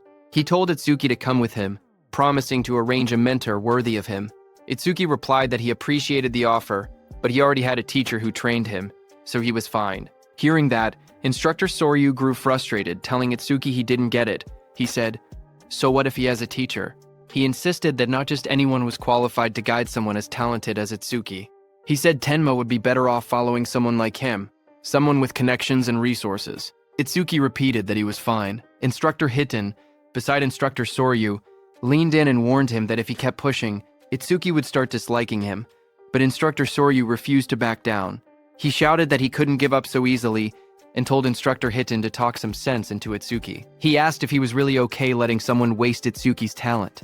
When Itsuki looked toward Instructor Hiten, he recognized him as the one who had handled Kinoshita's lackeys before. Instructor Hiten waved it off, saying he had only judged someone who broke the rules. He then smiled and told Instructor Soryu that Itsuki was the disciple of Izumi, so there was no way he wouldn't help him. Hearing that, Instructor Soryu froze in shock. He asked Instructor Hiten what he had said. Whose disciple was Itsuki? Itsuki thanked Instructor Hiten for what he had done in the past. On the other hand, Instructor Soryu stiffened as he repeated the words. Itsuki is Commander Izumi Nento's disciple. Commander Nento, standing behind, confirmed it with a confident smile. Hearing that, Instructor Soryu muttered that an out-of-spec youngster had appeared, and of course he had turned out to be Izumi's pupil. Itsuki looked at Commander Nento and called him sensei. Commander Nento stepped forward and praised Itsuki, saying he had watched his performance closely. He asked if he was hurt anywhere and said he could have Choa heal him if needed. Choa, standing behind, blushed and told her father that Itsuki had been fired up about challenging Phase 7, so there was no way he could be hurt. Itsuki smiled weakly. He said he wasn't injured but admitted he was a bit worn out. He added that he would be fine after a short rest. Instructor Soryu nodded and said that if Itsuki was Izumi Nento's disciple, it made sense he could perform at this level. He then mentioned that his disciple had wiped out every disaster beast prepared for the second stage. Itsuki then asked if Taiwa had made it to Phase 6 as well. Instructor Soryu answered that back then, Phase 4 had been the maximum. Later they expanded it to Phase 6, but even that no longer seemed enough. He suggested they might need to extend it to Phase 8 next time. Commander Nento then told Itsuki to sit back and watch for now, because for the other participants, the second stage had only just begun. Inside the exam field, the screen showed Rikaru. A notification appeared beside him, showing hard class progress at 100%. Rikaru then collapsed to the ground, saying his arms wouldn't lift anymore. He muttered that nightmare class was beyond him. The screen displayed his result. Horino Rikaru. Second stage challenge over. Time used, 17 minutes, 17 seconds. Points earned, 1,600. The screen then showed Saya, whose hard class progress was also at 100%. Saya held a massive water sphere overhead with a beast trapped inside. She said she didn't have any high firepower skills, so she was trying to suffocate the beast by trapping it in water. She admitted it was taking too long and she was about to run out of magic. She whispered that the next difficulty might be impossible. A notification appeared beside her, showing her result. Kisaragi Saya, second stage challenge over. Time used, 19 minutes, 1 second. Points earned, 1,600. He said Rikaru and Saya had both capped out at hard class. He thought they would get a bit further. Instructor Hiten told him not to assume everyone was as strong as him. He said most participants couldn't even clear normal class, given how fast Rikaru and Saya had defeated the Aleki Rhino. He said both of them were guaranteed to be in the top 10. Itsuki then asked why they hadn't been removed from the field if their runs had already ended. Instructor Soryu explained that unless someone was seriously injured or a special circumstance occurred, participants weren't allowed to leave the trial grounds. He added that Itsuki was a special exception. At that moment, Instructor Hiten looked up and said someone else had reached Nightmare Class. Inside the stage, Gaku swung a huge hammer down with full force. Instructor Hiten explained that, with a rare karma tool, Gaku should be able to take down at least one Inferno Giant. Another scene showed a silver-haired girl fighting an Inferno Beast. Instructor Hiten said that the Shikigami user, Akagami Shion, reaching this far was impressive too. Just then, Xion shouted for her cat Michon. Her cat jumped as Xion used its complete form. The cat turned into a massive black creature and moved forward as red light burned in its eyes. The monster rose to its full size, towering over the battlefield. Across from it, Xion stood calmly, watching as the creature roared. The beast then charged and struck down with overwhelming force, fighting the Inferno Beast. Their claws crashed with destructive power. Itsuki watched all this from the control room. He asked if Shikigami could change into different forms. He asked Choa if her Tamacho could do the same. She replied with a simple no, explaining that it was her first time seeing one that could transform. She said Shikigami came in many types, and their abilities were still full of mysteries. She warned him to be extra careful if he encountered Shikigami users from now on. Itsuki looked at the scene and said Shikigami were unexpectedly strong. He thought about the black dog he had taken from Charles and said he had been leaving it alone until now. But from this point on, he would give all dropped experience to it. He then looked down slightly and said that since Saya and Rikaru had already retired, there was no pain in staying any longer. He thought it was time to head out.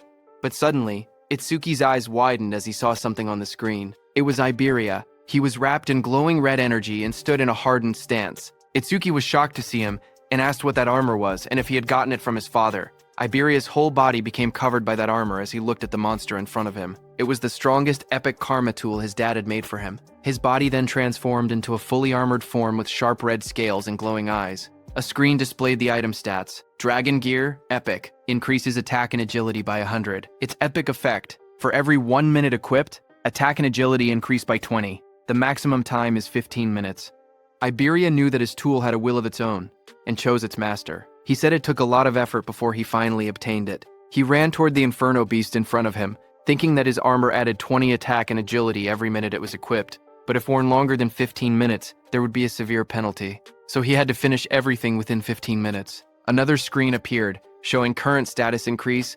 Attack and agility increased by 120. Iberia shot forward at high speed. He thought about the announcement stating the Nightmare class had been cleared, and he believed it was probably Itsuki. He told himself he had to do his best so he wouldn't drag Itsuki down. He charged ahead, declaring that the two of them were double eye. Itsuki watched him from the control room and said calmly that the armor looked good on him. Then, a few minutes later, Instructor Soryu announced that the second stage was finished. From inside the control room, Instructor Soryu explained the rules. Only the top 10-point earners could advance to the national tournament's main event. He added that the top 2 would receive special rewards in the main event. Lying on the ground, Gaku smirked. He said that aside from Hanayu, there was no way anyone had more points than him. He laughed to himself, claiming those special rewards would be his. Instructor Soryu then stepped forward and announced that he would now reveal the top 10 results. A large screen displayed the rankings. First, Tenma Itsuki. Clear time, 3 minutes 56 seconds. Points earned, 106,600. Second, Hanukana. Time, 23 minutes 43 seconds. Points, 16,600. Third, Gaku. Time, 24 minutes 23 seconds. Points, 6,600. Fourth, Iberia. Time, 27 minutes 59 seconds. Points, 6,600. Fifth, Akagami Shion. Time, 16 minutes 30 seconds. Points, 1,600. She failed at the Nightmare class attempt. Sixth, Horino Rikaru. Time, 17 minutes 17 seconds. Points, 1,600. Seventh, Kisaragi Saya. Time, 19 minutes 1 second. Points, 1,600. Seeing the results, the crowd reacted instantly. One man shouted in disbelief, saying Itsuki had scored over 100,000 points, far more than even Tewajin's 60,000. Another said that with a score like that, first place in the entire country was basically guaranteed. An injured man wondered aloud how many Inferno giants Itsuki must have killed, since each was only worth 5,000 points. Seeing this, Gaku suddenly sat up, shocked that he had fallen to third place. He asked who Tenma Itsuki even was, saying he had never heard of the name before. Haru looked at her weapon and said she wanted to cross swords with Tenma Itsuki. Saya lowered her gaze. She said she hadn't expected such a huge gap between herself and Itsuki. She wondered if a combat job had ever been right for her in the first place. Instructor Soryu then reported that all continental trials had ended and the national rankings were out. He revealed that Itsuki placed first in the entire nation, ahead of second place by a massive 65,000 points. Choa, watching her father, said that she couldn't see her father's face, but she could feel it. Her father was pleased. Commander Nento looked toward the sky and said humanity's new dawn was growing brighter. Meanwhile, on the battlefield, Iberia lay exhausted on the ground. He muttered that over 100,000 points was impressive, but if it was Itsuki, taking first place was expected. He added that he had also done enough not to shame the name of Double I. He was lying next to the defeated giant machine. Itsuki walked up to him and told him he did great, saying Iberia had surprised him. Iberia smiled weakly as he was still dizzy after using that karma tool. The instructors and Commander Nento stood on the platforms watching. Then Instructor Soryu announced that the 21st Salvation League National Tournament preliminaries had come to an end. On the battlefield below, Itsuki carried Iberia on his back and walked forward. The view shifted to the South Continent, District 1. A bright city square lay under the sun, with buildings, pools, and statues arranged neatly. At the center, an old man with long white hair and a beard sat quietly, eyes closed. Nearby soldiers in armor complained. One of them frowned, saying they had been called out at dawn just to watch an old man meditate. Another soldier warned him to watch his mouth. He explained that the old man was the South Continent Commander-in-Chief, someone who could see the future, a prophet. The old man remained still, his hands resting on his stomach. His name was Balgar, South Continent Commander-in-Chief. One soldier then questioned why. If Balgar could truly see the future, they always received warnings after the barrier had already been deployed. He said that if Balgar really had foresight, he should be able to tell them the Stella impact points ahead of time. Another soldier spoke calmly. He said it was true that Elder Balgar could only foresee a tiny sliver of the future. Even so, he explained that Balgar still stood on the same level as the North Continent commander, Izumi Nento, and was considered a pillar of humanity. He said the reason he was called a pillar of humanity was because Balgar's prophecies were correct 10% of the time.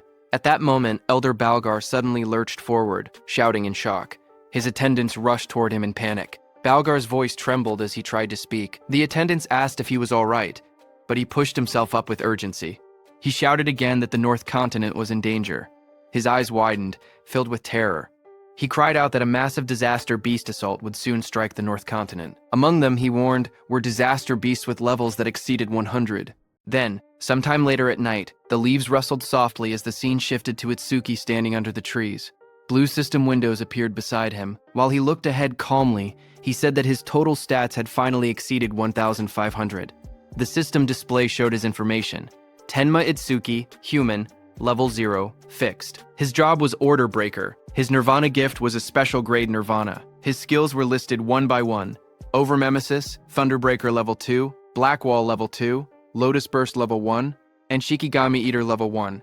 Another window showed his status. Attack 330, Agility 380, Defense 462, Magic 330, with passive increases from his skills. His total stat value was 1,502. Itsuki knew that when a person leveled up normally, they gained 50 stat points. So, looking at his status window, Itsuki realized that having 1,500 total stats was the same as being level 30 for a normal awakened person. On top of that, Itsuki's agility and defense could increase infinitely through passive skill effects. He remembered how his agility and defense rose by 10%. Not only that, but even his magic recovered infinitely with the passive effect of magic detection. However, there was no method to increase attack power. He looked down at his hand and quietly wondered if there was any way to do so. Just then, a voice called out from behind, shouting that the food was ready. Itsuki turned his head slightly at the sound, his expression calm. Behind him, Rikaru and Saya were standing. Rikaru raised a spatula happily and said he had made lots of Itsuki's favorite dishes.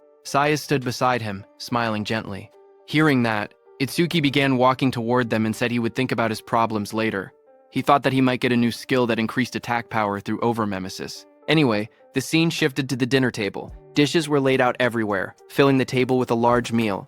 Itsuki sat among the others and remarked that it had been a while since he had eaten Rikaru's home cooking. As he sat down and looked around, he asked where Iberia was and whether he was still sleeping. Choa said yes and told him that she had healed all his wounds and that they had fully recovered, but he still seemed extremely exhausted and remained asleep. While eating, Rikaru said he was surprised that the Nightmare class dungeon, which he and Saya couldn't beat, was cleared by someone who was only level 7. Hearing that, Saya gasped in shock and covered her mouth. Rikaru looked at her and asked what was wrong, wondering if she was so moved by how delicious his cooking was that she had to cry out. But Saya pointed nervously and stuttered, telling him that something was behind him. Rikaru turned his head slightly and asked what she meant. Behind him, a dark figure with glowing red eyes stood silently. The shadowy figure suddenly spoke in a low voice, saying it wanted food. Seeing that, Rikaru fell back in surprise, shouting as the shadowy figure moved toward the table. Immediately, the shadow figure started eating. It was none other than Iberia, who sat down and stuffed food into his mouth. Seeing that, Rikaru stood up and scolded him, saying that sneaking up quietly like that was bad for the heart. He also asked why Iberia was eating in someone else's seat without permission. Hearing that, Iberia slammed his bowl on the table, holding it tightly as he ate with extreme force. Seeing that, Rikaru backed up slightly, sweating, and asked what Iberia was getting angry for. Iberia suddenly lifted his head with sparkling eyes and food crumbs on his face. He smiled widely and said the food was delicious. Seeing him so energetic, Rikaru laughed proudly and said that it was thanks to his cooking. Iberia laughed even louder in response. Iberia then pointed at the plate and asked if Rikaru had made the food. He told him that he should quit being an awakened and become a chef instead, because he had way more talent for cooking. Hearing that, Saya covered her mouth, trying not to laugh, while Rikaru stood there with an annoyed expression, asking if that was supposed to be a compliment. Across the table, Commander Izumi Nento leaned forward with folded hands. He said that since all of them were aiming to become saviors, he had one question for them. Everyone looked at Commander Nento as he asked what they feared the most. Hearing that, everyone paused. Rikaru thought for a moment and said that the thing they feared was probably the opposite of what they looked forward to. He explained his own dream, to become a savior, earn money, and enjoy gourmet food while traveling the world while he was still young.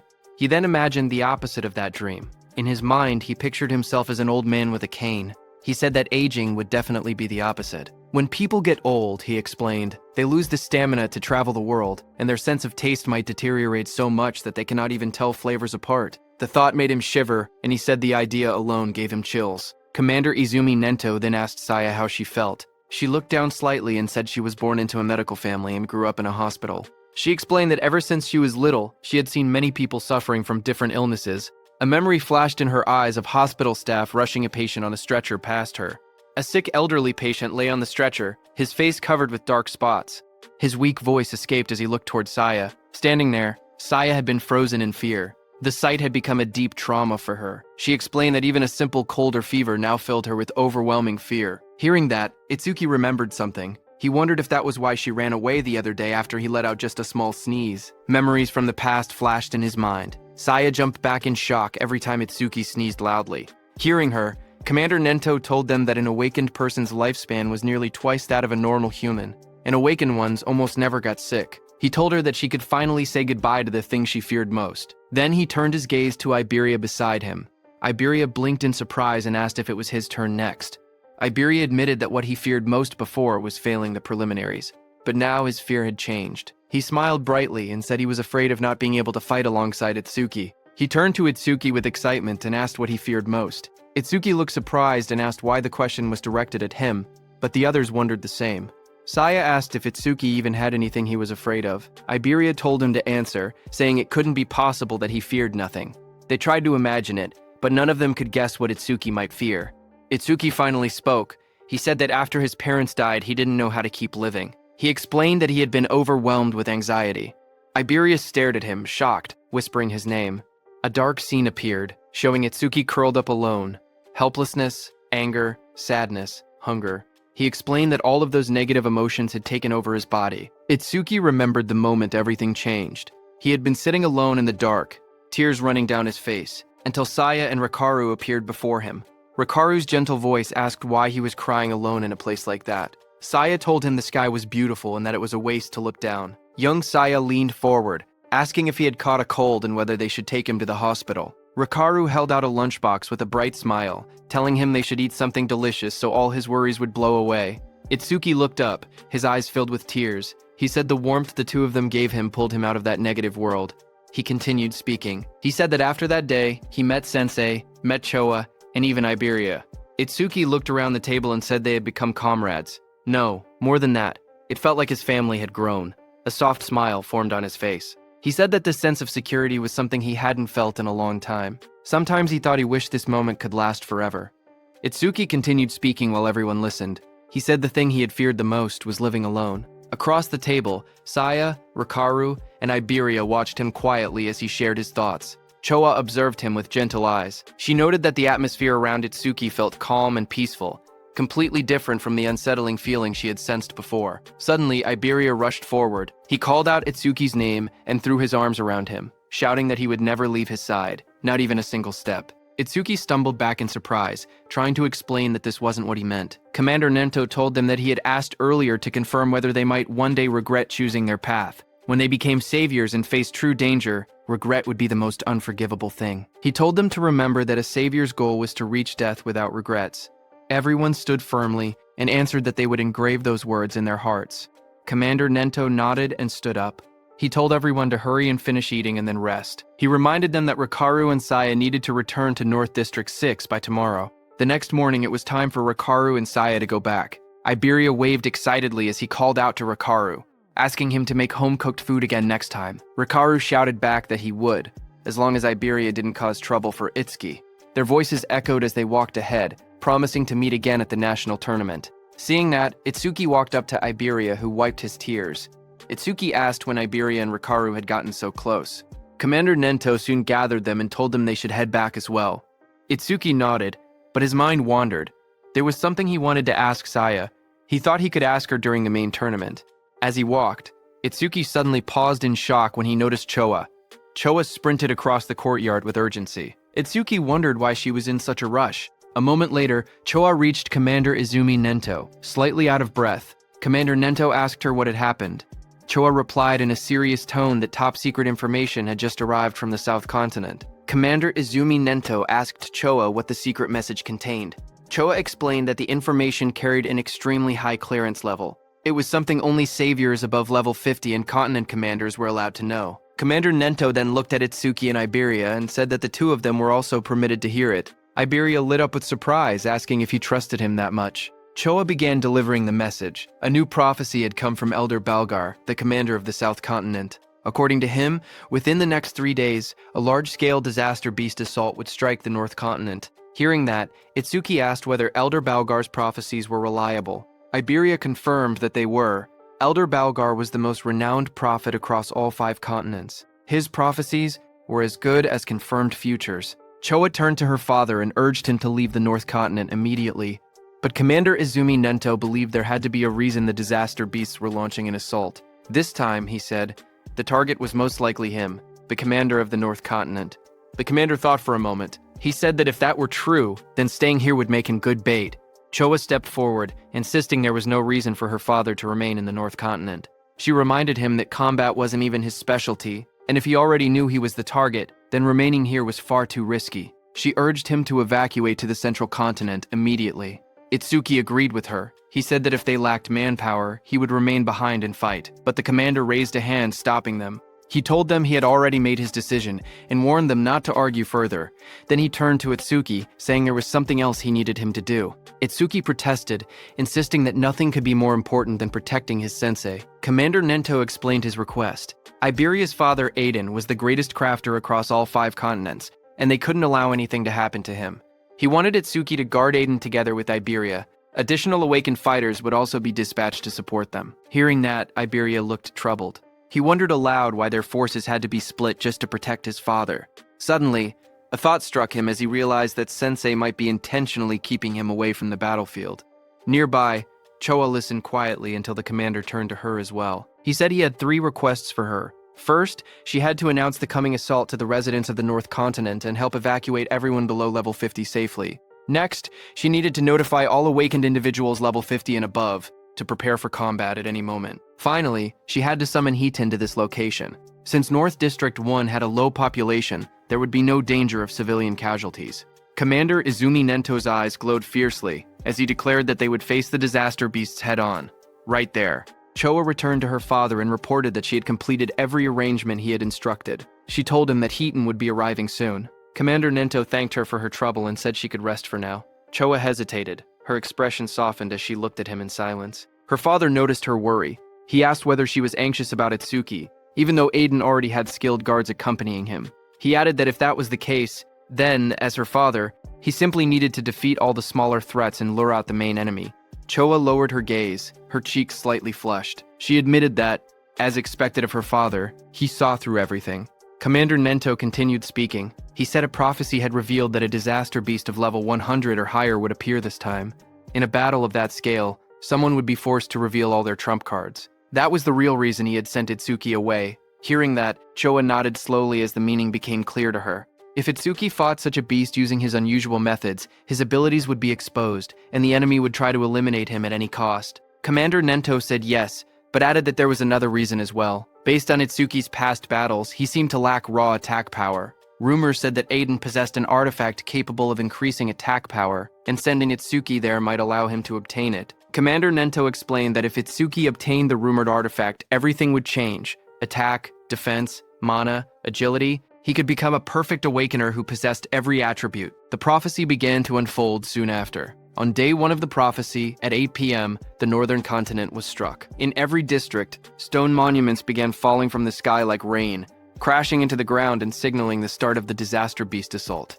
In North District 2, the skies were dark as Itsuki and Iberia sprinted through the cold winds. Itsuki asked how much farther Iberia's home was. Iberia estimated another 100 kilometers. Hearing that, Itsuki narrowed his eyes, thinking that a Disaster Beast could appear at any moment. They had to reach Iberia's father as fast as possible. Suddenly, from behind, Iberia shouted for Itsuki to look, pointing ahead in shock. Hearing that, Itsuki stopped and looked forward.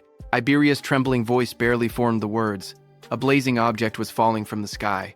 It was a stone monument. Itsuki realized that the attack had already begun, and the monument had landed right in the middle of a populated area. The two watched as the fiery structure crashed straight into the city. The impact sent a massive explosion of light through the skyline. Itsuki's expression tightened. The warning had only been released moments ago. Civilians were still evacuating. If a disaster beast appeared now, the situation would become catastrophic. Elsewhere in the city, awakened warriors stared at the monument that had descended. Chaos erupted as they shouted that massive casualties were unavoidable and that a disaster beast was already approaching. Someone recognized the scene. It was exactly as Elder Balgar had foretold. They cursed at how early the event had arrived. Back with Itsuki and Iberia, a glowing barrier began forming around the impact zone. Iberia panicked as he watched it rise. Itsuki was also panicking inside, thinking that if they left the citizens behind, many would die. But if they stepped in to help, their main mission would be delayed. Itsuki glanced at Iberia and thought quietly to himself. Iberia had traveled a long distance, yet he hadn't asked for a single break. He must have been that worried about his father. If he suggested stopping to save citizens now, Iberia would surely hate it. But before he could decide, Iberia suddenly pointed forward, shouting for them to go help. The barrier had trapped a disaster beast inside the city, and he insisted they couldn't ignore it. The creature inside was at least level 20. If no high-level awakeners were present, countless people could die. Hearing that, Itsuki's worries vanished. Then, with a firm voice, he agreed to change the plan. They would take care of the disaster beast in the city first. Just then, the ground shook violently as the stone monument split open. Flames burst out, and a massive creature emerged from within. It was a flame golem, level 21, its entire body wrapped in blazing fire. Nearby, the awakened fighters assessed the situation. They counted their strength, 3 level 15 and 1 level 16. It would be difficult, but against a level 20 disaster beast, they believed they still had a chance to win. A defender stepped forward and activated his C-rank skill, Rock Shield. Jagged stones shot up around his arms as he braced himself against the incoming flames. He shouted for the others not to break formation, promising to hold off the monster's attacks. The flame golem roared and hurled fire straight at him. Through the heat and sparks, the defender yelled for his teammates to find an opening and counterattack. But the creature's power was overwhelming. It struck with massive force, smashing the ground and scattering debris across the street. The defender was thrown violently backward, crashing into a wall. As the dust settled, he struggled to lift his head. His armor was shattered. His voice trembled. He couldn't believe what had happened. It was impossible. The other Awakeners froze in terror because the Earth user had the highest defense among them. Yet he had been killed instantly. If even he couldn't survive, they stood no chance at all. Panic spread across their faces as they backed away, their weapons shaking. One of them cried out, asking desperately what they were supposed to do now. The group fell into panic. One of the men shouted that fighting a creature like this was suicide and that they needed to run. As he sprinted away, flames chased behind him. Another teammate yelled for him to watch out, but the fleeing man only snapped back that they should worry about themselves. Before he could get far, a sharp presence appeared right behind him. His eyes widened in shock as the fiery monster loomed over his shoulder. Terrified, he begged for his life, promising to do anything as he activated his ability. Water surged around him as he used his B-rank skill, Water Cannon. A massive stream of water blasted toward the creature. For a moment, he caught his breath. He wondered when the beast had gotten behind him and regretted shouting something so pathetic. But now, he stood firm. He was a water elementalist, the natural enemy of fire disaster beasts. This attack should have been its end. The others watched from a distance, unsure. One asked whether he had really defeated it. Another stepped forward, saying he would finish it off just in case. In the midst of drifting steam and smoke, the monster's dark silhouette still stood. The water elementalist stepped forward and warned the others not to interfere. He insisted that since he had defeated the disaster beast alone, he should be the one to finish it. But before he could act, the charred body of the creature suddenly twitched. Flames surged across its cracked surface as it rose again. The man froze in shock as the beast returned to life, its fiery aura burning hotter than before. Someone shouted for them to kill it quickly. A massive burst of flame erupted from the monster's mouth, lighting up the entire street. One of the fighters stared at the blazing heat, confused and terrified, asking what this enormous flame was. Another voice shouted that it was over, but the flames only grew larger. A violent explosion followed and the fire shot outward like a shockwave, but before it could hit those awakeners, Itsuki appeared. Using his black ice wall skill, he created an ice wall that blocked the monster's fire attack. As Itsuki was stopping the fire, Iberia turned to those awakeners. Calm and fearless, he told them to leave the creature to Double Eye. Clad in black armor, Itsuki told Iberia not to worry about the monster and instructed him to evacuate the citizens. Iberia acknowledged with a Roger. A blue screen appeared, displaying new information. Itsuki's black wall defense increased by 10%, due to blocking a B-rank fire element skill with black ice wall. Those awakeners stared at Itsuki, who had blocked the giant flames so easily. One of them asked Iberia if he and his companion were saviors. Iberia explained that they weren't saviors yet, but he declared that someday he would become one stronger than Tewajin himself. Hearing that, the awakeners were shocked, saying he talked big for a kid. Iberia walked over, annoyed, and asked what they were doing being saved by a child. One of the awakeners immediately argued back, insisting that no one had asked for help and that he was going to defeat the beast anyway. Someone else wondered aloud if a mere awakener could really handle a disaster beast like that. Their eyes shifted to Itsuki.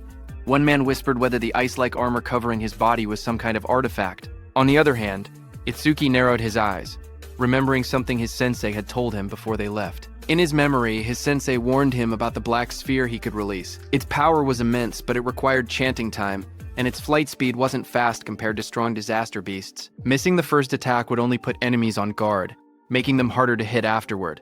His sensei advised him to avoid using the black sphere unless absolutely necessary, keeping it as a trump card for critical moments. The memory ended with his teacher's voice telling him to listen carefully and only use that black sphere under the right circumstances. His teacher's words echoed in Itsuki's mind.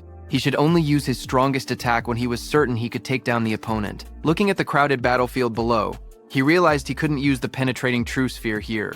There were too many people around. Down on the streets, civilians stared up at him in shock. Some wondered if he was an awakener who had come to help. Others pointed out the equipment he wore, guessing he must be a high-level awakener. High above, the fiery disaster beast roared as it swung its massive body. Itsuki, covered with lightning, shot forward, slamming straight into the creature's rocky surface. He made up his mind. If he couldn't use his special skill, he would suppress the beast with brute strength instead. With full power, he punched the beast. Explosive impacts echoed through the buildings as he drove the monster backward. His movements blurred with speed as burning fragments scattered everywhere. A bright system window flashed, showing that Itsuki's Thunderbreaker activated Thunderclap Wave. Lightning surged across his entire body as he appeared above the beast. The beast raised its head, its eyes glowing red, fire swirling around it. Itsuki struck again, driving the massive creature through the ground with overwhelming force. Dust and flames erupted as the beast crashed hard, its body half buried in the shattered street. The ground trembled from the impact. Lightning wrapped around Itsuki as he rose into the air, his entire body glowing with blue energy. Flames raged around him, but he shot downward like a meteor, slamming into the massive creature below with overwhelming force. The impact shook the entire street. A huge shockwave burst outward, cracking the ground and sending flames scattering. A crater formed where the blow landed, smoke rising from the broken asphalt. People watching from a distance stared in disbelief. One person said the disaster beast was being pushed back completely, even though it was supposed to be powerful. Another mentioned that the awakener looked like he was only 18. Someone else suggested the beast must have been injured beforehand, but an awakener nearby could only stare with wide eyes, whispering in shock that this couldn't be real. Even a level 21 flame golem couldn't fight back at all against that young man. He wondered who the young man facing it truly was. When the smoke finally cleared, the battlefield was quiet. The golem lay smashed into the ground. One of the awakeners looked around in confusion and asked where the young man had gone. Another man explained that as soon as the young awakener had defeated the disaster beast, he left the area with the blonde boy. That water-type awakener claimed that the only reason a level 0 awakener could do something like that was because he had already weakened the flame golem's health beforehand. But the first awakener looked uneasy. Even he, a level 15 awakener, couldn't track the young man's movements with his eyes. He said that the power to send a flame golem flying with bare hands was unbelievable. He added that if the young man's status showed level 0, his real strength had to be comparable to level 30. On the other hand, Itsuki and Iberia were already running. While running, a thought troubled Itsuki. If a beast of that level couldn't be killed instantly, things would only get harder in the future. He muttered that he had to increase his attack power somehow. Just then, a system window appeared, displaying Itsuki's current stats. Attack, 330. Agility, 760, plus 100% due to Thunderclap wave activation. Defense, 495, increased by 50% due to Black Ice Wall. Mana, 330, recovers 10% of mana upon detecting one enemy unit. Itsuki stared at the numbers, knowing he needed to grow stronger as quickly as possible. On the first day of the prophecy, at 10:30 p.m., Itsuki and Iberia ran through the rain-soaked streets. Iberia stared in awe and said, Itsuki's speed was so incredible that he couldn't even track him with his eyes. Itsuki replied calmly that speed meant nothing without power. While they were running, Iberia suddenly started panting heavily, admitting that he had never thought of Itsuki that way before. When they stopped, he told Itsuki that if he wanted to raise his attack power, he knew a good method. Itsuki looked at him and asked what he meant. Iberia explained that his dad's warehouse contained tons of artifacts, and there had to be one that boosted attack. He said Itsuki was strong and was also Sensei Izumi's student, so his dad would definitely be happy to let him have one. As he spoke, he imagined Itsuki wearing a powerful artifact, standing tall in a dark, glowing armored suit. The thought made him laugh to himself in a strange way, but Itsuki looked unimpressed and asked what that creepy laugh was about and what exactly he was imagining. Iberia cheered excitedly and told Itsuki to follow him. Once they arrived, he said he would ask his father to prepare a useful artifact for Itsuki. Itsuki watched him struggle to stand straight and thought to himself that he had already slowed down on the way. But even with all that agility, Iberia must have had trouble keeping up. Itsuki then stepped forward and grabbed Iberia by the arm. Iberia panicked and shouted, asking what Itsuki was doing. Itsuki told him not to push himself if he was tired. If they ran into a calamity, he wouldn't be able to fight properly in that condition. Before Iberia could answer, Itsuki lifted him and dashed forward at full speed. Iberia yelled that he wasn't ready, but the wind tore past them too fast for him to react. The two shot through the city like a blur. Iberia screamed that it was too fast, while Itsuki said they had already wasted enough time and told him to hold on. Later, at 11:05 p.m. on the first day of the prophecy, the moon hung over a quiet set of wooden houses deep in the forest. A gust of wind swept through as they arrived. Iberia collapsed forward, shaking. He gasped that they had finally made it and complained that he thought his arms were going to rip off. As they walked deeper into the woods, Itsuki asked why his father chose to live so far from town when the town was much safer. Iberia replied that his father said the town was too noisy for him to focus on his crafting. Ahead of them stood an old wooden house. Iberia explained that the place might look run down, but its defenses were strong. His father had traps set all around the perimeter. Itsuki nodded, saying he thought he felt a faint magical fluctuation. Iberia told him not to worry. As long as Itsuki followed him closely, he wouldn't trigger anything. Itsuki silently thought that with his detection ability, he could avoid them on his own. Iberia walked ahead proudly as Itsuki asked him to watch his step. But Iberia grinned to himself, happy that it was finally his turn to take the lead. The next second, however, a small trap placed on the ground clicked under Iberia's foot. Iberia froze. He started sweating as he realized he had stepped right on one of the traps. He shouted that he had gotten carried away and forgotten about it. Itsuki stared at him blankly and asked if he was sure this was really his own house. Iberia froze the moment the trap activated. He shouted that this was bad because he had stepped on the nastiest trap of all. Itsuki focused for a moment and noticed the magical fluctuation around them growing stronger. A loud mechanical roar echoed through the forest as the ground shook. From the dust rose a massive humanoid construct, an iron golem glowing with red eyes and a core embedded in its chest. A system window appeared, listing its stats: attack 500, defense 500, agility 300, magic 200. Itsuki's eyes widened in surprise. He couldn't believe Iberia's father even owned humanoid artifacts. Before Iberia could react, the iron golem swung the giant arm toward him. The blow came crashing down with tremendous force. In the next instant, Itsuki dashed forward and pushed Iberia out of the attack's path. As the iron golem's punch came down, Itsuki also punched it with full power. Their attacks smashed into each other, creating a massive shockwave that cracked the earth and sent debris flying everywhere. Itsuki slid backward across the ground, shocked that even a mere artifact had higher attack power than he did. As he steadied himself, he realized another problem. Because the iron golem was created to protect Iberia's father, he couldn't simply destroy it with his piercing sphere. That made the situation more complicated. Itsuki quickly called out to Iberia, asking if there was any way to stop the golem. Iberia, panicking, shouted back that the key was the karma stone embedded in its chest. If that stone was destroyed, the golem would shut down. The iron golem's eyes glowed red as its chest stone pulsed with green light. Iberia yelled that the stone was its power source, and that taking it out would end everything. A system window appeared as Itsuki activated Thunderwave. Lightning surged around his body, crackling across his arms and shoulders. He smirked, realizing that knowing the golem's weak point made the fight much simpler. The golem had strength, but he had speed. He dashed forward, lightning trailing behind him as the iron golem slammed its massive arm into the ground. Stone shattered everywhere, but Itsuki slipped past the attack, aiming straight for the glowing stone. The golem swung again with both arms, trying to crush him, but Itsuki moved in a blur of thunder. Multiple aftermages flickered around the battlefield as he closed the distance, electricity lighting up the entire area. Lightning wrapped around Itsuki's body as he dashed straight toward the iron golem's chest. The golem swung a massive arm down at him, but he slipped underneath the attack, closing the distance in one quick burst. He reached out and grabbed the glowing green karma stone embedded in the golem's chest. The moment his hand made contact, the stone cracked and came free from its socket. The iron golem's body froze. Its red eyes dimmed, and its raised arms stopped mid-movement as all power left its frame.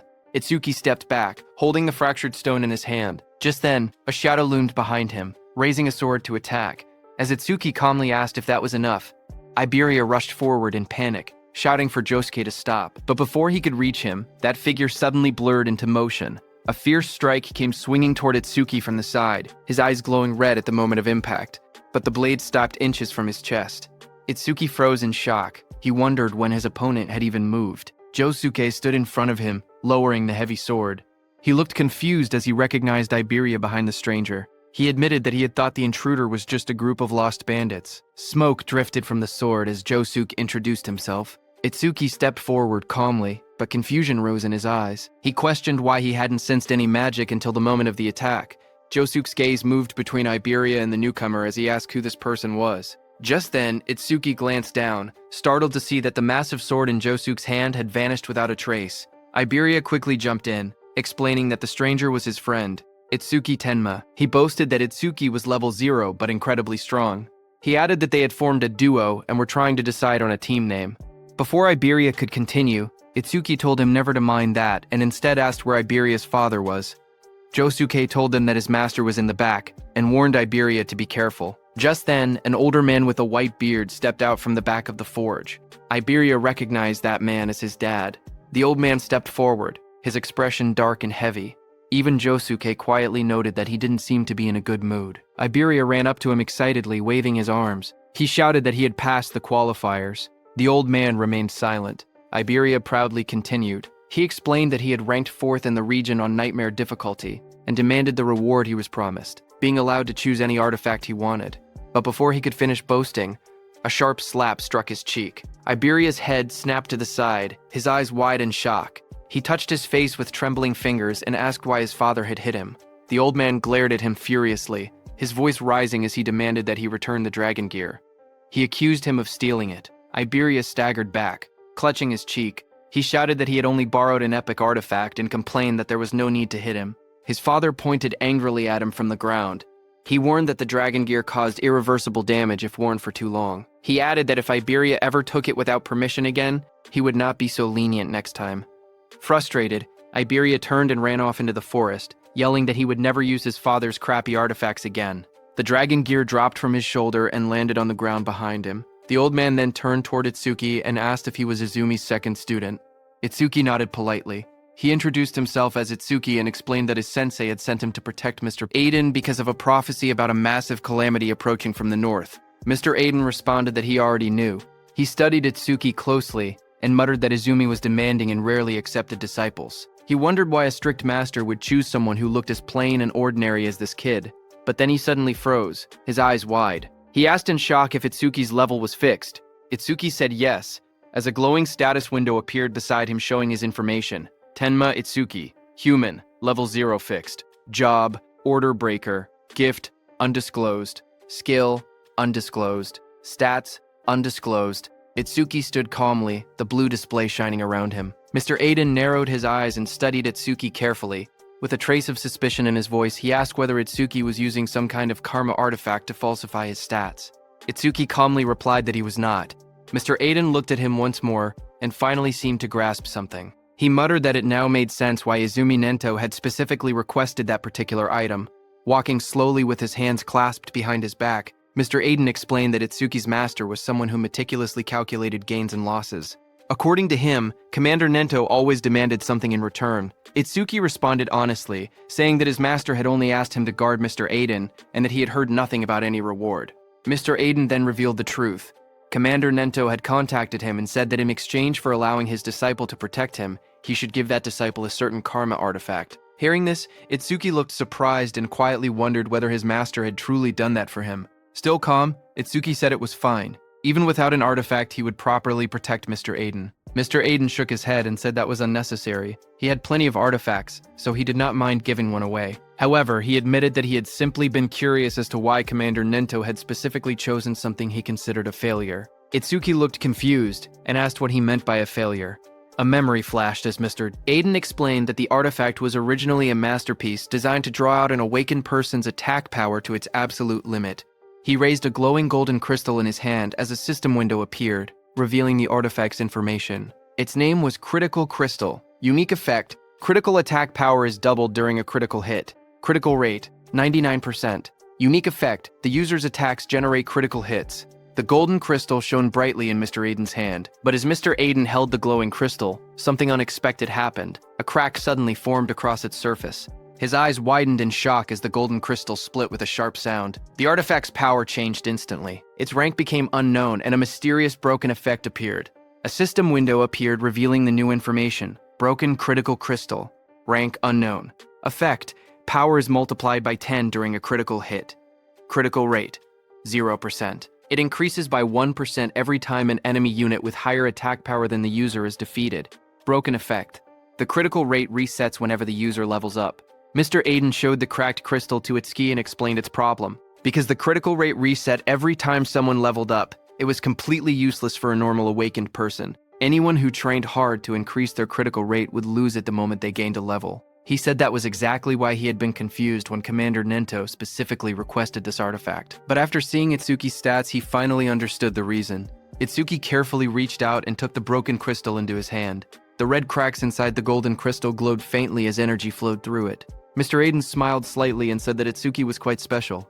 He admitted that he did not know how Itsuki became stronger, but since Itsuki would never level up, the artifact was perfect for him. He then explained that as Itsuki continued defeating Calamity Spirit Beasts, his critical rate would slowly increase until it eventually reached 100%. Just as he said that, Itsuki used the crystal. Golden energy began swirling around him as the crystal reacted. Golden energy suddenly burst out from the crystal and wrapped around Itsuki's body. The power surged violently as the artifact synchronized with him. As Itsuki struggled, Mr. Aiden told him that in the future, every single attack Itsuki made would be buffed 10 times. Hearing that, Itsuki clenched his fist as the golden aura intensified around him. With the power flowing through his body, he unleashed a technique: Iron Fist of Destruction. A system window appeared, confirming that the artifact had been equipped. Equipped. Broken Critical Crystal. Itsuki looked at the information and thought about the artifact's conditions. His critical rate would only increase when he defeated enemies with higher attack power than him. He quietly admitted that the condition was a bit harsh. However, he decided not to worry about it for now. He would think about a counter strategy after they finished this raid. Just then, another system notification appeared, showing the crystal's information. Its effect was that it increased attack power 10 times on critical hits. Its current critical rate was 0%, but it would increase by 1% for every kill of a stronger enemy. The broken effect was that it reset upon leveling up. After observing the artifact's reaction, Mr. Aiden spoke again. He said the artifact seemed to be equipped properly and that it was truly compatible with Itsuki. Itsuki then admitted that he had actually been struggling because his attack power was low. He thanked Mr. Aiden, saying the artifact helped him a lot. Mr. Aiden waved his hand dismissively. He explained that he created the artifacts while others used them to fight the Calamity Spirit Beasts. Both of them were simply doing their part for the survival of humanity, so no thanks were necessary. As he spoke, Mr. Aiden turned and began walking away. He added that unless someone already knew his location in advance, there was no reason for beasts to attack such a remote place. For now, he told Itsuki to rest. Just as Mr. Aiden finished speaking, something strange suddenly appeared in the sky above the forest. His eyes widened in shock as he noticed a massive pillar of energy descending from the sky. The atmosphere trembled as the force rushed downward. A loud impact followed as the energy slammed into the forest. The force spread outward like a shockwave nearby. Itsuki and Josuke instinctively raised their arms to shield themselves as the powerful energy burst through the air. Iberia, who was inside the house, opened his window and stared in disbelief, shouting in confusion and asking what had just happened. He looked toward the sky with wide eyes and realized something unexpected. A barrier had appeared. Looking up, they saw a massive green dome covering the entire area. The strange barrier surrounded the forest, glowing with an eerie green light. Seeing the enormous dome above them, Iberia shouted in shock, wondering why there was a green barrier there. Mr. Aiden looked toward the sky with a serious expression. In his mind, a troubling thought appeared. Only the commanders and the chief of the 5 continents should know his location. He wondered whether it was truly a coincidence that a stone monument had fallen here, or if something else was happening behind the scenes. Before he could think further, Josuke suddenly shouted loudly, quickly warning everyone to get back. The Calamity Spirit beasts were coming, and they were already heading straight toward them. Itsuki stood quietly and focused his senses. His eyes sharpened as he felt a powerful presence approaching. He calmly said that he could feel it. Something was moving toward them at an incredible speed. Moments later, the ground began shaking as multiple creatures rushed forward through the forest. At first, Itsuki counted 6 of them. Then they realized there were even more. The monsters burst out of the trees, charging straight toward them. One of the creatures revealed itself clearly. A system window appeared, identifying it. One horned demon from the Horned Demon tribe, level 14. Seeing the monster rush forward, Itsuki shouted that they were here. The demon lunged toward Itsuki with its massive arm raised, aiming a brutal strike at him, but Itsuki stopped its attack with his bare hands. The next second, Itsuki pierced the monster's body with his black ice wall. Blood burst out as the blade tore through its flesh.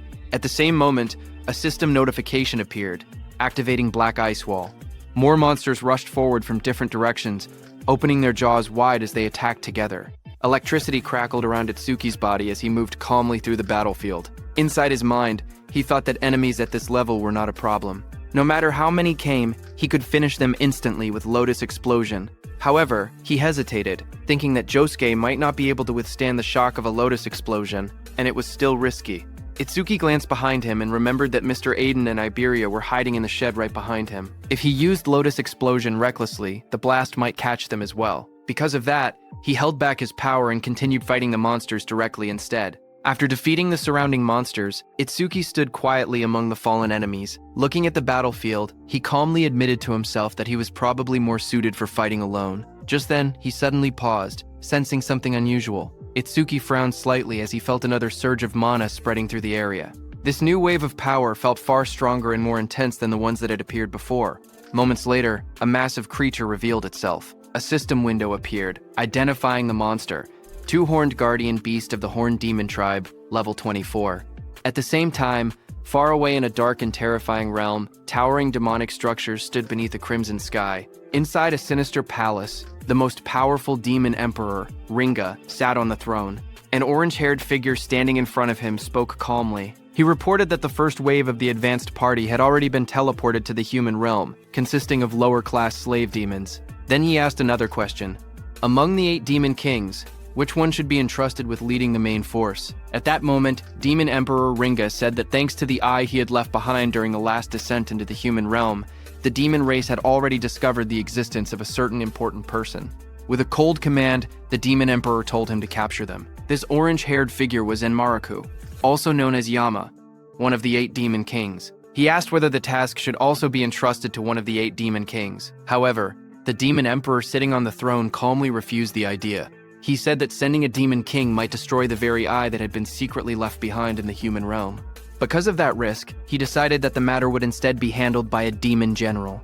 The order was accepted without hesitation. Demon King Yama simply replied that it would be done as commanded. Then, Demon Emperor Ringa declared that the command of the main force would be completely handed over to Inshokuma, also known as the AP-eating Demon King. This was one of the 8 demon kings, Inshokuma. Demon Emperor Ringa said that since Inshokuma had not eaten a living human in a very long time, he was certain that Inshokuma must be extremely hungry. Meanwhile, on the battlefield, while Itsuki was fighting, a loud scream suddenly echoed throughout the area. Hearing it, he instantly recognized the voice. It was Iberia. His expression changed as he realized something was wrong. He wondered if a disaster beast had broken into the room. But before he could react any further, a disaster beast burst forward to attack. A system window appeared in front of him, identifying the beast as a double-horned guardian from the Horned Demon clan. Level 24. The beast attacked with overwhelming force, striking toward him without hesitation. Seeing the situation, Itsuki's eyes sharpened. He realized that things had reached a critical point, and he had no choice but to use that power. As the attack came crashing down, Itsuki quickly glided across the ground and dodged it. At the same time, he aimed at the beast and used Clear Orb. He judged that the creature's attack power was likely higher than his own. However, if he managed to defeat it, he could increase his critical rate. A system notification appeared, explaining the effect of the broken critical crystal. It stated that attack power would increase tenfold during a critical hit, and the critical rate would increase every time he defeated an enemy stronger than himself. However, the critical rate would reset whenever he leveled up. With determination, Itsuki shot the Clear Orb. A beam of purple energy shot into the sky, cutting through the darkness like a sharp spear as the attack was released. Another system message appeared, saying Clear Orb had been activated.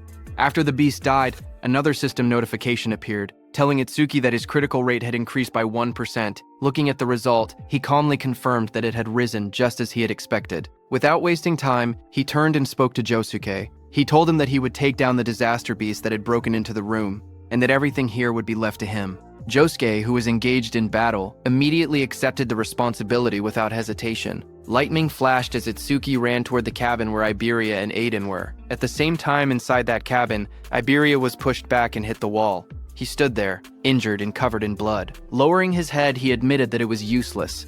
Without his dragon gear, he knew he could not win. Pain filled his body as he struggled to stand, realizing how desperate the situation had become. Iberia quietly muttered that if it had come to this, then there was only one option left. As the monster lunged forward with its terrifying jaws wide open, Iberia cried out for help, calling Itsuki's name. But in the next second, someone appeared behind the disaster beast. It was Iberia's father, Aiden. He swung his massive weapon down with overwhelming force, hitting the beast on the head. Watching this, Iberia was shocked. He wondered how his dad, who was a non-combat class, could face a disaster beast without any fear. Seeing that nothing happened to the beast, Aiden remained calm and called it stubborn. Aiden's attack made the beast furious, and it turned around in anger. It immediately charged at Aiden at full speed. Seeing it coming, Aiden stood firmly and declared that he would leave the rest to him. He was saying that to Itsuki, who appeared there just before the monster's attack could hit Aiden. Itsuki moved instantly, his body wrapped in crackling electricity as he intercepted the attack. The beast tried to strike again, but Itsuki stepped in from behind and using his black ice spike, pierced through the monster's body.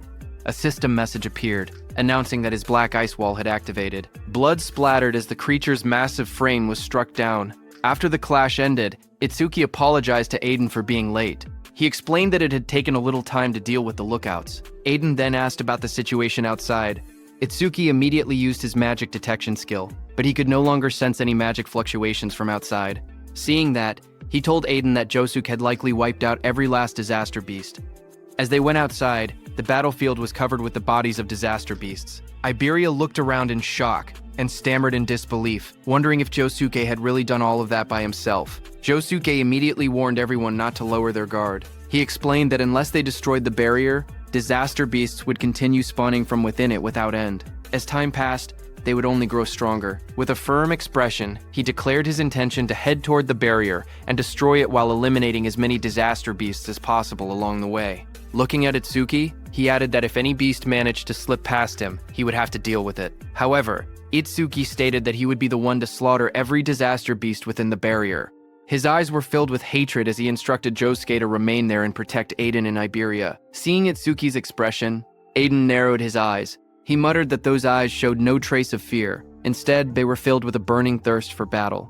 Finally, with firm resolve, Aiden declared that they would leave the destruction of the barrier to Itsuki. Josuke warned Itsuki seriously. He explained that if the barrier was green, then the disaster beasts inside would be at least level 250. He asked if he was truly prepared for something like that. Without hesitation, Itsuki answered calmly that he was sure. Lightning crackled violently around Itsuki as he ran toward that green barrier. A sharp smile formed on his face as he admitted that finally, he could fight to his heart's content. Seeing him go, Iberia immediately spoke up. He declared that if Itsuki was going, then he would go too. He told Josuke to look after his old man, but his father, Aiden, stopped him. Iberia protested, asking why not. He reminded them that they were a team. Aiden answered bluntly, telling him to stop pretending they were a team. He said it was pathetic. He added that he and Itsuki lived in two completely different worlds. Iberia clenched his fist, anger rising in his voice. He argued that they had walked this path together all this way and demanded to know what he meant by different worlds. Aiden also shouted, telling Iberia that a team was meant to support one another and cover for each other's weaknesses. Aiden's eyes widened with anger as he spoke harshly. He told Iberia that he was not supporting Itsuki at all. Instead, he said he was only dead weight at this rate. His voice grew even colder as he warned that he would end up getting Itsuki killed. Hearing that, Iberia froze, shock spreading across his injured face. Aiden continued, saying that he was not just talking about him alone. He explained that Itsuki was special. No one else from his generation could even stand on the same stage as him. Then he asked Iberia if he had ever truly seen the look in Itsuki's eyes when he faced a disaster beast. He told Iberia that those were the eyes of someone drowning in hatred. At the same time, while Itsuki was running toward the barrier, a system window appeared showing, "Mana, 5 enemy units have been detected. 50% of Itsuki's mana recovered."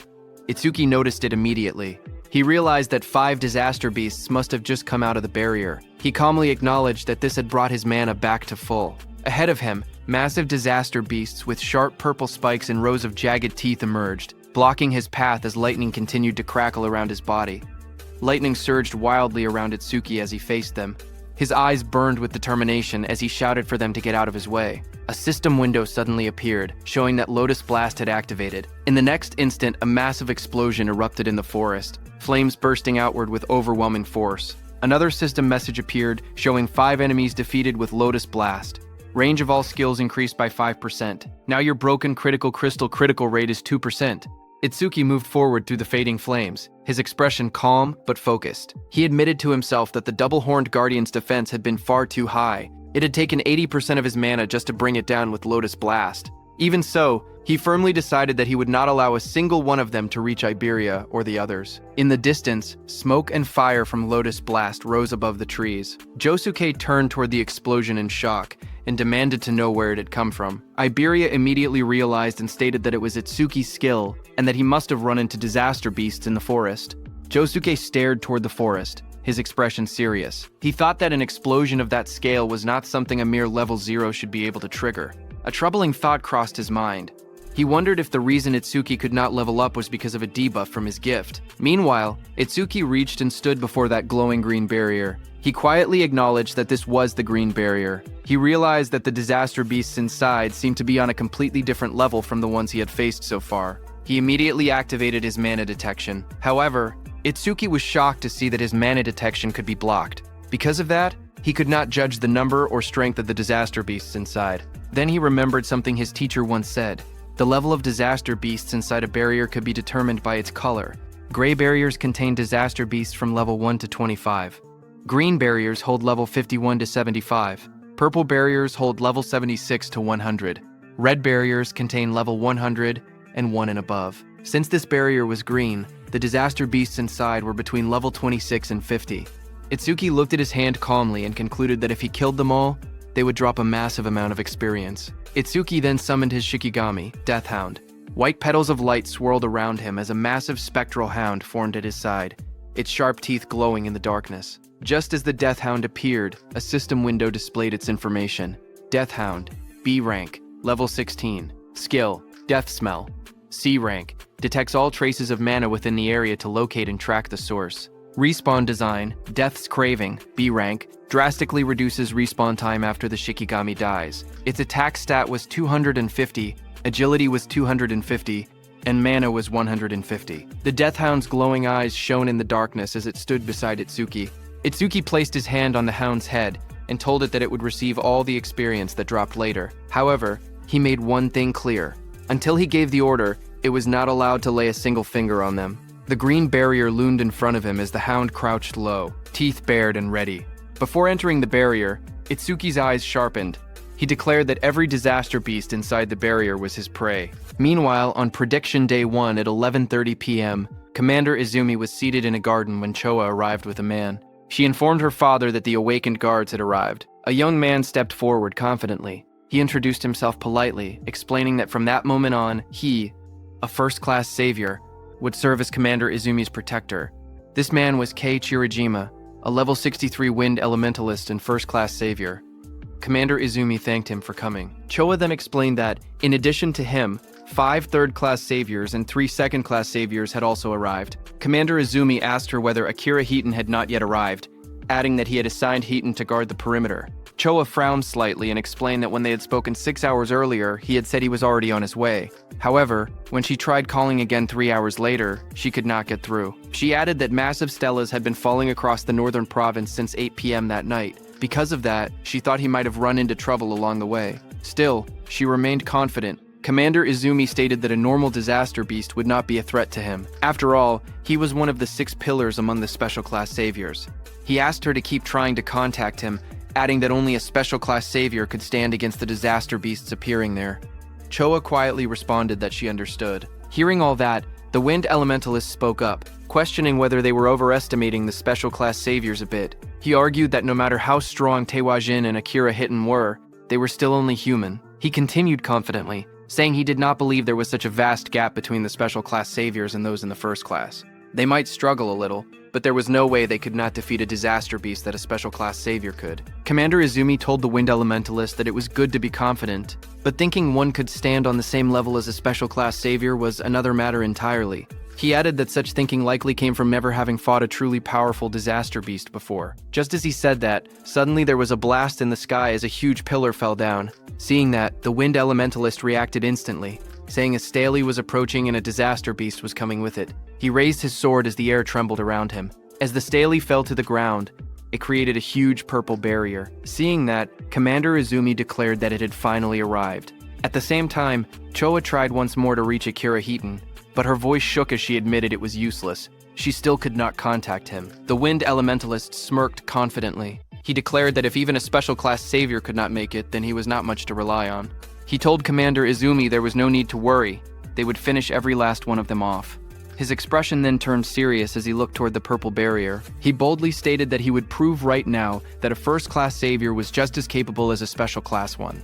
On the other hand, at Itsuki's side, he entered the green barrier with his death hound. Inside the barrier, a strange green glow filled the surroundings. Itsuki walked beside his death hound, quietly observing the area. He noted that the scenery inside the barrier was not any different from the outside. However, he admitted that there was an aura in the air that made him feel uneasy. A system notification appeared, saying mana detection activated. Itsuki focused and sensed the fluctuations of mana inside the barrier from where he stood. But, just as he expected, he could not grasp the situation outside. After observing carefully, he concluded that the inside and outside of the barrier seemed to be separate spaces. Just then, his mana detection detected 5 enemy units, which restored 50% of Itsuki's mana. Itsuki calmly observed the surroundings and said that he now had a general idea of where the 5 detected units were located. He then turned to his death hound and gave it a clear order to stay there and wait. If it found any disaster beasts that had fled, it could eat them. After giving the command, he softly praised it, calling it a good boy. Another system notification appeared, showing activating Thunderbreaker, roaring wave. Blue lightning began to crackle around his body as his eyes sharpened with focus. He decided that he should start moving as well. At that moment, 2 muscular disaster beasts charged forward at high speed, their claws digging into the ground as they rushed toward him. Suddenly, electric energy surged through the air as one of the beasts reacted in surprise. It was Itsuki. He activated his Black Wall skill and struck the 2 disaster beasts. With a single attack, he killed both of them by piercing their bodies with Black Wall. Just then, 2 more beasts appeared. Lightning exploded across the battlefield as Itsuki struck the first disaster beast directly. Blue energy tore through its body, and blood burst from its wound as it was slammed into the ground. The second beast immediately rushed forward, but Itsuki's electric current surged between them like a roaring wave. The ground cracked under the force as his attack ripped through both monsters. While Itsuki was killing those 4 one-horned beasts, suddenly a 2-horned beast charged at him. Blue lightning surrounded Itsuki as he drove forward with unstoppable momentum. He dodged the beast's attack and jumped high. A system notification appeared, activating Clear Orbs, Piercing Sphere. A glowing purple sphere formed around Itsuki's finger. It shot forward with incredible force, piercing straight into the beast's chest and drilling through its armored body. The impact cracked the monster's armor apart as the energy pushed deeper inside. That beast fell to the ground. A system notification appeared, showing critical rate increased by 1%. Itsuki landed on the ground, lightning still flickering around him. His broken critical crystal had reached a 3% critical rate. After killing those 5 beasts, Itsuki immediately moved forward. Seeing that his critical rate had gone up again to 3%, he calculated that statistically this meant about 3 critical hits for every 100 attacks. He thought he might get to see his first real critical attack soon. While moving, something else caught his attention. This was the first time he had seen a stele from this close. He narrowed his eyes and thought that if he broke the stele, then the barrier should disappear. He thought, 1 hit should be enough. But at that moment, a system notification appeared, showing 1 enemy unit detected and 10% of mana restored. Itsuki's eyes widened as he realized that there was still 1 left. Immediately, he used all the force in his body to stop himself. Lightning cracked violently around his legs as he halted. Just as he stopped, many sharp spikes came toward him at full speed. He immediately jumped back and dodged them. A sharp thought crossed his mind. If he had not sensed the mana fluctuation and stayed on high alert, he would have already been impaled. He fell back, crouching low as debris scattered around him. His eyes narrowed as he saw those spikes coming from behind the stele. Itsuki realized that this 6th monster was hiding behind the stele.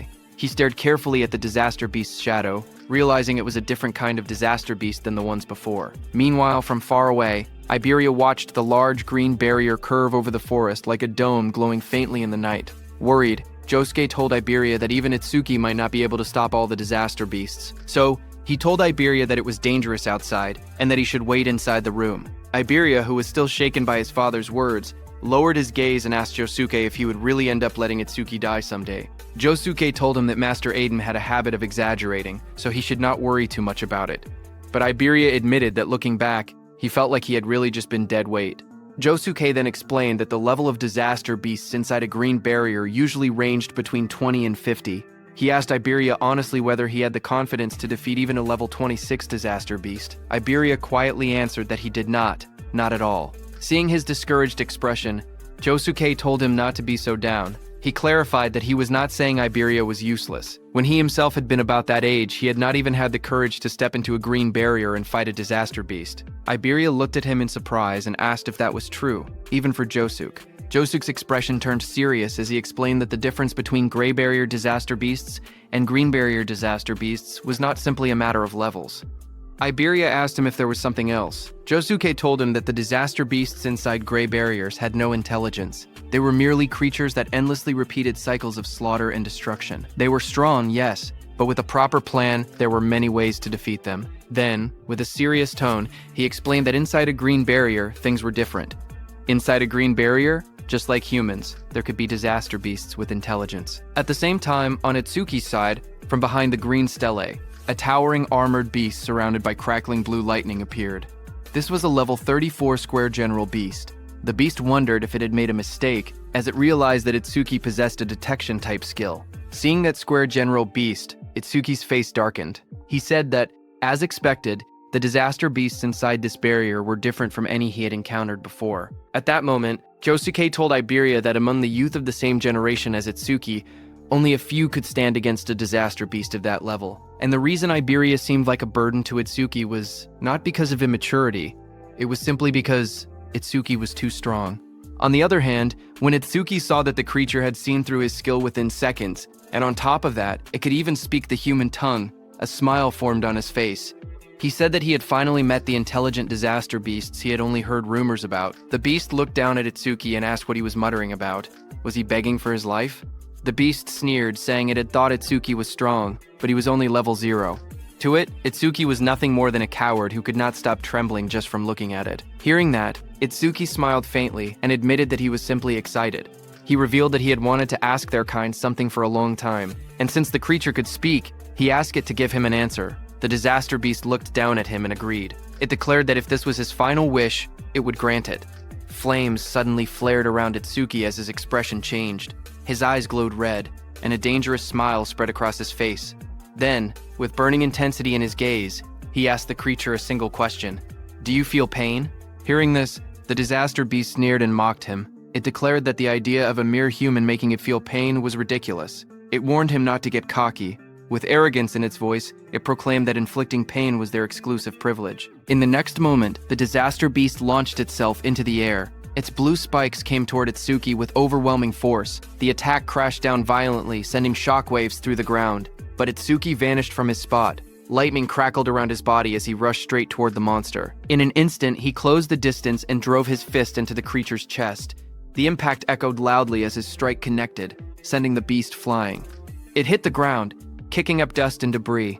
Itsuki watched with wide eyes, wondering if he had gotten it. But then realization struck him. The beast's magic was swelling even more. From the smoke, the beast attacked again with its spikes. Itsuki jumped and dodged, but noticed that even the beast's antennae had grown faster. Still, he remained confident because when it came to speed, he believed he still had the edge. Itsuki used his black ice skill, creating a blade on his hand. But when he struck the beast with it, frustration crept into his thoughts. He cursed under his breath, realizing his power was too low. He could not even cut off the monster's head, and his attacks barely did any damage. The disaster beast stared at him in disbelief. At that level, it said, he should not be able to move that fast. It demanded to know his real level. Then it dismissed the thought entirely, saying that no matter how fast Itsuki was, he was still nothing more than an insect. The beast lashed out again. Its massive tendrils sliced through the air and crashed down repeatedly. It roared arrogantly that even if Itsuki struck it 100 times with that weak power, it would not hurt or even make it itch. But it warned him that if he took even one of its hits, it would be over. As the beast said that, its massive tendrils slammed down with terrifying force. But suddenly, Itsuki made a move. Blue lightning wrapped around his body as he leaped behind the beast. He twisted midair and struck down hard. His attack crashed against the monster's armored head. But the next second, the beast's tendril whipped toward him again at full speed. Sweat rolled down his cheek, but he used his black ice wall skill to defend. The tendril smashed into him and sent him flying backward. His body crashed violently into a tree. Splinters and debris exploded into the air as the force drove him deep against the trunk. The disaster beast didn't stop there. It immediately attacked him with its tendrils again, but Itsuki quickly steadied himself. Lightning flickered around him as he jumped into the air to dodge. Standing firmly against the tree, he looked forward and told the creature to try it if it could. From a distance, the armored disaster beast watched him coldly. It remarked that the lightning surrounding Itsuki was nothing more than a skill that boosted his speed. It declared that it would see how long Itsuki's magic could hold out. Saying that, it continued attacking with its tendrils. Itsuki observed the creature carefully and came to a realization. Those antennae were not a skill. They were part of the monster's body. That was why overmimesis would not trigger against them. He got near the beast and struck again as lightning flickered around his body. He wondered how many attacks it had been so far. The 18th or maybe the 19th.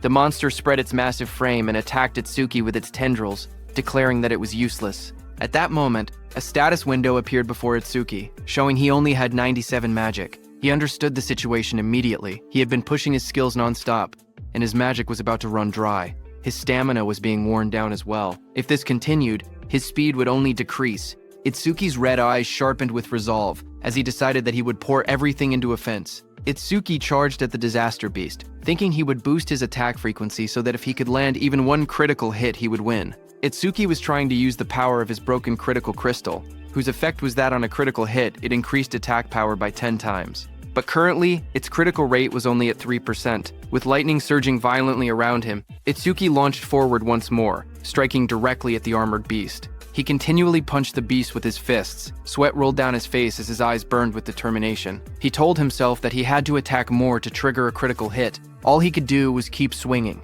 There was no other choice. His fists slammed into the monster's body with explosive force, the impact echoing loudly. But suddenly, a blue tendril flashed through the air as it rushed at Itsuki. It hit and tore through his stomach. Blood spilled from Itsuki's mouth as his body trembled violently in pain.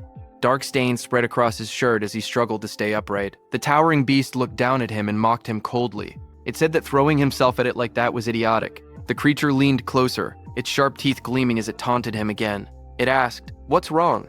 Wasn't he supposed to make it feel pain?" Hearing that, Itsuki simply let out a quiet snort in response. The monster's grin widened. It remarked that he was still alive and admitted that his defense seemed to be quite high.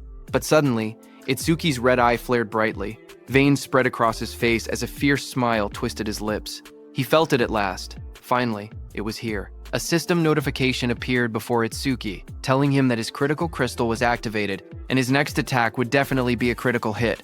Without hesitation, Itsuki moved. In a single explosive step, he closed the distance and drove his fist forward with overwhelming force. Red energy burst outward as his strike slammed directly into the monster's body. The impact shook the air violently.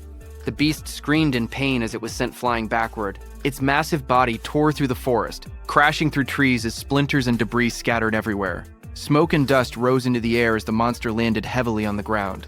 It could only stare in disbelief. It questioned what had just happened and why Itsuki suddenly possessed such terrifying power. Standing calmly amid the fading red glow, Itsuki looked at his fist. His breathing steadied as he admitted quietly that the power was stronger than he had expected. After landing that critical hit, something inside him changed. All kinds of emotions began rising from deep within his chest. Focus sharpened his mind. Satisfaction spread through him. A strange ecstasy followed. He realized he had never felt like this before. Even though blood was pouring out of the wound in his stomach, he did not feel any pain at all. The injury was deep, and his shirt was soaked in red, yet his body felt strangely light. He looked down at the beast calmly and admitted that this feeling was incredible. Itsuki then reached out and grabbed the beast's head, asking whether it felt any pain from that attack. Hearing that, confusion filled the beast's voice. It wondered what kind of human he was. Humans were supposed to be weak and fragile. It even accused him of clearly being over level 40, saying that showing fake stats was cheating. But as Itsuki grabbed the beast's head, it panicked and shouted, asking what he was about to do. Itsuki told the beast that until now, all the disaster beasts he had faced lacked intelligence. Even when they died, they barely screamed. But this one was different. He grabbed the creature firmly and squeezed. The beast let out a loud, terrified scream. A wide grin spread across Itsuki's face as his red eyes glowed fiercely in the darkness. He admitted that a scream from a disaster beast capable of feeling pain was truly pleasant to hear. The creature trembled in terror. It stuttered in disbelief, asking if he was really going to crush its head. Panic consumed it as it declared that he was no human. He was a demon. Ignoring its fear, Itsuki tightened his grip. In the next instant, a violent sound echoed through the forest as he crushed the beast's head without hesitation. Blood splattered across the tree behind them. A system notification appeared, showing his crit rate increased by 1%. Itsuki stood before the fallen body and calmly stated that it was finally done. Another notification followed, saying the broken critical crystal's crit rate was now at 4%. As the tension faded, Itsuki felt the strange excitement from earlier slowly disappear. The special sensation that had filled his chest was vanishing. Then, reality returned. The searing pain from the wound in his stomach began to kick in. He steadied himself and observed the surroundings. The barrier around the area had turned transparent, which meant there were no disaster beasts left inside. He looked at the transparent pillar in front of him and thought that if he crushed it, all that would remain would be the stele. Without hesitation, he pulled back his fist and drove it forward with force. A sharp cracking sound echoed as his punch struck the structure. The ground around the stele shattered. Cracks spread across the area as debris scattered in every direction. Itsuki calmly admitted that it was weaker than he had expected. Exhaustion finally caught up to him. He leaned back against the broken structure. Blood still stained his clothes. Before returning to Iberia, he reminded himself that there was something he needed to check. His expression turned serious as he quietly called his death hound. A dark figure rushed overhead. Itsuki lifted his head slightly and ordered it to show its face. Death stepped forward, its red eyes glowing fiercely in the darkness. It looked larger than before, its claws digging into the ground as it growled. Itsuki, sitting on the ground nearby, looked up at it calmly and noted that it seemed bigger than before. Then he paused for a moment and continued observing it carefully. Then he realized the reason. Its level had increased by 3. Not only that, but it had also gained 150 stat points. A system window appeared before him showing the Death Hound's stats. It was a B-rank Shikigami at level 19. Its skills were Death Smell, a C-rank skill that detected all magic traces in the area and located and tracked their source, and Respawn Desire, a B-rank skill that greatly shortened respawn time after a Shikigami's death. It had 250 attack points, 250 agility, 150 defense, and 150 magic. It also had 150 unassigned stat points. After reading the information, Itsuki understood that as its level increased, its body also grew larger. He realized that it had not been his imagination. This meant that if it gained dozens more levels, it would grow even bigger. He imagined an enormous beast towering over him and calmly admitted that he could not wait to see how large it would become. It was 11:35 p.m. on Prophecy Day 1 when Itsuki destroyed that stele. Just as he destroyed it, the dark green barrier above the forest vanished, leaving the crescent moon shining clearly in the night sky. Iberia and Josuke stood among the trees, staring upward in shock. Iberia pointed toward the sky and shouted that the barrier had disappeared. He declared that Itsuki had done it. Seeing that Itsuki had destroyed the green barrier in about 10 minutes, Josuke admitted that there were probably no intelligent disaster beasts inside. But even so, that speed was incredible. He acknowledged that Itsuki was already far stronger than he himself had been back then. Meanwhile, Itsuki leaned against Death's large body. Blood stained his clothes as he struggled to remain steady. With long-distance travel and continuous battles, Itsuki's stamina was almost gone. On top of that, the blood loss had pushed his body to its limit. Itsuki looked at Death and spoke weakly. He told Death that since it could track magic, he instructed it to follow his magic trail and carry him to Iberia. Death lifted its head and let out a low howl into the night, ready to obey. Its loud, echoing cry rang out across the dark forest. The sound tore through the night, heavy and ominous, making the air feel tense. Josuke narrowed his eyes as he listened carefully. He muttered that it sounded like a disaster beast's cry, but the barrier was supposed to be gone. He questioned why that sound could still be heard. Without hesitation, he turned sharply and ordered Iberia to return to his room immediately. Iberia, while leaving, listened closely and said that the cry felt familiar, as if he had heard it somewhere before. On the other hand, Death's heavy claws slammed onto the ground as it came toward them. Josuke instantly drew his sword and took a defensive stance. His expression turned serious as he sensed the presence moving closer. He shouted that it was getting closer and closer. Then, with firm resolve, he declared that wherever it had come from, if it truly was a disaster beast, he would cut it down. The next second, the massive Death came out of the forest with its jaws wide open, sharp teeth glinting under the moonlight. Josuke gripped his sword tightly and swung it with full force. Before the blade could land, Iberia's eyes widened in shock. He suddenly realized what he was looking at. He exclaimed that it was the mad dog Shikigami that Itsuki had tamed before. Panic flashed across his face as he shouted for Josuke to stop, telling him that the creature belonged to Itsuki. Death abruptly tilted its head, stopping right in front of them. Josuke, who had heard Iberia's words, also stopped his heavy sword right before hitting it. Itsuki, who was lying on Death's back, fell onto the ground. Standing there, Josuke stared at Death in disbelief and questioned whether it was Itsuki's Shikigami. He remembered that only Shikigami users were supposed to be able to command Shikigami. Thoughts ran through his mind about Itsuki's overwhelming strength, combat power far above his peers, a level that never seemed to rise, and even skills that belonged to other jobs. Iberia rushed forward in panic, calling out loudly and asking if Itsuki was okay. Seeing him lying motionless on the ground, Josuke felt that Itsuki was always one mystery after another. Iberia dropped to his knees beside Itsuki and noticed the blood covering his clothes and face. His voice trembled as he asked what had happened to him and why he was covered in blood. Itsuki slowly opened his eyes and weakly called out Iberia's name. His vision blurred as darkness crept in. In a faint voice, he asked to rest for a bit. Seeing this, panic completely overtook Iberia. Tears streamed down his face as he shouted helplessly, asking what he should do. His sobs echoed in the night. Just then, Josuke spoke behind him, saying that Itsuki was not dead, so there was no need to cry. Iberia turned around, tears still falling from his golden eyes, and asked in disbelief if Itsuki was really not dead yet. Josuke pointed at Itsuki's chest, telling Iberia to look carefully. He explained that Itsuki was still breathing properly. However, he added that the injuries needed treatment as soon as possible. He mentioned the Kodama bandage and asked Iberia if he still had it. Supporting Itsuki's unconscious body, Iberia immediately responded that he would handle it. Later, as Itsuki lay resting on a bed with bandages wrapped tightly around his torso, Iberia stood nearby, looking at him quietly. He admitted to himself that he might never catch up to Itsuki in combat power, but there were things only he could do. His job was Wind Elementalist, someone who controlled air and airflow.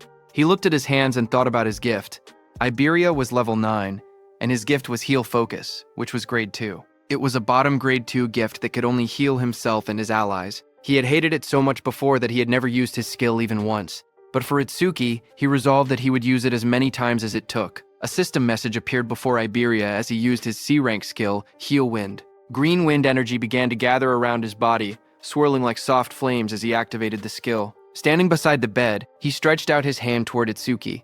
Bright green light wrapped around Itsuki's body, floating gently in the air along with glowing symbols of healing. Iberia quietly urged him to get better soon for the sake of their duo. Sweat rolled down Itsuki's face as the healing wind surrounded him.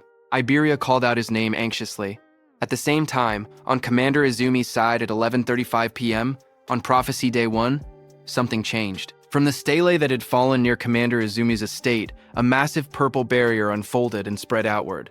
The ground trembled as someone came flying and struck against a tree, sending debris flying. It was the level 63 Wind Elementalist, First Class Savior Kei Churijima, who fell beside Commander Izumi. Choa was shocked to see the Wind Elementalist come flying. She quickly used her healing powers, telling him to stay with her. She said she would treat him immediately and asked what it was like outside that barrier. The injured wind elementalist struggled to speak. With fading strength, he told them to run. Breathing heavily, he explained that the creature's build, defense, power, and speed were all off the charts. He said that not even special-grade saviors could stand against it. He concluded grimly that humanity could never possibly defeat a monster like that. Just then, that powerful beast descended through the smoke. A system window appeared, showing that it was a level 81 Minotaur warrior of the Bull tribe. The injured wind elementalist told Commander Izumi that he must flee. The enormous Minotaur stared down at Commander Izumi and remarked on his strange outfit. It asked if he was Izumi Nento. The monster grinned and swung its massive fist toward Commander Izumi, saying it was lucky to run into the target so quickly. There would be no need to trouble Lord Inshokuma over this. Hearing that, Commander Izumi realized that he was really their target. He said that in that case, it was one less thing to worry about. Its massive fist slammed down, bursting outward in a blinding shockwave that shook the surroundings. Choa cried out desperately, calling for her father as violent wind and debris swept past her. Behind her, the wind elementalist stared ahead with wide, trembling eyes. With despair in his voice, he declared that this was the end of everything. But in the swirling smoke, Commander Izumi stood firm, telling someone that he was late. From within the rising dust and red aura, Heaton stepped forward. His eyes glowed crimson as blood streaked across his face. He had blocked the Minotaur's attack with just one hand, red energy flaring around him. With determination in his voice, Heaton apologized and told Commander Izumi to leave this one to him. Hearing that, the massive Minotaur let out a mocking laugh. It admitted that it had no idea where he had appeared from, but sneered that he certainly talked big. Saying that, the Minotaur raised its second hand to punch. From the side, the wind elementalist, battered and covered in blood, shouted a warning. He told Heaton to be careful, stressing that the monster was strong. Ignoring the warning, Heaton moved with red energy swirling around his body. He drove his fist forward and struck the towering creature with explosive force. The impact landed squarely against the Minotaur's massive body and created a hole. Dark blood splattered outward as the Minotaur's enormous body trembled under the blow. Watching from behind, the wind elementalist's eyes widened in shock. Nearby, Choa gasped in relief and excitement. She exclaimed that they had done it and wondered if that meant the crisis was finally over. But Heaton's expression remained cold, as he declared that the real show was only just beginning. At 11:40 p.m. on Prophecy Day 1, the barrier near Izumi Nento's estate changed from purple to red. Inside the red barrier, a voice wondered how Lord Inshokuma would torment humanity. The one who said that was the level 37 Red Flame Demon King. He said he would love to watch it from there. Behind him, another massive being appeared. It was the White Ogre, level 49. The Red Flame Demon King glanced forward and remarked that the White Ogre had been thinking the same thing. But then, a third voice spoke calmly, warning the others not to do anything unnecessary. Their mission was clear: to capture that person. He added that if they failed, they already knew what would happen. This third figure was a level 87 Demon General, Curse of Frost, the King of Resentment. The Red Flame Demon King asked the Demon General why they had not been sent directly to the target's location, but instead into the same barrier as Lord Inshokama. The Demon General explained that if all three of them were inside the same barrier, it would glow purple and stand out too much. At the same time, one of the 8 Demon Lords, Inshokuma, roared as crimson energy surged violently around him. The Demon General explained that the red barrier created by Lord Inshokuma would instead attract nearby strong humans. With humans distracted by the red barrier, they would be able to carry out Lord Ringa's mission without interference. The Demon General continued, stating that while Lord Inshokuma drew their attention, they would head toward their true destination. The Red Flame Demon King then asked him if he knew where that destination was. The Demon General's eyes glowed beneath his hood as he reassured them not to worry, saying Lord Ringa would guide them through the demon eye left in the human world. That eye had the ability to see coordinates and even the scenery it witnessed. Just as he said that, Itsuki lay on the bed, drenched in sweat as if trapped in a nightmare. Suddenly his eyes snapped open. One eye remained normal, but the other glowed an ominous red. The Demon General's voice rang out as he told the Red Flame Demon King that right now, the demon eye was in the same place as their target. On the first day of the prophecy, at 11:35 p.m., Itsuki lay asleep on his bed after Iberia had healed him. In his dream, he found himself standing in a vast, pale space that felt like a dream. Young Itsuki ran toward his mother and shouted excitedly. He told her that he had finally found a disaster beast that could feel pain, just like they did. His face was filled with pride and joy. He declared that he had crushed its skull, and that now her death had finally been avenged. But before he could finish, his mother gently called out to him and told him to stop. Her voice was calm but firm. She explained that there were things far more important than revenge. Young Itsuki looked at her in confusion and asked if anything could be more important than wiping out every last disaster beast. His mother gazed at him softly and told him that he should not use his power for vengeance. Instead, he must use it to protect the ones he loved. Hearing that, young Itsuki's eyes widened in disbelief as he shouted that it was impossible. His body trembled with rage. With his fist clenched tightly, he declared that he would never forgive the disaster beasts that had killed her and his father. His voice echoed through the empty space as he swore that he would make sure every last one of them was dead. His eyes glowed red with fury, and his expression twisted with anger and grief. His mother stood quietly before him, her gaze calm and steady. There was no anger in her eyes, only gentle understanding. After a moment of silence, she softly told him that it was time for her to go and slowly began to disappear. Her words froze him in place. Young Itsuki rushed forward in panic, shouting and asking where she was going. His voice trembled as he told her that he still had so much more to say. His mother looked at him gently as her body slowly began to dissolve into drifting light. In a soft voice, she called his name and pleaded with him not to let hatred consume him. Her form continued to scatter into glowing fragments, fading little by little into the surrounding emptiness. Young Itsuki reached toward her desperately, his hand stretching out as if he could still hold on to her. His voice broke as he cried out for his mother. Their fingertips nearly touched, but the light swallowed her hand before he could reach it. Tears welled up in his wide eyes as he stared helplessly at the space where she had been. Moments later, he stood alone. A tear slid down his cheek as he looked upward, his expression lost and hollow. Behind him, a dark presence emerged. A cold voice mocked him, saying that shedding tears for the dead was typical of a lowly creature. Hearing that, Itsuki's jaw tightened. He returned to his adult form, his eyes burned with emotion as he struggled to contain his feelings, fury and sorrow mixing within him. He clenched his teeth as he recognized the presence before him. He called it by name, Ringa, the Devil of Ruin. From the swirling red abyss, a towering demonic figure, Ringa, emerged. Its body was muscular and covered in dark, twisted markings. Horns curved from its head, and a crimson aura pulsed around it like a living flame. Ringa looked down at him calmly and asked if he had finally come back to his senses. It remarked that he only took the form of a child when he was with that woman. Rage exploded within Itsuki. With blazing eyes, he shouted at the demon, calling it a bastard.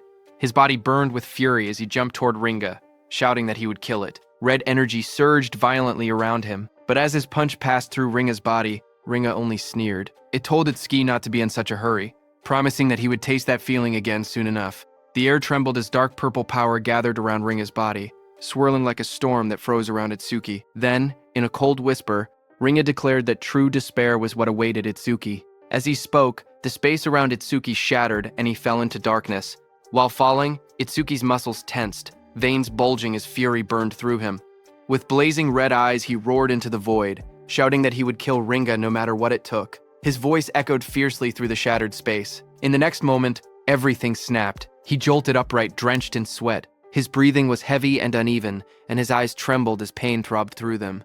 A dream, he muttered to himself in confusion. In front of him, he saw Iberia and his death hound standing nearby. Suddenly, Itsuki pressed his hand against his face, wincing. His eyes were not even injured, yet they hurt unbearably. Slowly, realization dawned on him. Come to think of it, he blinked, noticing something strange. His wounds had healed. Just moments ago, he had been in critical condition. He wondered if Iberia had used the Kodama bandages to fix him up. He slowly shifted his gaze toward the side of the bed. Iberia was asleep, leaning against the mattress peacefully. Seeing that, he wondered why Iberia was sleeping in a place like this. Then he remembered that Iberia had said he was going to take a break. He reminded himself that he had to make sure Death did not bark, or it would wake him. In the corner of the room, Death stood silently. Its glowing red eyes stared forward. When Death saw that Itsuki had awakened, it barked in excitement. The thing Itsuki was trying to avoid eventually happened by the bed. The next second, Iberia's eyes snapped open. Without hesitation, he thrust his hand forward, releasing a burst of swirling energy toward Itsuki, shouting that it was a disaster beast and that he had to protect Itsuki. The wind spiraled through the room, wrapping around Itsuki as he sat on the bed, but he remained calm. He glanced at the rushing force and told Iberia that a light breeze like that would not even make a disaster beast flinch. Iberia's face lit up with relief when he saw Itsuki open his eyes. With a wide smile, he exclaimed that Itsuki was finally awake. He let out a breath of relief and happily said that his treatment had actually worked. Without hesitation, he threw himself forward and hugged Itsuki tightly. Itsuki, still sitting shirtless on the bed, looked slightly stunned. In his mind, he noted that Iberia still had the habit of hugging people whenever he got excited. After a moment, Itsuki calmly asked how long he had been unconscious. Iberia replied that it had been about 3 hours, though it did not feel that long to him. Itsuki calculated quietly, 3 hours meant it was around 3 a.m. on the second day of the prophecy. He then asked if Josuke and Aiden were safe. Iberia smiled confidently and assured him that they were fine. Not a single disaster beast had appeared since then. Even so, Itsuki's expression turned serious. The memory of the dream lingered in his mind. Ringa had said that he should not be in such a hurry, promising that he would taste it again soon enough. Itsuki told himself it had only been a dream, yet the words continued to bother him. It had felt far too real to dismiss. He was certain that the disaster beasts were plotting something. On Prophecy Day 2, at 3:03 a.m., Itsuki had awakened from his coma. As he dressed, a firm thought echoed in his mind. He could not let his guard down. Iberia smiled brightly and told Itsuki that he was truly glad. It really looked like Itsuki had made a full recovery. Itsuki stood in the room thinking that the reinforcements the teacher had mentioned should be arriving at any moment. He moved toward the door and said that, for now, he would go check the situation with Josuke. As they walked outside under the night sky, Iberia suddenly asked Itsuki what the name of that dog Shikigami was. Itsuki told him that it was just Deathhound. Hearing that, Iberia reminded Itsuki that a Shikigami user was free to give their Shikigami any name they wanted. He even offered to pick one himself, confidently claiming that he had great naming skills. Itsuki calmly replied that he was not a Shikigami user. Hearing that, Iberia blinked in surprise. He admitted that it was a shame since he had really wanted to name it. Hearing that, Itsuki silently resolved that he was definitely not going to let Iberia name that thing. As they continued walking, Josuke, who was casting magic on the mechanical golem, noticed Itsuki and said that Kodama bandages alone would not have been enough for someone to recover this quickly. He concluded that it looked like Iberia had finally used his actual ability. Hearing that, Itsuki looked at Iberia and admitted that he had not seen him using any skills earlier. He asked if Iberia was a healer type. Iberia hesitated slightly and replied that he could use offensive skills too. However, he added honestly that they did not really do much damage. After that, Itsuki turned to Josuke and asked if any other saviors had arrived since he had been knocked out.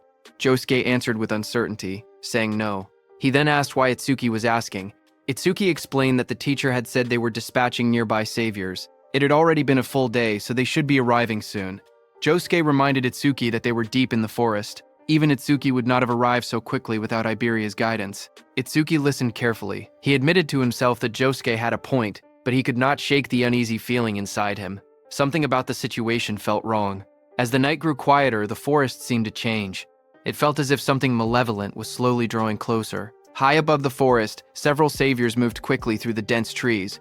Their path curved sharply as they advanced deeper into the woods under the cover of night. As they ran, one of them called out to his teammate Kobayashi and asked how much farther it was to their destination. Kobayashi replied that it should only be a few more kilometers and told them to bear with it a little longer. Another member shouted excitedly that once they finished this mission, they would finally be promoted from apprentices to third-class saviors. Even so, he could not help but comment that the place was far too remote. It was hard to believe that the greatest crafter in the northern province lived this deep in the woods. Suddenly, a sharp voice cut through the air as a woman ordered everyone to stop. The group reacted instantly, skidding to a halt on the forest path. One of them quickly asked what was wrong and whether she had picked up a strange vibe. The woman answered that something was approaching from the front.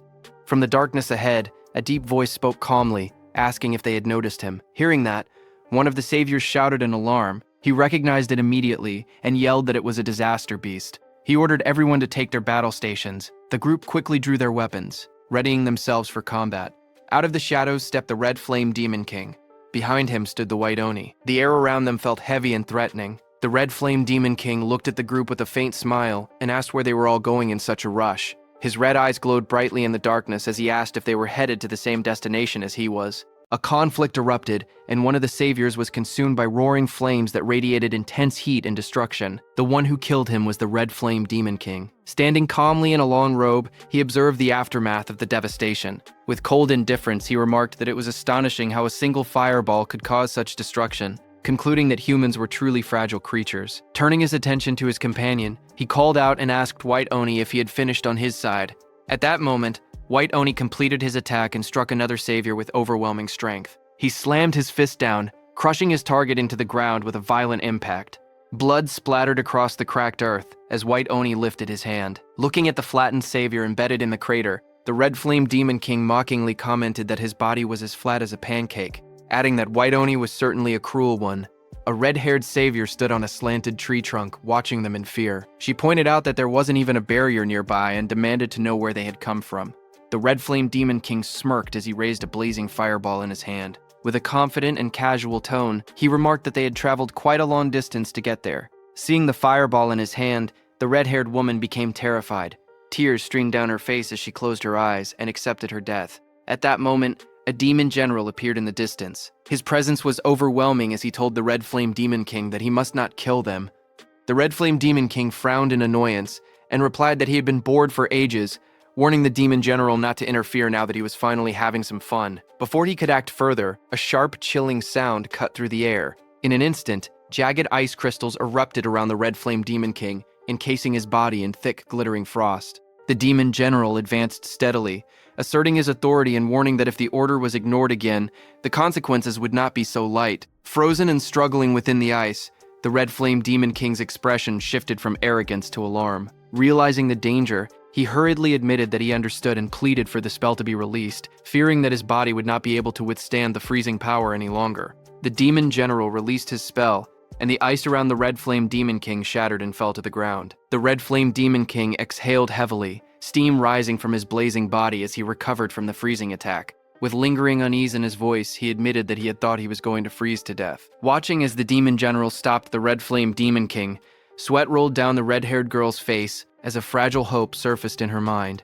She wondered if they were going to let her go. The Red Flame Demon King crossed his arms, his fiery aura flaring as he spoke with a curious tone. He recalled the order that they were not allowed to kill the target or the owner of the magic eye. So he questioned the demon general whether this red-haired girl possessed some kind of special power as well. With glowing blue eyes, the demon general responded calmly that she had nothing like that. He explained that his actions were not about her. Instead, he stated that he simply wanted to test the new ability bestowed upon him by Lord Ringa. Saying that, he raised his hand toward the red-haired girl. Seeing this, the red-haired woman became extremely frightened. Before she could do anything, dark energy surged around her. Her body convulsed violently as shadowy tendrils wrapped around her, and she screamed in agony.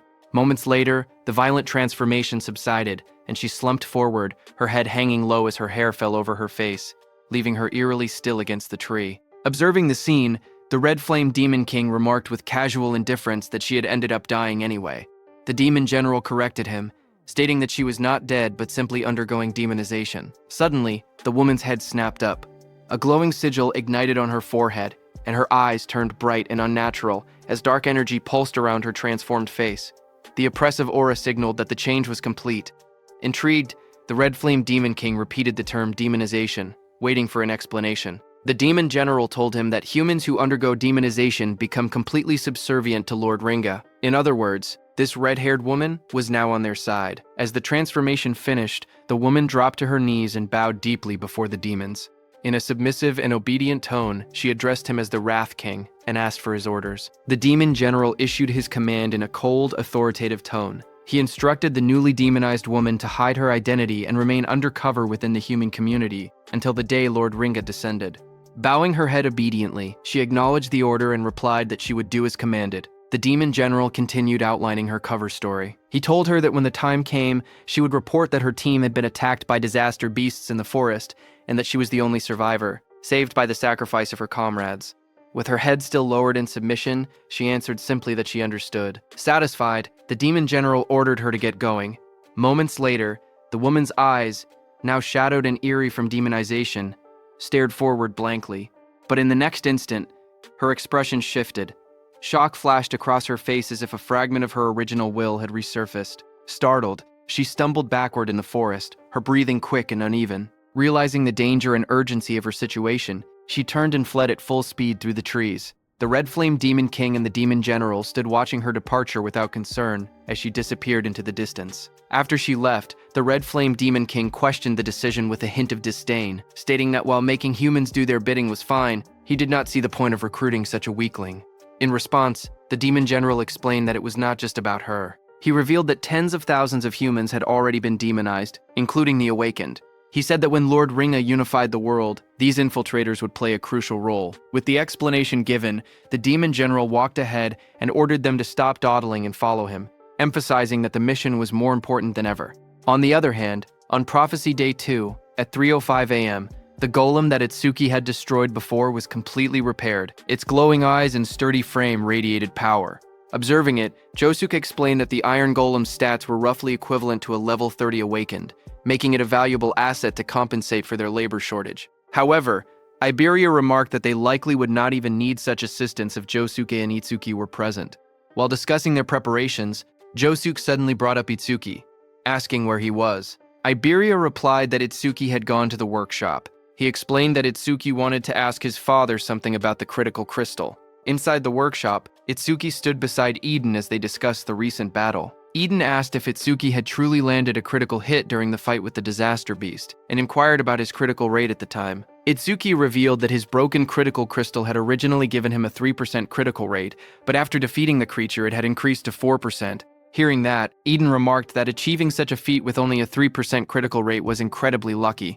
Itsuki agreed that he thought so as well. He then explained that after landing that critical hit, it was not just his concentration that had improved. He described entering a strange state where he felt as if he were omnipotent, and asked whether this was also an effect of the critical crystal. Hearing this, Eden reacted with surprise. He asked if it was a sensation where a person's senses become sharp enough to perceive everything around them, yet they remain calm and completely unaffected. Itsuki thoughtfully touched his chin and agreed that the description perfectly matched what he had experienced. Hearing this, Eden expressed his surprise, realizing that Itsuki had entered a flow state. Itsuki repeated the unfamiliar term in confusion and asked Eden to explain.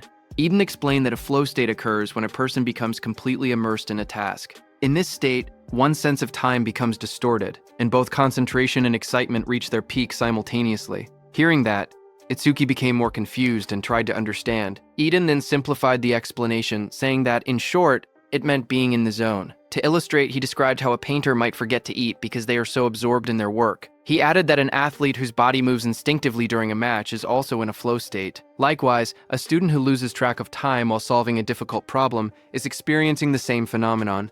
He concluded by explaining that when an awakened individual enters a flow state, they do not merely gain heightened focus. Their senses become extraordinarily sharp. He explained that when someone enters a flow state, their stats and skill effects increase simultaneously to 120% of their original values. Hearing this, Itsuki expressed his surprise. He admitted that he had never heard about such a phenomenon from his teacher or any other awakened individual. He added that he had never met anyone who had actually entered a flow state before. Eden responded with astonishment, emphasizing that only a handful of people were capable of achieving such a state. He went on to explain that entering a flow state requires the awakened individual's own skill, a clear and focused mind, and a great deal of luck. If even one of these elements is missing, entering a flow state becomes impossible. Itsuki, absorbing this information, remarked that he had not realized the requirements were so strict. Eden then stated that it was no exaggeration to say that entering a flow state marks the boundary between a genius and an average person. He added that among the awakened across the 5 continents, including the Teijin, there was not a single person who could enter a flow state at will. Itsuki was shocked to hear that not even the Teijin could do that. Eden told Itsuki that he had first entered a flow state 2 years after becoming an awakened. He noted that while 2 years was considered quite early, for Itsuki to achieve it after only a month of being awakened was truly extraordinary. But suddenly, Eden noticed Itsuki's distracted expression and paused, asking if he was listening. Itsuki snapped back to attention, his gaze sharpening as he sensed something unusual. Turning slightly, he informed Eden that 3 individuals with immense mana were approaching. Eden initially speculated that they were likely awakened sent by Nento Izumi to act as his guards. However, as Itsuki focused more closely on the energy, his expression hardened. The rough and stagnant aura did not feel like that of awakened individuals. It felt more like the presence of disaster beasts. Without hesitation, he decided to investigate just in case. Moving swiftly, he headed for the exit. As he went, he reflected that he had already wiped out the disaster beasts within the barrier and that there were no signs of new ones being deployed nearby. Even so, an uneasy feeling lingered, and he hoped it was merely his imagination. In the next moment, he slid open the door and stepped outside. As Itsuki stepped outside, Iberia greeted him with a bright expression, saying that Itsuki was finally out, though he noticed Itsuki's tense demeanor. Josuke, standing beside him, asked what was wrong and why he seemed so on edge. Itsuke, still alert, explained that he had felt a sudden surge of mana and thought it might be a disaster beast. Josuke reassured him, stating that there were no barriers being generated in the area, so that shouldn't be the case. Iberia added that even if it were a disaster beast, he had already reactivated the Iron Golem, meaning they could easily handle any common threat. Before his words could settle, Iberia's expression froze in shock, as a violent impact shattered the Iron Golem. The massive golem was destroyed in an instant, its body cracking and collapsing amid sparks and debris. Everyone was stunned, realizing that the Iron Golem had been taken down before it could even react. Josuke immediately raised his weapon, while Itsuki stood ready with electricity crackling around him. In the distance, 3 terrifying figures emerged, and one arrogantly declared that since there were only 3 opponents, it would be an easy task. It was the Demon General, the Red Flame Demon King, and White Oni. Their overwhelming presence confirmed that what had arrived was far more dangerous than a mere disaster beast. On Prophecy Day 2, at 3:01 a.m., the demons stood before Itsuki and the others, enveloped in a dense crimson aura. Their presence felt utterly overwhelming. Itsuki narrowed his eyes as he carefully observed them. He could tell immediately that they were far stronger than any monsters inside the barrier. The pressure they emitted was on an entirely different level. He focused on the Demon General standing at the front. The magical waves radiating from this Demon General were enormous. Unlike anything he had ever seen before, the Demon General, clad in dark armor, stepped forward, its glowing eye gleaming coldly. In a calm yet commanding tone, it declared that it would go capture the target and leave the rest to the others. Before turning away, it gave a final instruction to the other 2 demons. Whatever they did, they were not allowed to destroy the Demon Eye. The Red Flame Demon King, standing beside the White Oni, assured the Demon General not to worry. Itsuki stared ahead in shock as the enemy's words echoed in his mind. He questioned whether the target they mentioned was Aiden. Behind him, Iberia's eyes widened. He could hardly believe what he was hearing. The disaster beasts were talking. Before they could react further, the Demon General moved toward them. Josuke's voice rang out firmly as he declared that he could not let them pass. But in the next instant, the Demon General had already moved behind them. Everyone was shocked by what had just happened, and Josuke's expression tightened in disbelief. He wondered when the enemy had moved. Itsuki gritted his teeth. The speed was overwhelming, far too fast. Without hesitation, Josuke charged forward with his sword raised high, shouting that no matter what, he would stop the enemy. At the same time, lightning surged around Itsuki's body as he swore that he would not let the demon get anywhere near Aiden. Without looking back, the Demon General raised its clawed hand. A cold blue aura swirled around its fingers as sharp energy gathered in the air. In the next instant, a massive surge of icy power shot forward, creating an ice wall behind him. Josuke, who had charged straight toward it, was stunned to see the towering wall of ice rise in front of him. But without slowing down, he swung his blade with all his strength and struck the frozen barrier. The impact echoed loudly, but the wall did not break. Sweat ran down his face as he gritted his teeth. The surface was incredibly tough, far harder than he had expected. Before he could react again, Itsuki shouted from behind him, telling him to watch out. Josuke's eyes widened as he realized that the White Oni, with rows of sharp teeth, was right behind him. With a terrifying roar, the White Oni brought its massive fist crashing down toward Josuke, who raised his sword to block the incoming blow. The White Oni's fist came down with terrifying force. The impact sent a violent shockwave across the ground, and Josuke was thrown back by the sheer pressure of the blow, his body spinning as he struggled to keep hold of his sword. Itsuki called out his name as he tried to go help him, but at that moment, the Red Flame Demon King, surrounded by blazing flames, coldly told Itsuki that he had no time to worry about others. As he said that, a burning sphere of fire gathered in the Red Flame Demon King's hand. With a sharp motion, he launched the attack. The blazing projectile tore through the air at incredible speed. A notification appeared, telling Itsuki that this was Red Flame Bullet. That Red Flame Bullet rushed forward like a comet. Seeing the incoming attack, Itsuki shouted for Iberia to get away from there immediately. Iberia, startled and pale, quickly responded that he understood. In that instant, Itsuki also activated his Black Wall skill and formed a shield of black ice around his hand. The Red Flame Bullet struck the ground with explosive force, erupting in a violent blast of fire as Iberia ran toward his house. Itsuki's hands were completely burned. Flames roared wildly as shards of black ice were blown apart from his hand in the explosion. Just then, a system message appeared, saying it had detected an A-rank skill, Red Flame Bullet over Mimesis, activated. Another notification appeared showing the analysis progress at 1%.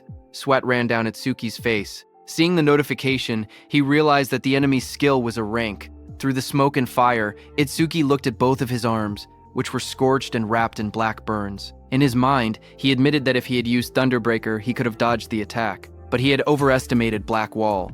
Across from him, the Red Flame Demon King grinned wickedly. He mocked Itsuki, asking if he truly believed such weak ice could stop his flames. He called him an idiot, but for a brief moment, doubt crossed the Red Flame Demon King's mind. He wondered if he had overdone it.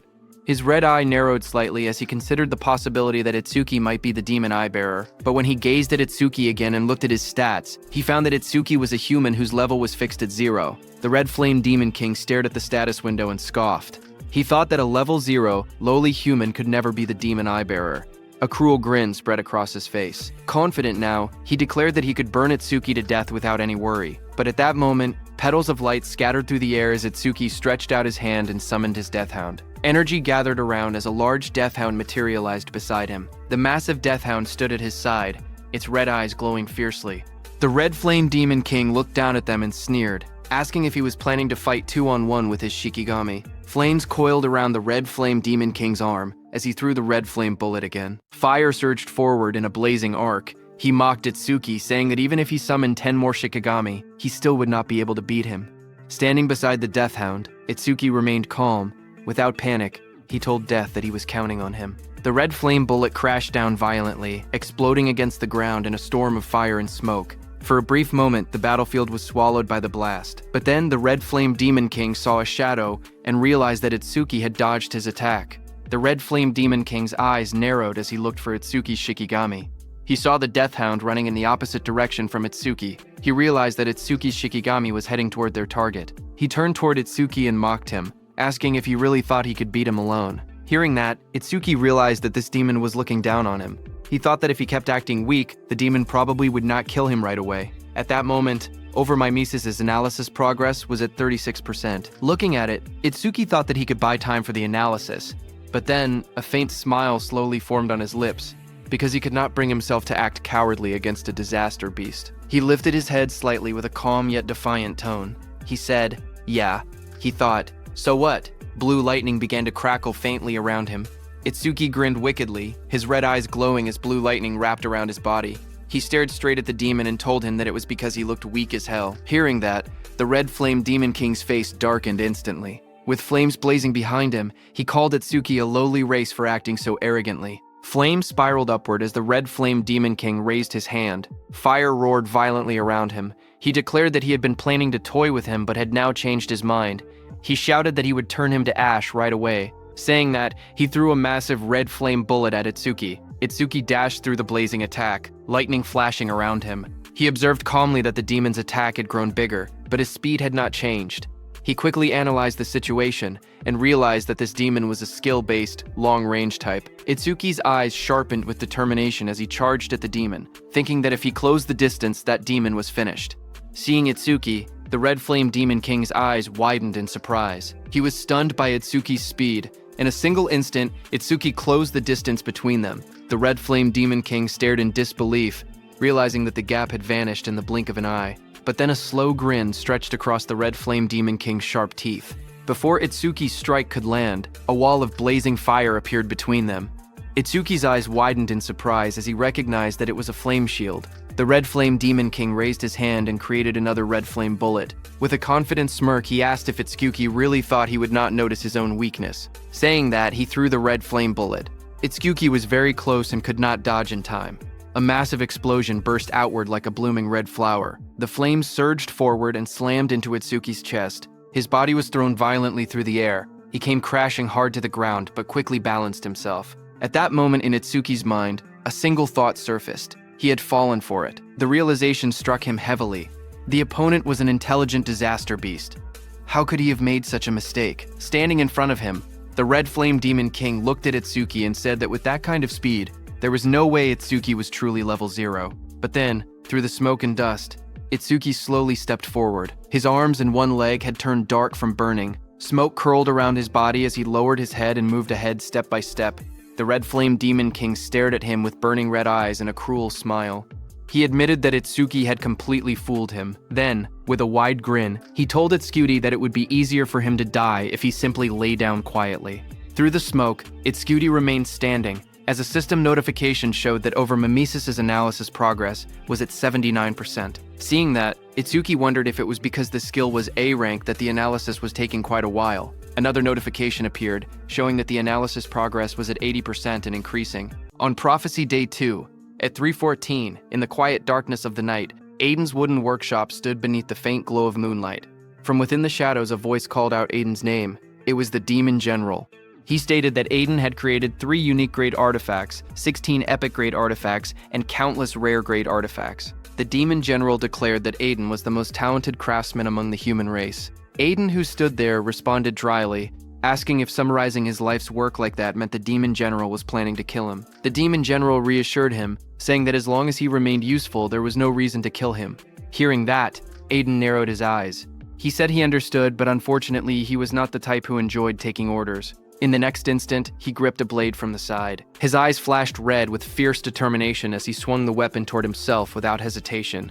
But in the next instant, a chilling force exploded through the workshop. Ice formed around Aiden's body in the blink of an eye. Sharp blue crystals spread across his arms, chest, and beard, locking him in place before he could kill himself.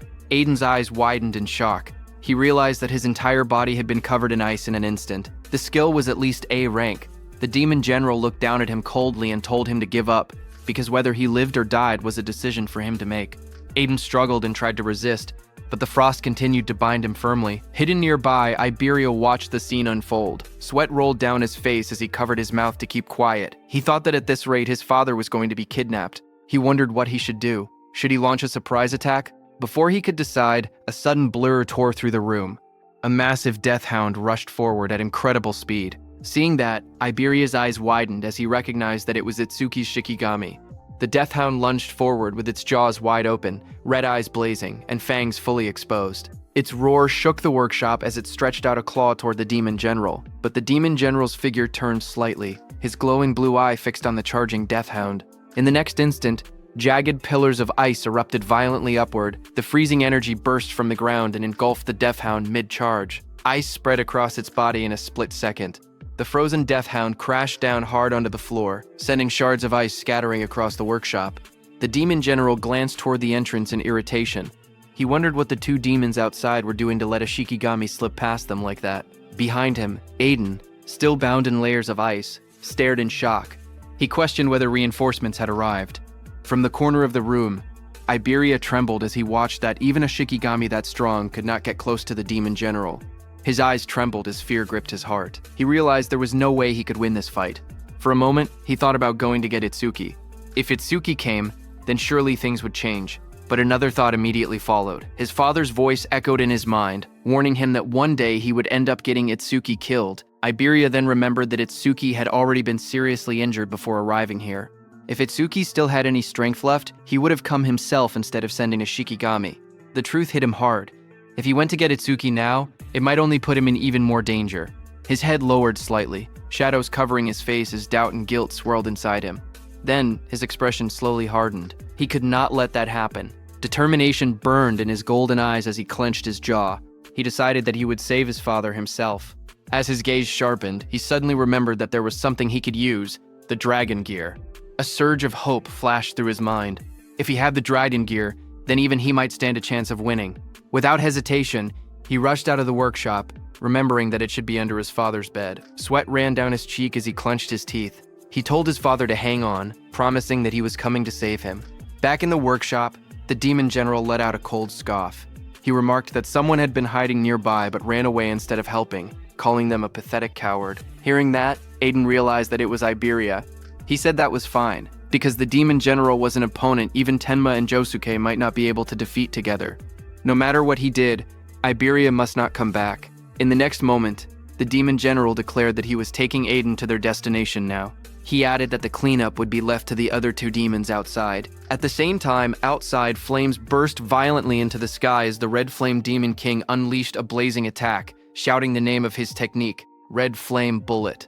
At that instant, Itsuki activated his black ice wall. He forced himself to move despite the pain. His leg had been badly burned, but he decided to use black ice wall to cover it. The thick black ice formed around his injured leg, reinforcing it.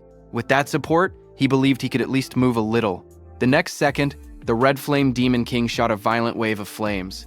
Toward him, a system message flashed as Itsuki activated his roaring wave.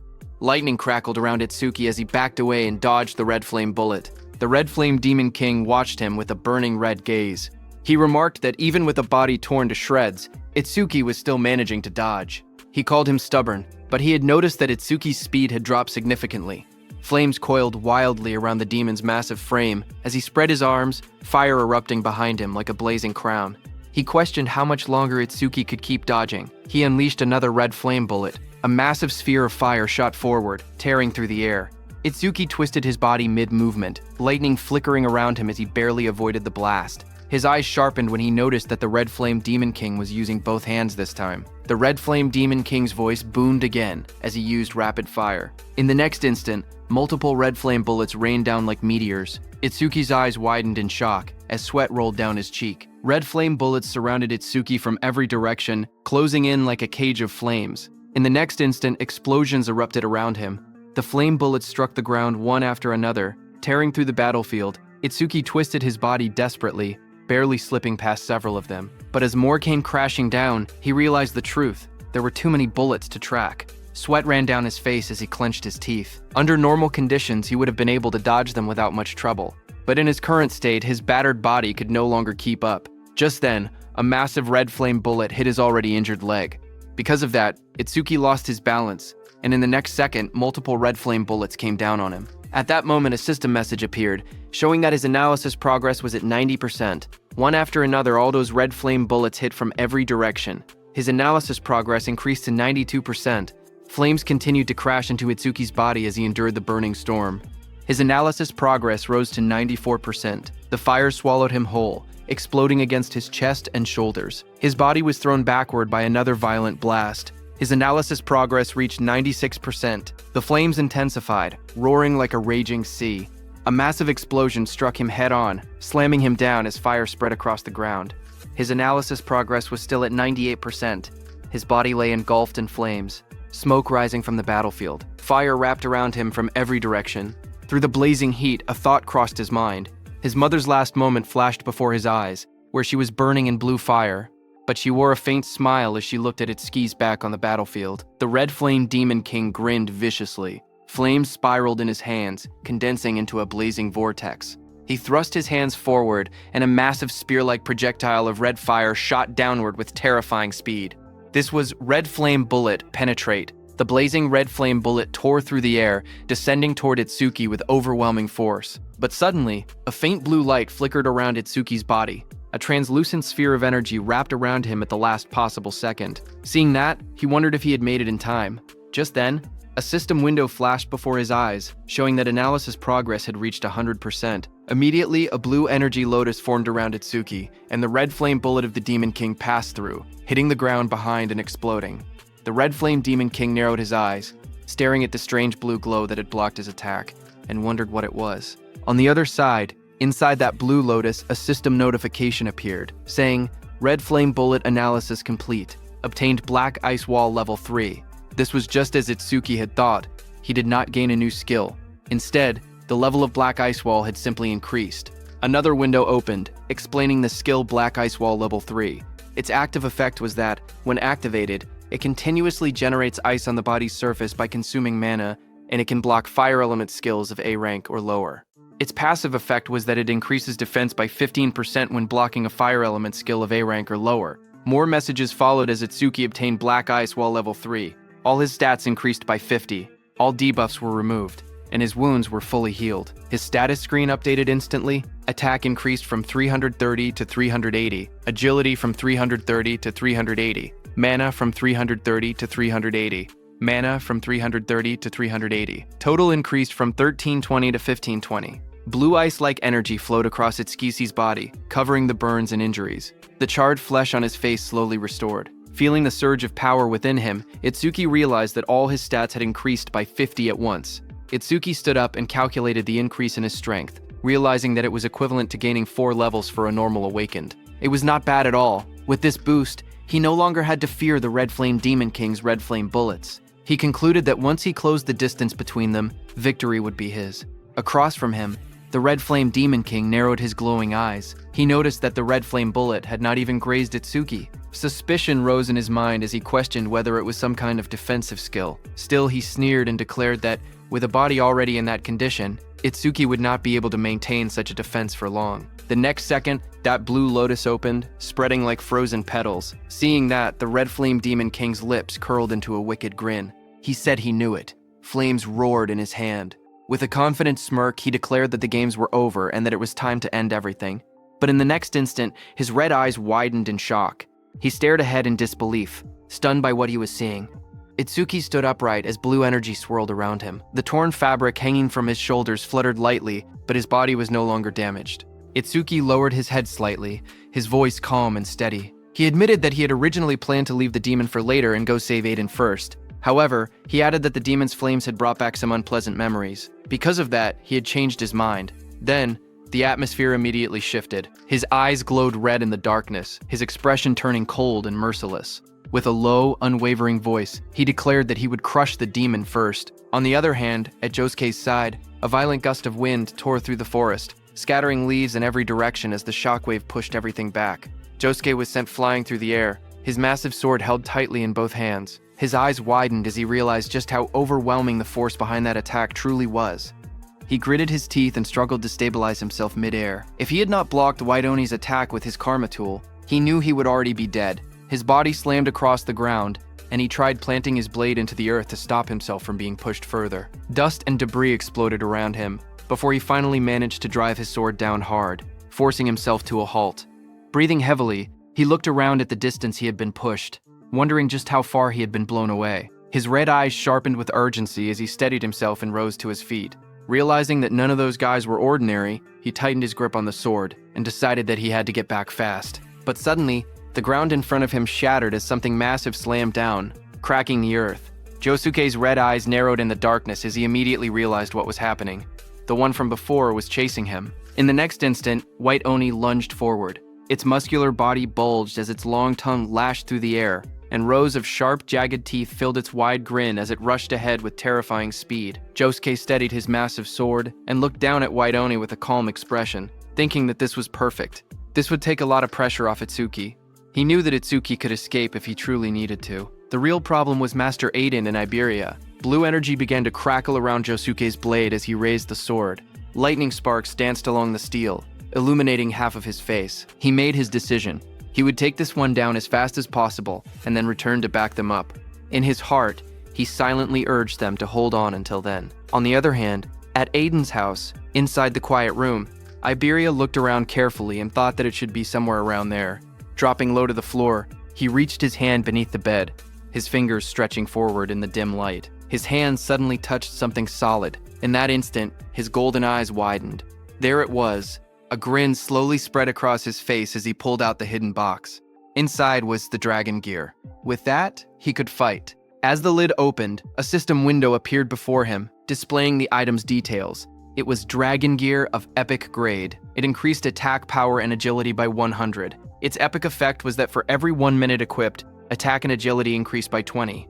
But the maximum total time was 15 minutes. Without hesitation, Iberia equipped it. Red scale-like armor wrapped around his body, forming sharp dragon-shaped plates over his chest and arms.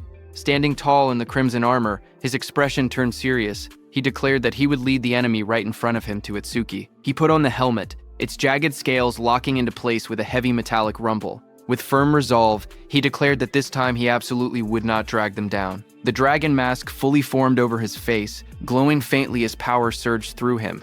He remembered his father's warning, dragon gear caused serious side effects if worn for more than 15 minutes. Even so, he steeled his heart. No matter what, he would save his father within 15 minutes. In the next instant, he kicked off the ground. The floor shattered beneath his feet as debris exploded outward. A system notification appeared, showing the dragon gear had been equipped for 1 minute, with attack increased by 120 and agility also by 120. Elsewhere, beneath the moonlit sky, the demon general moved with Aiden through the forest. Aiden was trapped inside jagged crystal ice, carried along helplessly. While being carried, he questioned whether it was truly fine to be so relaxed, warning that others would soon catch up. The demon general responded calmly that among humans, only special-grade saviors posed any real threat to him. He added that they were all currently occupied with the Demon Lord. Aiden was shocked to hear that. He thought that if something at the Demon Lord level had been deployed, then the demons must have other goals as well. Calmly, he decided to test the waters. Looking toward the Demon General, he asked whether all of this trouble had been for the sake of capturing him alone. The Demon General responded coldly, telling him not to flatter himself. It was not only for him. They had several other objectives too. Hearing that, Aiden silently muttered that it was just as he had suspected. Aiden began to speak again, asking what exactly their group was planning. But before he could finish, the Demon General clicked his tongue in irritation, calling them a persistent bunch. In the next instant, a shadow shifted across the forest floor, as if someone had just arrived at great speed. Still encased in ice, Aiden's eyes widened as he wondered if it was Josuke or Itsuki who had come. Yet, even with reinforcements, he knew the truth. Alone, the odds of winning were slim. Just then, a red blur tore through the forest at terrifying speed, slicing through the air as it rushed straight toward the dark figure below. It was Iberia. He jumped at the demon general. With burning rage in his voice, Iberia shouted for him to give his father back. At that moment, a system message flashed before his eyes. He had equipped the dragon gear for 2 minutes, granting him 140 attack and 140 agility. Seeing him, the demon general's glowing blue eyes narrowed beneath his hood. In a cold, annoyed tone, he muttered that first it was a Shikigami, and now even a human brat had appeared. He shouted in anger, asking what those demons were doing. The one he was talking about was the Red Flame Demon King, who was fighting Itsuki. The Red Flame Demon King stood facing Itsuki, who had just come out of the Blue Lotus after recovering. The Red Flame Demon King's eyes widened because he remembered that Itsuki's entire body had been scorched. Sweat slid down his face as he stared at Itsuki in disbelief, asking how he had recovered so much in such a short time. The Red Flame Demon King spread his arms wide as fire exploded around him. With a cruel grin, he declared that it did not matter how many times Itsuki recovered, the result would always be the same. Flames gathered violently in front of him, compressing into blazing projectiles. He roared out the name of his attack: Red Flame Bullet, Rapid Fire. In the next instant, countless fire bullets rained down like meteors, tearing through the air with explosive force. But Itsuki stood firm in the center of the inferno as the red flame bullets closed in from all directions. At that very moment, a system message flashed, saying Black Wall activated. The next second, the fire bullets crashed against Itsuki, one after another detonating in a storm of flames that swallowed the entire area. Watching the explosion, the Red Flame Demon King sneered. He mocked Itsuki for standing his ground instead of running, shouting that he would turn him into charcoal. But as the smoke slowly cleared, a figure emerged from the flames. Itsuki stepped forward calmly, his body unharmed beneath the black wall's protection. He stated coldly that that level of flame no longer worked on him. Another system notification appeared, saying he had blocked an A-rank fire element skill with Black Wall, and his defense increased by 15%. Another system panel appeared, showing that his defense had risen to 627, and with Black Wall it added a further 65. Lightning crackled violently around his body as he leaned forward, his red eyes gleaming. He declared that the demon was the one stuck on the chopping block now. Itsuki activated his Thunderbreaker, and in the blink of an eye he reached the Red Flame Demon King. Seeing that, the Red Flame Demon King's grin faltered. He let out a stunned sound as he noticed that Itsuki's speed had increased again. Still, he reassured himself that he had his Red Flame barrier. In the next instant, Itsuki vanished in a burst of lightning. With a savage smile, he declared that first he would strip the scales, every last one of them. Wrapped in spiraling thunder, he spun like a drill and shot forward at blinding speed with his spiked hands. The Red Flame Demon King stood firm behind his blazing red barrier, convinced the attack would fail. He wondered if Itsuki had forgotten about it, but then, the lightning-coated strike smashed directly into the crimson barrier. The impact cracked the surface instantly. Lightning exploded across the battlefield as Itsuki shot forward like a black spear wrapped in thunder. Energy burst outward around him, tearing through the air as he descended toward the demon below. His eyes burned crimson, and his mouth twisted into a savage grin. A system notification flashed before him, announcing that he had blocked an A-rank fire element skill with Black Wall. His defense increased by 15%. Another panel appeared. His defense had risen to 684, and Black Wall added a further 80 points. Across from him, the Red Flame Demon King's face tightened. Sweat rolled down his pale skin despite the flames roaring behind him. Itsuki fell back briefly, then arched his body midair, red lightning tracing across his eye as he declared coldly that now it was time to cook. Seeing him, the Red Flame Demon King's pupils shrank. He realized that he had to run because if Itsuki caught him, he would die. Fear crept into his expression for the first time. He immediately turned around and started running while calling for the White Ogre, King of Resentment. But while running, his legs tripped on a rock. He fell to the ground and his face slammed hard against it. Sweat rolled down his face as panic overtook him. He cried out desperately for someone to save him. Dust and smoke rose as he struggled to push himself up from the broken ground. Flames continued to surge around his body, but his voice trembled. He roared in fury, refusing to accept reality. He shouted that there was no way he would be killed by some human. Fire spiraled around his arm as he struck again. But Itsuki, standing behind him, just moved his head slightly and dodged, his expression cold and unmoved. Seeing that, the Red Flame Demon King's confidence shattered. He backed away, sitting helplessly on the ground. His breathing grew heavy. In a low, shaken voice, he muttered that it was impossible. To him, the opponent was nothing more than a mere level 0. But now, when he looked at Itsuki, he saw a massive purple entity rise behind him. its towering form radiating overwhelming demonic energy. Its glowing eyes burned in the darkness as violet power swirled violently around them both. A system notification appeared, telling Itsuki that his broken critical crystal was in effect, and that his next attack would 100% trigger a critical hit. Energy gathered around Itsuki's arm, twisting into a sharp, spiraling blade of purple force as he prepared to strike. Seeing that, sweat poured down the red flame Demon King's face, his red eyes trembling. In disbelief and fear, he called Itsuki an actual demon. The red flame Demon King staggered backward, his eyes trembling as he let out a strained breath. Shock and fear washed over him as the truth dawned. He was facing a demon.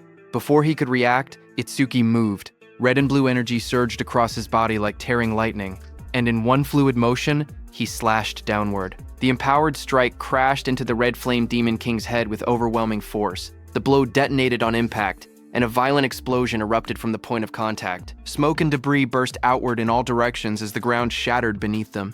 When the dust settled, the red flame Demon King's massive body lay motionless on the broken earth. Itsuki stood over him calmly, his eyes cold and emotionless as embers drifted through the air. He clicked his tongue softly and thought to himself that of all times, a critical hit had to trigger now. He had wanted the red flame Demon King to suffer much longer. His eyes dimmed slightly as he reflected inward, realizing that he had entered a flow state once again.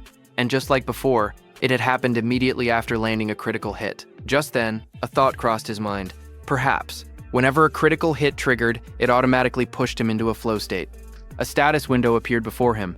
His status had risen to 120%.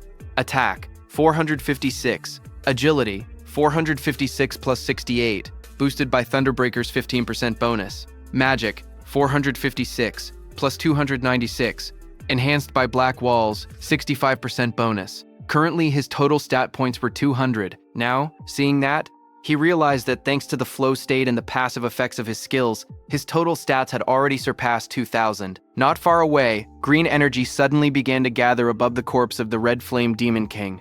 The energy twisted and condensed, forming a glowing orb.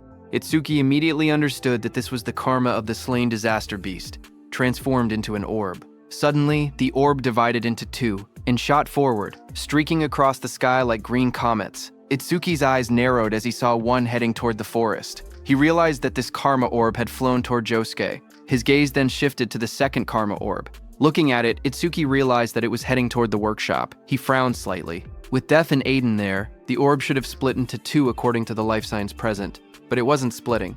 Something about that felt wrong. Lightning burst beneath his feet as he launched himself forward, the ground cracking from the force of his acceleration. As he dashed through the air, a grim thought crossed his mind. Death, as a Shikigami, was immortal unless he personally retrieved him. His eyes sharpened. He refused to believe it. But what if Aiden was already? Meanwhile, on Iberia's side, he clenched his fist and drove himself down like a bolt of thunder to attack the Demon General. But the Demon General created an ice barrier and blocked his attack. Seeing that Iberia was stunned, even his full power strike, boosted by Dragon Gear, failed to break the Demon General's defense. Iberia straightened slowly as a faint red glow pulsed in his eyes. He said that if one attack was not enough, he would keep attacking without pause. Seeing this, the Demon General's cold eyes gleamed. It mocked him, saying he still had not realized the gap between their strength. Seeing that it was Iberia and not Itsuki or Josuke, Aiden was stunned. His face twisted with fury, his eyes blazing as he shouted that he did not need Iberia's help. He ordered him to take off the Dragon Gear immediately, warning that the tool had terrifying side effects and threatening that if he refused, he would disown him. But Iberia did not hesitate. He charged straight toward the Demon General, saying that even if his father chose to cut him off, he would still save him. Iberia remained firm and thought that if Itsuki had been there, he believed he would have made the same decision. Seeing the reckless descent, Aiden's eyes widened in alarm. He shouted for him to stop, but in the next instant, jagged ice burst outward around Aiden's mouth too. He gritted his teeth, struggling inside the frozen prison as a low groan escaped him. The Demon General watched coldly. In a mocking tone, it muttered that this was what humans called family love. To it, humans were nothing more than disgusting creatures ruled by their strange emotions. As Iberia continued to charge at him, the Demon General raised one clawed hand lazily and declared that it no longer had time to play with him. In the next instant, Iberia's whole body froze within massive ice spikes. His body was covered by jagged crystal and swirling frost. The Demon General then turned around and started leaving with Aiden, telling Iberia to know his place. Aiden, still encased in ice, let out a pained groan. He struggled to reach his son, but he could do nothing and could only watch Iberia frozen there. As they left, Iberia was left behind in the forest, trapped in thick ice, unable to even move. A system message flashed coldly in the darkness, telling him that he had equipped the dragon gear for 3 minutes. On the other hand, on this prophecy day 2, at 3:20 a.m., the second karma orb arrived at the warehouse, where Itsuki's Deathhound had been frozen by the demon general. It was absorbed by Deathhound. Immediately, a system notification appeared, saying Deathhound leveled up from level 19 to level 20. With a deafening roar, Deathhound shattered the ice completely, its fur bristling and its red eyes glowing fiercely in the night. Just then, Itsuki also arrived and was surprised to see only his Deathhound there. Seeing Itsuki, Deathhound bared its fangs and let out a furious roar. Itsuki immediately noticed that Deathhound's level had increased. He realized that the karma orb had been absorbed by Death. Deathhound lowered its head slightly, its glowing eyes flickering as it growled. Itsuki turned his gaze toward it and asked what had happened to Aiden and the disaster beast. Deathhound turned its head toward the direction where the demon general had taken Aiden. Seeing that, Itsuki turned his head in that direction, and suddenly, his eyes widened in shock.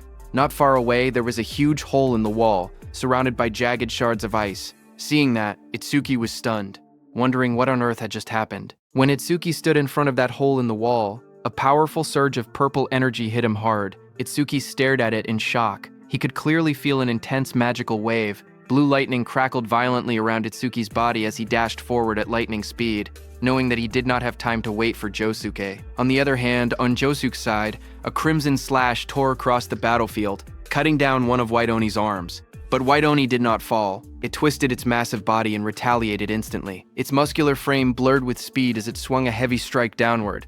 Josuke barely managed to block with his sword, the shockwave blasting him backward across the ground.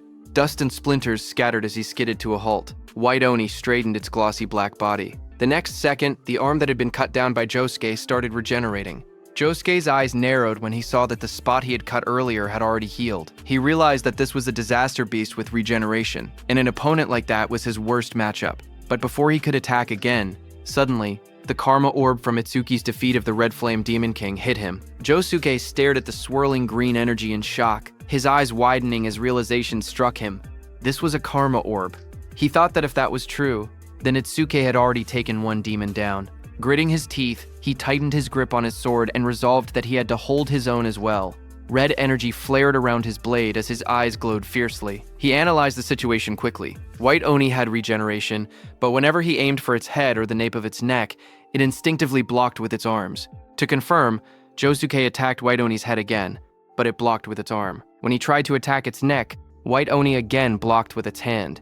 Seeing that, Josuke narrowed his eyes, realizing that the spots it protected so desperately were definitely its weak points. Now that he understood that, he adjusted his stance and steadied his breathing. With renewed determination, he declared inwardly that he could work with this. In the next instant, he lunged forward again, his red blade flashing as he slashed one of White Oni's arms. Red energy flared violently as he swung his blade again in a brutal arc. In his mind, a single thought echoed. First, he would sever both arms. White Oni's both hands were cut down by him. His eyes sharpened as he calculated calmly. It took the creature at least 1 second to regenerate, and in that 1 second, its weak point would be completely exposed. Without hesitation, he drove forward, red aura blazing around him. Blood spiraled through the air as he launched himself straight toward the monster's core. His face tightened with ruthless focus. His eyes burned red, veins standing out as killing intent flooded his gaze. In that brief opening, he thrust his blade forward with all his strength.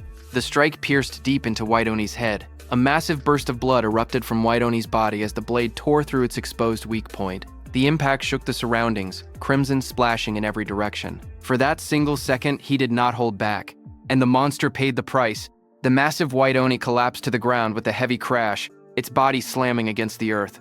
Josuke stood in front of it, breathing steadily, his expression dark. He thought to himself that for him to struggle this much against a mere mute disaster beast was unacceptable. Without wasting another second, he turned away from the fallen creature. Smoke and dust drifted through the forest as he decided he needed to link up with Itsuki quickly. His eyes narrowed because he knew that the ice-wielding disaster beast was a real pain. On the other hand, Aiden trembled as sharp shards of ice covered his mouth. His face twisted with strain, and he let out a rough sound of agony. Seeing that, the demon general remarked that Aiden had looked like he had something to say for a while now. It removed the ice from Aiden's mouth and told him to go on and speak. Through clenched teeth, Aiden shouted that whatever their conditions were, he would accept them. He only begged them to let his son go. Hearing that, the demon general's eye flickered coldly. In a low, emotionless tone, it replied that from that distance, it could no longer control the ice. Besides, it added, Aiden would soon be completely under their control anyway. The demon general then stared at Aiden and said that even at a glance, it could tell that the armor the brat was wearing was made from the demon dragon tribe, wasn't it? It explained to Aiden that the demon dragon tribe possessed incredibly strong vitality. Even after death, their blood, flesh, organs, and even their scales could develop a will of their own. It said that the weapons made from demon dragons retained a residue of that will. If someone wore them for too long, the user's consciousness would gradually be swallowed. In the end, the wearer's entire body would be taken over, becoming a genuine dragon. As it said that, Iberia, who was trapped in the ice, lost his mind and roared like an animal. He shattered the ice with brutal force and broke free. His body twisted and expanded, his scales formed across his crimson skin. Smoke poured from his mouth, and his eyes burned with a feral glow. He had lost his reasoning and completely turned into a dragon.